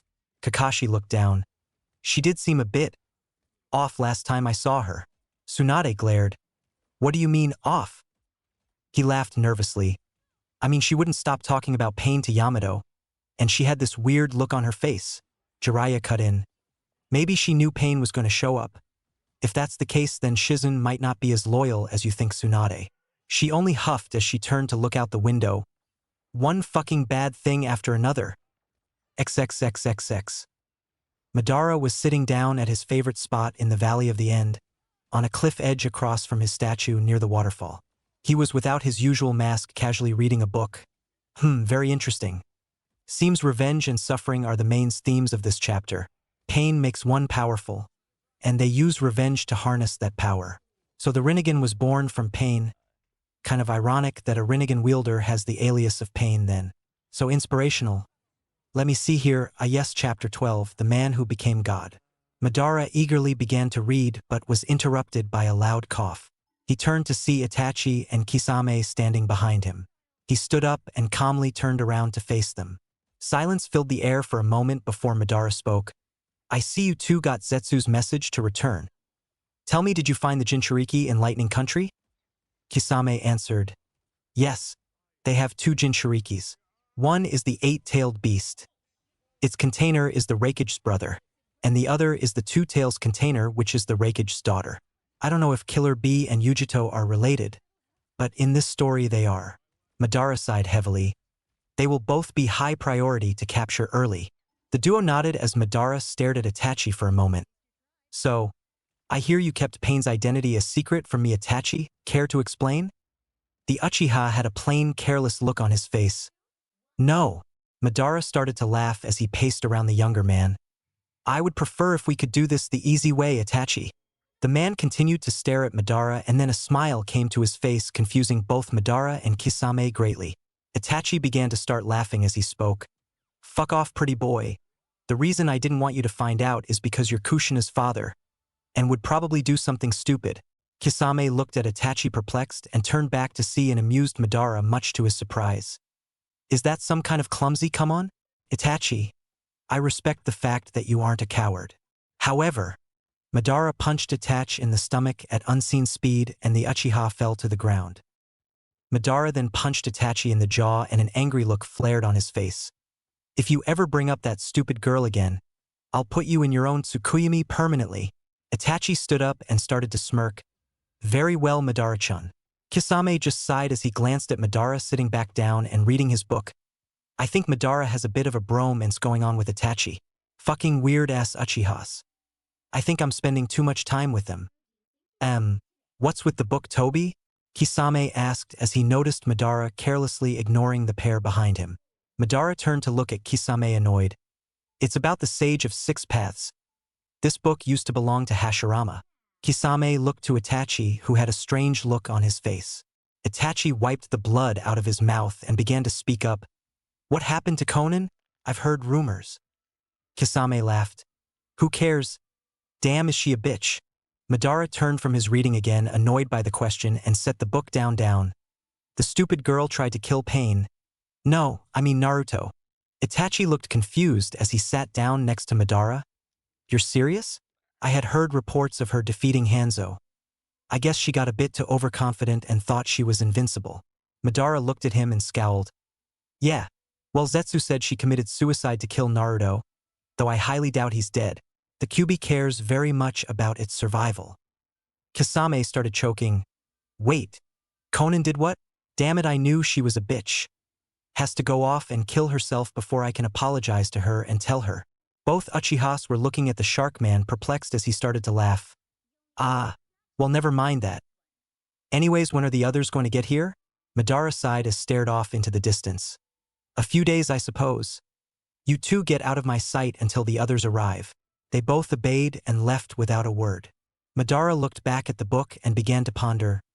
Naruto, if you truly are Kushina's son, then… Toby! The Uchiha was brought out of his thoughts by Shizune. You better have a good reason for interrupting me, Shizune. He stood up and turned around to see Shizune staring at him. Yes. It's just that somebody is here. He sighed as he began to look at her. Who? A blonde-haired woman walked around the corner of the cliff edge and smiled at him. You're dressed like those guys who recently came to Kumogakure. If I had to guess, I'd say you're Akatsuki. Madara looked at the woman curiously. She had a long blonde ponytail wrapped in taut bandages. She wore a mostly black outfit with a black and white shirt and purple gloves, and had a Kumogakure headband. Madara looked pissed. Why can't these people just leave me alone? All I want to do is read my fucking book. You have 3 seconds. Exactly 3 fucking seconds to turn around and go home, and Elle might let you live. She smirked as she looked at him. I want to know what your organization is up to. He glared at her as he sighed. Listen, little girl. Unless you intend to go missing, I suggest you leave. This is your final warning. She laughed at the Uchiha and smiled. You don't look tough at all. How's about you tell me why your organization is snooping around the Raikage? Out of nowhere, Itachi and Kisame both showed up and landed next to Madara. Itachi looked at her and smirked. Seems she saved us the trouble of capturing her. That's the Two-Tails Jinchuriki. She is the Raikage's daughter Tobi. Yujito looked at Itachi, and a distressed look came to her face. You're the ones who have been stalking my family. What do you want with me? Madara answered the question for her. We don't care about you at all.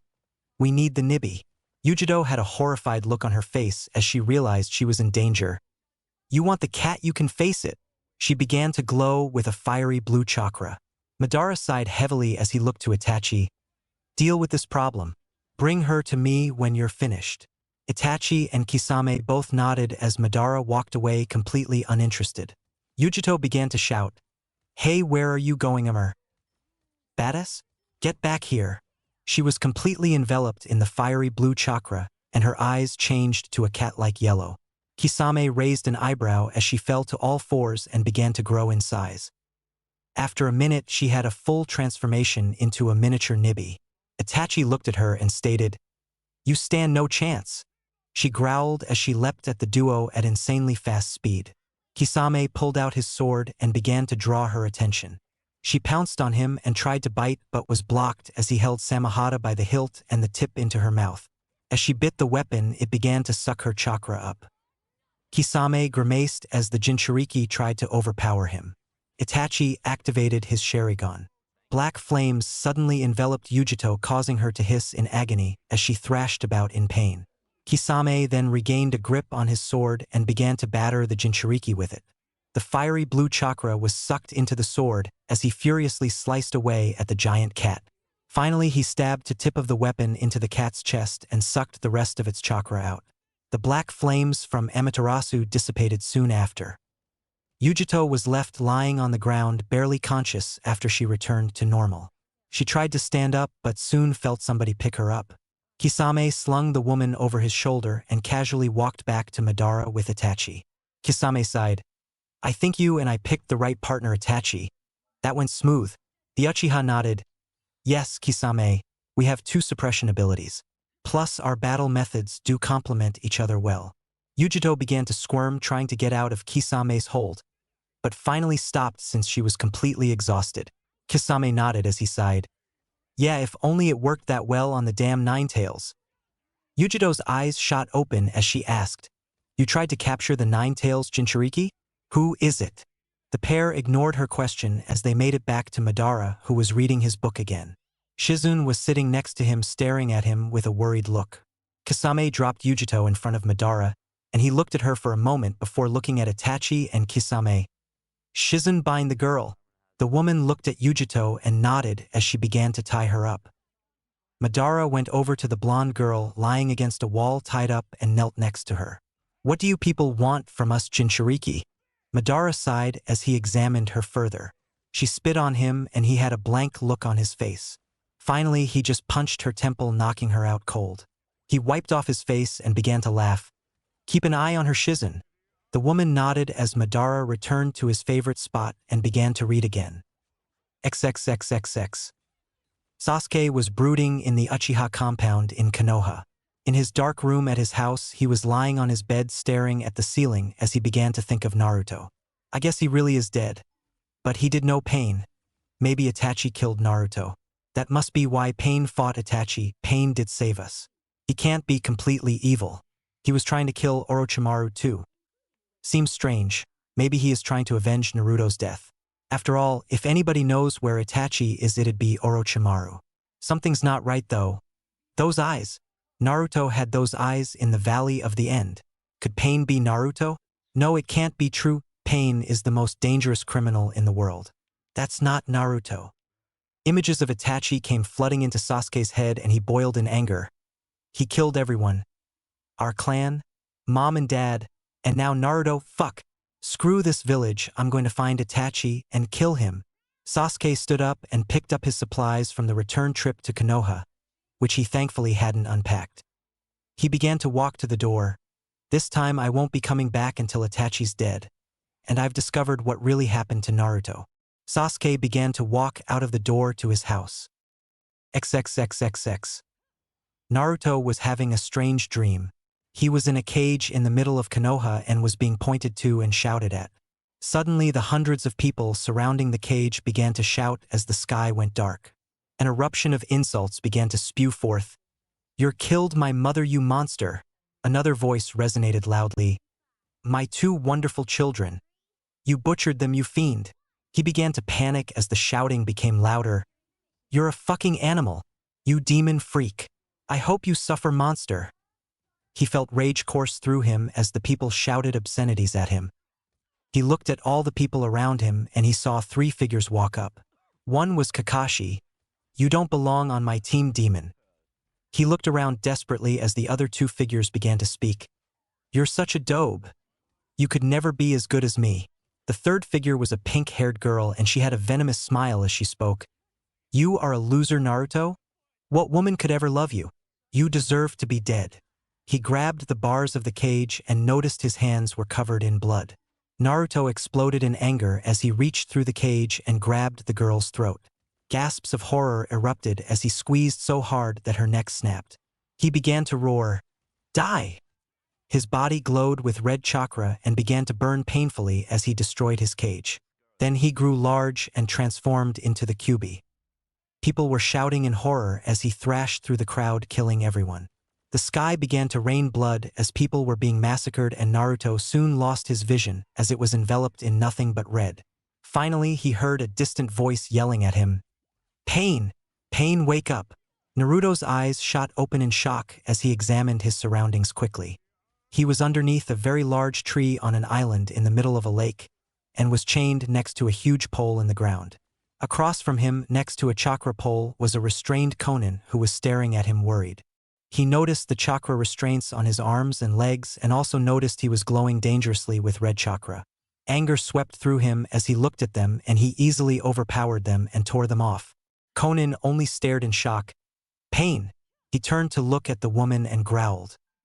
She only gave him a look of horror as he ran at her and kicked the chakra pole she was held to full force, snapping it in half. The red chakra began to pour out violently as Naruto heard an evil chorus of cackling in his mind. "She tried to kill you? Now take your revenge." Konin managed to slip out of the chakra cuffs after he snapped the pole that she was tied to. Naruto was glaring at her fiercely as if he was about to kill her. Konin began to speak. "Pain, wait. I was wrong about you. Calm down and we'll talk." He walked over to her and grabbed her by the throat and held her against the nearby tree.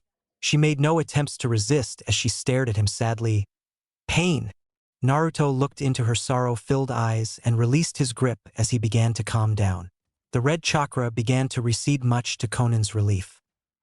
An evil roar was heard in his mind. "Destroy her!"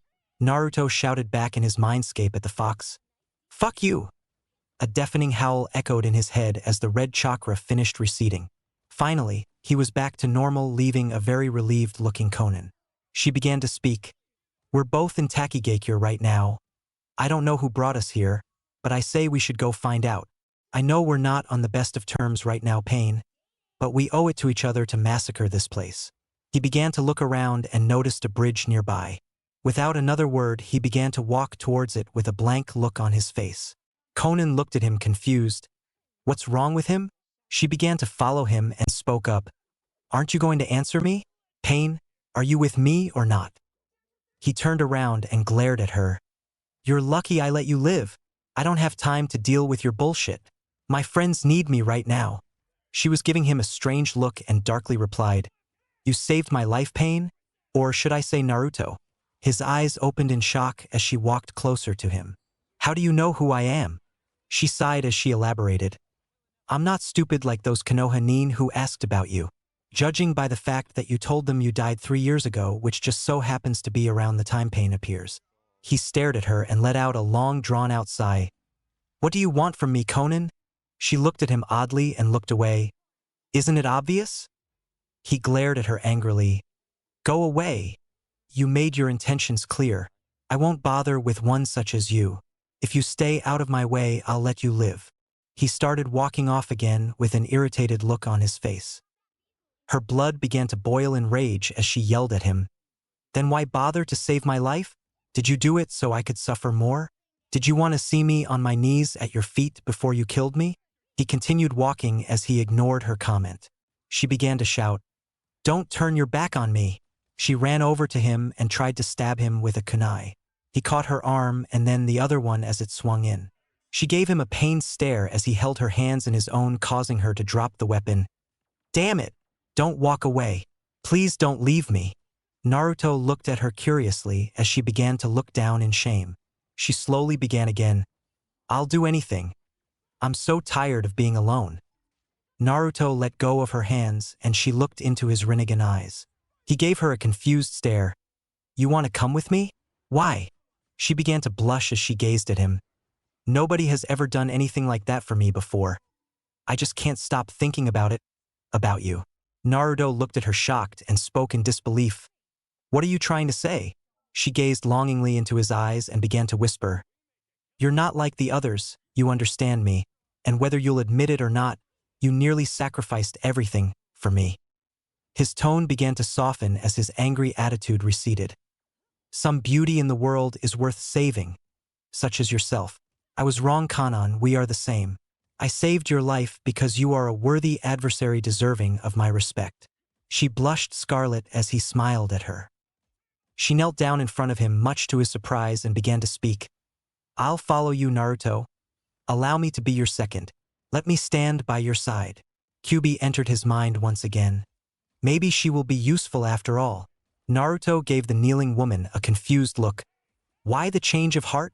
You seemed pretty hell-bent on me serving you last I checked. She reluctantly began again. I don't care about that anymore. Whether it's you or me, I just want to be together. He offered her a hand and spoke. Follow your God, my angel. Finally, she took his hand and he brought her to her feet. I'm yours forever, she stated as she continued giving Naruto a strange look. He inched closer to her face and began to speak with a seducing tone. We're going to seal this deal later. Conan's entire face turned red. She tried to look away, but her face was cupped in Naruto's hand. He leaned in closer and pressed his lips against hers. She resisted at first, but suddenly lost herself in the moment. She began to moan into the kiss and felt herself getting weak at the knees. She wrapped her arms around his neck and leaned into him. After several minutes of romantically making out, Naruto broke the kiss and left a very blissful Conan staring at him. She couldn't believe what just happened. I can't believe that just happened. Does he have feelings for me? Oh my God, why am I letting myself be weak in front of him? Straighten up, Conan. Her mental fortress refortified itself, and she had a blank look reappear on her face as Naruto looked at her. He spoke calmly. Before we go on a killing spree, let's see who's in charge. She nodded casually and they began to walk together across the bridge. Conan was walking awfully close to Naruto and was trying to work up the courage to wrap her arm around his. After an internal conflict, she decided not to, although she was very reluctant about doing so. As they reached the end of the bridge, they were surrounded by dozens of Taki Jounin, all staring in shock. One man spoke up as he walked in front of the pair. How did you break out of those chakra restraints? Naruto sighed as he bluntly replied. They call me invincible for a reason. Conan chimed in as he finished. We're leaving, but first tell us who's in charge. The man looked horrified as he started to back away. No. Pain and Conan working together? I'm so sorry. Please forgive my insolence. The man dropped to his knees at Naruto's feet and started to beg. Please don't kill us. Shibuki-sama is the one who brought you here. Naruto sighed as he looked at the man carelessly. Take us to him. The man stood up and shook fearfully as he led the duo into the village. The large group of Jounin followed the pair, eyeing them both vigorously. Naruto and Conan had blank looks on their faces as they walked into town past the citizens of Takigakure. Many of the villagers gasped in fear as they walked by. Looks of shock and disbelief were prevalent in the crowd, but they weren't the only looks Naruto was receiving. Without his mask, his face was completely unveiled for onlookers. Many of the women that saw him gasped in awe at his face, believing him to have a feral and sexy appearance. One woman even began to shout, "Oh my God! Pain, have my baby!" As they wandered closer to the center of the village to what resembled a tower, many more were fawning over the rogue, much to Conan's disapproval. Look, it's Pain! A loud chorus of giggling could be heard. He's so hot. The majority of the male Jounin present were shooting confused looks at each other while the female ones stared at Naruto. They finally reached the tower in the center of the village, and a man walked out of it with a timid look on his face. Naruto and Konan glared at the man as he walked up to the two. A large crowd began to gather around, much to the surrounding Jounins' displeasure, as many tried to reach for Naruto. Naruto began to examine the timid-looking man.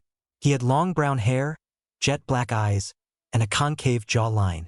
He was decently tall, but nothing out of the ordinary, and was adorned in a green shirt and gray pants with the traditional ninja sandals on. He looked at Naruto and Konan questioningly, and then to the Jounin who led them there and began to speak. "Jericho-san, why did you release the prisoners and bring them here before my father had time to meet them?" The terrified Jounin had a worried look on his face as he walked over to the man and spoke. "Shibuki-sama, forgive me, but Pain and Konan are allies. They freed themselves." Shibuki's eyes opened up in shock as he looked at the two figures glaring at him. He walked over to them and began to speak. "Please, forgive me for restraining you two, but it was for the safety of the village. We found you two together in a crater outside of Amigakure and decided to bring you here." Konan gave him a dark glare and asked, "What reason would you possibly have for bringing us here?" A cough could be heard from a middle-aged man walking out of the tower in the center of the village. "Forgive my rude accommodations, but my son had his reasons for bringing you here." Shibuki turned to the man identified as his father and began to speak. "My father speaks the truth. I originally went to aim to appeal to Lady Konan for aid against the IW. They are mounting a full offensive against us. They intend to invade." He gave a desperate look to Konan as he began to speak. "Please, we need your help." Naruto looked at the man and spoke up. 5 minutes ago I had every intention of turning this village into a crater. But I can understand that you are in a desperate situation, and will offer you my help." Konan gave a confused look at Naruto and spoke up in disbelief. "Pain, we don't have time for this. Plus these people chained us up. I say we kill them." Looks of fear swept through the crowd before Naruto turned to the woman. "Relax, Konan." The woman eased up and was silent as Naruto began to speak again. "My aid comes with a price, however. I demand the immediate loyalty of everyone in this village to a new shinobi alliance." Eager looks graced the features of Shibuki's father as Naruto continued. "Konan has already offered AIM support to my authority, and I recently usurped leadership of Odo. Surrender Takigakure's loyalty and resources and will protect you." Shibuki's father walked up to the duo and knelt in front of them. "We would be honored to serve you, Pain, and Lady Konan. As the leader of Taki, I, Bukurama, hereby pledge immediate loyalty to your cause." Shibuki gave his father a confused look. "Are you sure, father? What would the 5 great shinobi nations say if we allied with criminal leaders?" He turned to his son and sighed. "IW fears Konan, Kumo fears Pain, and Konoha fears them both. If they have so generously offered protection, we will accept it without question." Shibuki nodded as he turned towards the pair. His father began to speak again. "Make yourselves at home in my village. I'll cover the costs of anything. Take some time to relax and I'll gather the village elders to discuss our alliance and its politics tomorrow." The Jounin surrounding Naruto and Konan began to disperse, heading back to their posts, and the crowd started to dissipate slightly as Bukurama and Shibuki walked back into the tower. Naruto and Konan began to walk around the village. They received many looks of fear, but more of lust. Konan looked around at the women and began to get irritated at their giggling. She glanced at Naruto and sighed. "I don't really see a point in doing this, but your authority is without question." He nodded as he turned to her. "This would be a discreet base to watch IWA from. I originally took over Odo trying to find Orochimaru, but it can also serve to keep a close eye on Kumo." Konan remembered her original reason to take aim and started to frown as she looked back at Naruto. He looked at the woman curiously and tried to identify the reason behind her depression. "Something troubling you, Konan?" She looked at him and began to speak slowly. "We're not the only people trying to take over the world. There is an organization known as Akatsuki trying to do the same thing." He replied curiously. "You seem to know something about this organization? Anything you want to tell me?" She bit her lip as she looked down. "I am one of its 9 members. We all wear these black robes with red clouds." He looked at her outfit and shot her a look of disbelief. Then a flashback of Itachi and Kisame came to his mind and his eyes hot open. "Itachi and Kisame are members as well then?" She shot him a surprised glance and nodded. She began to elaborate. They were tasked to search for the Nine Tails container. That's why they wanted you. Naruto sighed as he pieced the fight back together in his head. Yes. So Akatsuki wants Jinchurikis, so they can use them to take over the world. Who's the leader of Akatsuki? She gave him a worried look and began to speak slowly. His name is Tobi. He's very powerful. He ordered all of us to meet again after we discovered the 9 Jinchuriki. Naruto gave her a querying look. Where? Where are they meeting? She sighed as she answered. The Valley of the End. He gave her a sharp look and spoke. When our business is finished here, we're going to go there. I wish to speak with him. She had a concerned look on her face and asked, What about your friends? Won't they need you to kill Orochimaru? He looked at her and smiled. They'll be fine. Plus, if they never get out on their own, they'll become too dependent on me. She reluctantly nodded, dreading the confrontation with her former allies. The pair silently walked through the streets of Takigakure. Many women made attempts to try and speak to Naruto, but were immediately put off as Konan either threatened them or glared fiercely. This continued for a little while, but then out of nowhere a woman stepped in front of them and was beaming at Naruto as she saw him. Your pain? Oh my god. This is really happening? HHH, I'm your biggest fan. She squealed as she ran up and jumped at Naruto, wrapping her legs around his back and her arms around his neck. Konan looked angry as she stared at the woman icily. Naruto looked at the woman and found her to be extremely attractive. She had minty green hair, tan skin, and the prettiest pair of orange eyes. Her outfit was drop-dead sexy as he examined it further. She wore a short sleeveless white midriff shirt with a fishnet undershirt beneath it, long white armlets, and fishnet shorts with a short white apron skirt. She also wore an orange clip in her hair. She began to speak again as Naruto was staring at her. Hey there, sexy. You like what you see? I sure as fuck like what I see. Konan glared at the woman and spoke up. Get lost, whore. Pain doesn't have time for trashy hustlers like you. The woman gave her an amused glance as she inched closer to Naruto's face. So Pain, you wanna fuck? Konan's eyes nearly shot out of her head as she began to yell. Get lost, you trampy slut. She looked at Konan again and smiled as she started stroking Naruto's face.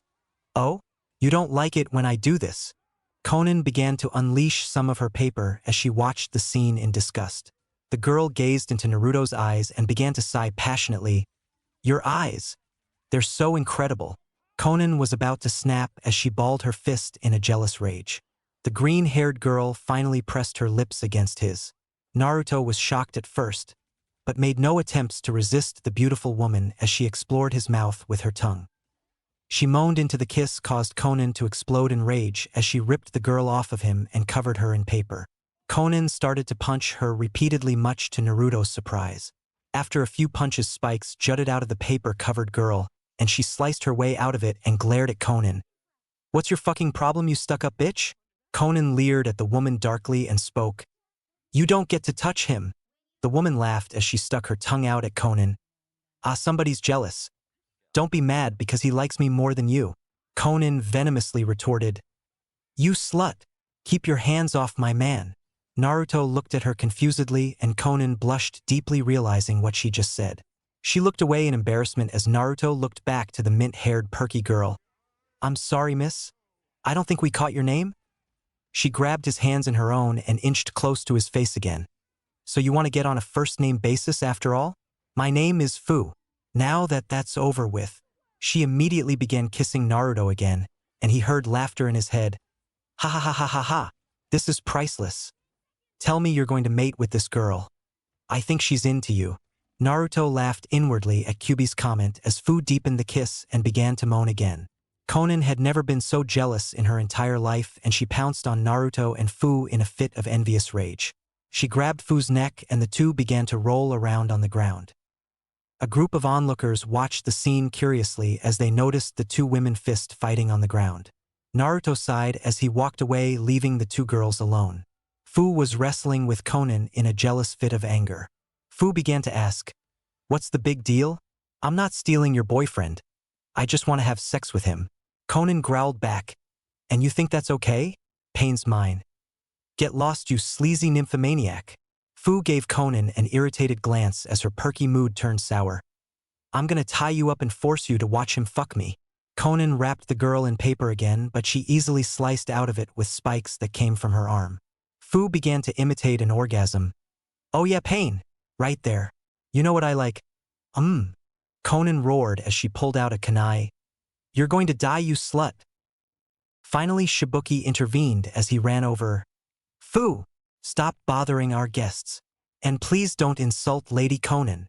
Fu stopped as she looked at Shibuki, and a frown graced her features, and she walked away with an angry look on her face. Shibuki turned to Conan. I apologize. Fu's a very strange individual. Her behavior is radical and obscene. She does some strange things for attention. Conan looked at him and sighed. Yeah, I'll say. Where's Pain? Do you know where he went? The man looked at her curiously and shook his head. No idea. But we have prepared guest rooms for you at the tower. So feel free to use them at any point during your stay here. She nodded as she gazed at the retreating mint-haired girl. Fu made it away from the commotion and sighed as she looked down. Damn bitch getting in my way. I finally meet Pain and this shit happens. She began to sulk into a depressed mood as she wandered across the bridge to the large tree in the middle of the lake. She made it halfway across and sat down on the side of the bridge and let her legs hang over. I guess I really am going to be alone forever. They all hate me. Why can't I ever get what I want? Fuck, I hate them all. Fu's mood was darkening as she glared into lake at her reflection. All they see is a monster. What man could ever love me? Suddenly, she saw another face in her reflection in the water and turned to see who it was. Naruto was standing over her with a confused look on his face. She looked up shocked as he sat down next to her. They were both silent for a moment before Naruto began to speak. You seem unhappy. I'm sorry about Conan. She's just a bit obsessive. Fu looked at him sadly and nodded. I'm used to it by now. Every guy I've ever liked has chased me off or his woman has. Naruto gave her a look of disbelief. Why would they do that? She gave him a glare and stated, Everybody here hates me. It's been that way since I was a child. The way they look at me. They all fear me. They think I'm a monster. I can't explain it. You wouldn't understand. Naruto felt his stomach churn as her sorrow brought up his own memories. I understand your pain, Fu. She looked at him skeptically and shouted back. No, you don't. Nobody understands how I feel. I'm a Jinchuriki. Kyuubi began to cheer in Naruto's mind. Kit, this one is a keeper. Naruto looked at her shocked as she turned away, desperately trying to hide her tears. Naruto put his hand on her shoulder and she turned to look at him with tear-stained eyes. He frowned as he spoke. I am a Jinchuriki as well, more specifically the container of the nine-tailed fox. 1,000 emotions coursed through Fu's heart at that moment. She stared at the man, desperately confused. She spoke up quietly. I'm the container of the seven-tailed beetle. They both stared at each other, unsure of what the other was going to do. Finally, Naruto embraced her in a hug. She began to cry harder as she pressed her face against his chest. Naruto patted her back and rubbed the back of her head as she sobbed her heart out. He held her close and began to whisper to her. You don't have to be alone anymore. I'm going to take care of you. We're the same, Fu. Finally, she stopped crying and gave him a hopeful look. You're everything I've ever wanted. Fu straddled Naruto as she began to trace his whisker marks. She looked at him longingly and started to beg. Please let me come with you, Pain. I am tired of being afraid and alone. He gazed into her eyes and spoke. I'll protect you. We're both Jinchuriki and owe each other kinship. Her face moved in closer to his and she spoke softly. Promise me we'll be there for each other forever. Naruto gave her a smile and replied, I promise you, Fu. She began to kiss him again greedily and moaned passionately. Their tongues danced through each other's mouths as they both tried to overpower each other. Finally, Naruto gave in as she pushed him down on his back and they continued to make out. She laid kisses across his face, over his whisker marks and down to his neck. Fu felt him as he wrapped his arms around her back and rolled over on top of her. Naruto's Rinnegan eyes stared into her orange ones. She passionately sighed as she gazed into them. Your eyes. They are so amazing. Naruto began to kiss her again and she wrapped her legs around his waist. A nervous cough could be heard and it brought the two from their blissful kiss as they turned to see who it was. A blushing Shibuki was rubbing the back of his head. I am sorry to interrupt you too, but Conan was looking for you, Pain. Naruto stood up much to Fu's disappointment and responded, oh yes. Where is she? Shibuki nervously turned around and looked back to Naruto. She's in the tower, but she said she was about to go looking for you. Naruto nodded as he began to head to the tower, followed by Fu, who had her arms wrapped around one of his. She leaned her head against his shoulder as they walked across the bridge. Shibuki watched the scene in utter confusion. I wonder why Pain was kissing Fu. Does he know she's a Jinchuriki? If he does know, then I doubt he'd kiss her. Shibuki silently began to walk back to the village. As Naruto and Fu walked through the village, many looks of shock and envy were directed to Fu as she held Naruto's arm. People whispered as the pair walked by, and one woman even had the nerve to step in front of them and stare. Let him go, you succubus! Naruto gave the woman a cold glare and told her, move aside or die. She shot him a fearful glance as she backed away from the pair. Fu looked at him dreamily as she sighed with passion. As they finally reached the tower, Fu looked down nervously and started, so, mind if I stay with you tonight? He laughed as he looked at her. I wouldn't mind at all, but Conan might blow up the village if she found out. She pushed him against a wall and looked at him lustfully. Forget her. We should fuck. A loud cough was heard and a flustered Conan was glaring at Fu angrily. The only fucking that's going to be happening around here is me fucking you up. Fu sighed as she looked at Naruto again and then back to Conan. I'm sorry. Last I checked he didn't have a ring on his finger. Not to mention, where do you get off thinking you own him? Naruto face palmed as the two women were at each other's throats again. You little green-haired hooker. I warned you what would happen if you didn't keep your hands off of him. Fu shouted back at her. I'm sorry, your pussy must be pretty dry, you flower-haired control freak. Just because he wants to fuck me more than you doesn't mean you have to be such a damn whore. Conan tackled Fu into the wall and the pair started wrestling once again before Naruto put a hand on each of their shoulders. Listen, I know there's some sexual tension flying around, so how's about we get this out of your systems? Both girls looked at him eagerly as they each grabbed an arm and leered at each other. They made their way inside the tower and up the stairs to Naruto's room. Go lemon time. Woo-hoo hooray. Oh, warning lemon here.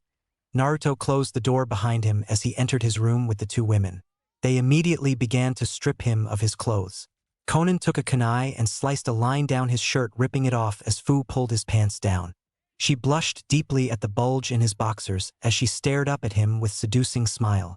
Conan wrapped her arms around Naruto and pushed him onto the bed in the room and began to kiss him passionately. Fu then pulled his boxers down and stared at his manhood hungrily. Such a big cock! She grabbed it and began to jerk it up and down, causing him to moan deeper into his kiss with Conan. Fu smiled at his reaction and began to suck his cock. Conan got off of Naruto and began to undress. Her Akatsuki robe came off, revealing thigh-high black leather boots, spandex shorts, and a skin-tight V-neck shirt showing lots of cleavage. Obviously, you know what turns me on? Oh. Fu began to bob her head as she attempted to deep-throat Naruto. She hummed after each intake and he held his head back in pleasure. Conan pulled off her shirt and shorts, leaving her only in her leather boots as she climbed on top of Naruto. He couldn't help but stare at her incredible breasts as she spread her legs in front of his mouth. Please me! Naruto obeyed her demand without question as he slid his tongue across the lips of her vagina, causing a deep moan to escape her mouth. He moaned as well from Fu's oral massage. She began to pump his cock as she sucked it, adding to the pleasure. Meanwhile, Naruto was grabbing Conan's ass. He began to eat her out. She cooed as his tongue went deeper. Oh. He added to it as began to lick her clit, and she moaned loudly as he continued. Fu finally took her mouth off Naruto's manhood and began to get undressed as well. She pulled off her shirt and fishnet shorts and licked her lips as she jumped on the bed, pushing Conan off of Naruto. The woman hit the floor and looked angry as Fu lowered herself onto Naruto's cock slowly. Oh, OFSK. She went down slowly at first but soon crashed on top of him. Insane pleasure began to course through her body as she slowly began to go up and down. That feels so good! Conan glared in jealousy but found herself completely turned on as she watched it. She began to rub her wet pussy watching Fu ride Naruto. The mint-haired girl's pace began to pick up. Oh yeah, bitch. She moaned every time she crashed back on top of him. Naruto cupped the woman's boobs and began to squeeze them as she rode harder and faster. Conan continued masturbating to the scene as she watched in anticipation. Fu squealed in delight as she started bucking wildly on top of him and felt herself reaching her climax. Naruto began to rock his hips and bucked back, meeting her in a rhythmic pace. Finally, she began to scream in pleasure as her orgasm reached its climax. "I'm coming!" Her walls began to tighten around him as she smashed on top of him.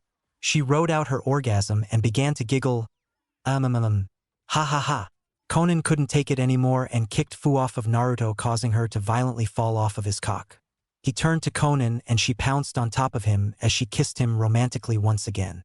Fu looked at her irritated as Conan began to suck Naruto's cock. She slowly licked up and down the shaft of his penis as she looked at him eagerly.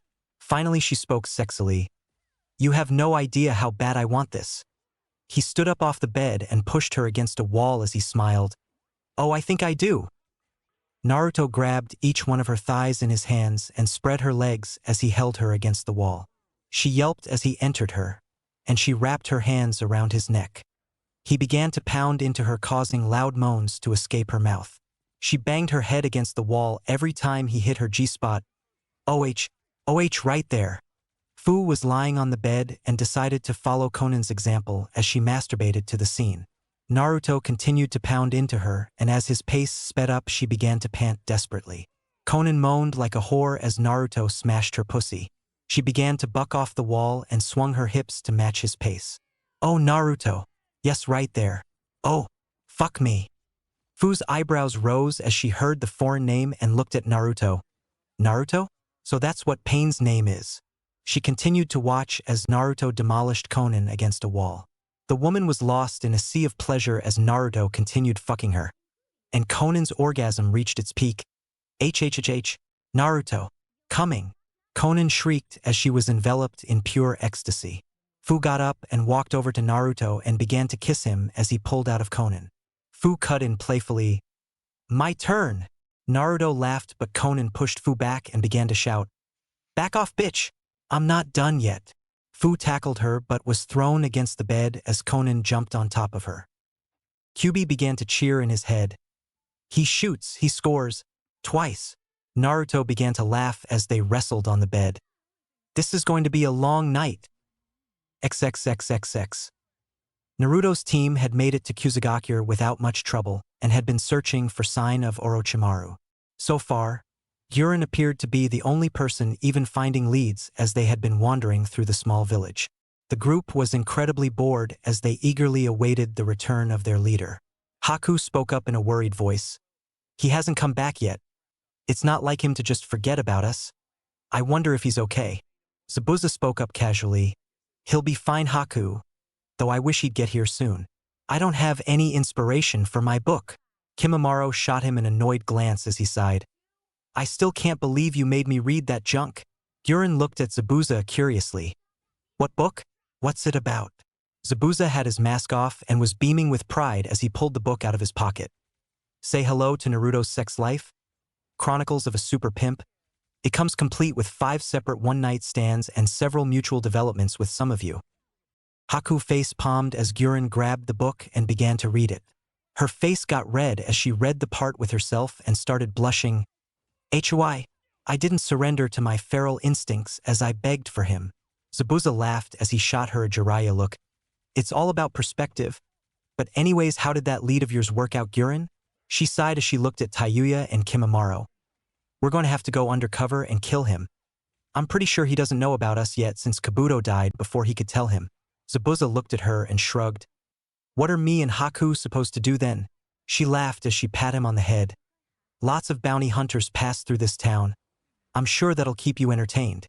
Tayuya chimed in cheerfully. "I'd rather do that than go undercover for Orochimaru." Kimimaro sighed as he spoke. "I have faith in Naruto-sama. Although it pains me to do this to Orochimaru, Naruto is my master now." Guren looked at him darkly. "If you blow our cover, I'll rip your fucking head off." He gave her a concerned shrug as he replied, "Don't worry about that. If anything, you should be giving that speech to Tayuya. She's the lowest ranking of his subordinates out of the 3 of us." She raised an eyebrow and crossed her arms. How's about you eat a dick, Mr. Ashen Knight? Or maybe we should have called you the powdered pussy. Haku sighed as she cut into the argument. I have no intention of sitting around in this town.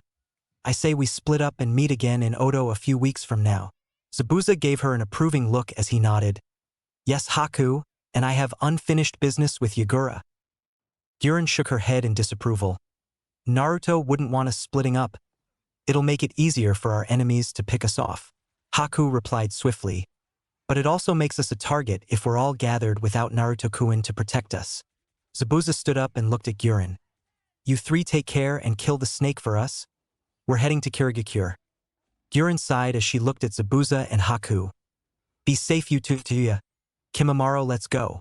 The two sound Nin followed Guren as Zabuza and Haku left the other way. Haku looked up to Zabuza and spoke. You think we stand a chance against Yagura? Zabuza looked at her, nodded his head. Our years with Naruto have made us strong. Plus Naruto knows that we had the intention of going there. Haku sighed as she looked forward. I hope so. As both sides split, Anko was standing in the middle of the village trying to decide which group to follow. Damn it, they're going for Orochimaru. But the other two say he's going to meet them in Kirigakure, Fusake. After a long internal battle, Anko decided to follow Guren, Tayuya, and Kimimaro. She began to get worried as she thought, maybe Orochimaru will believe me if I tell him I'm coming back, and then I can ask them about Naruto.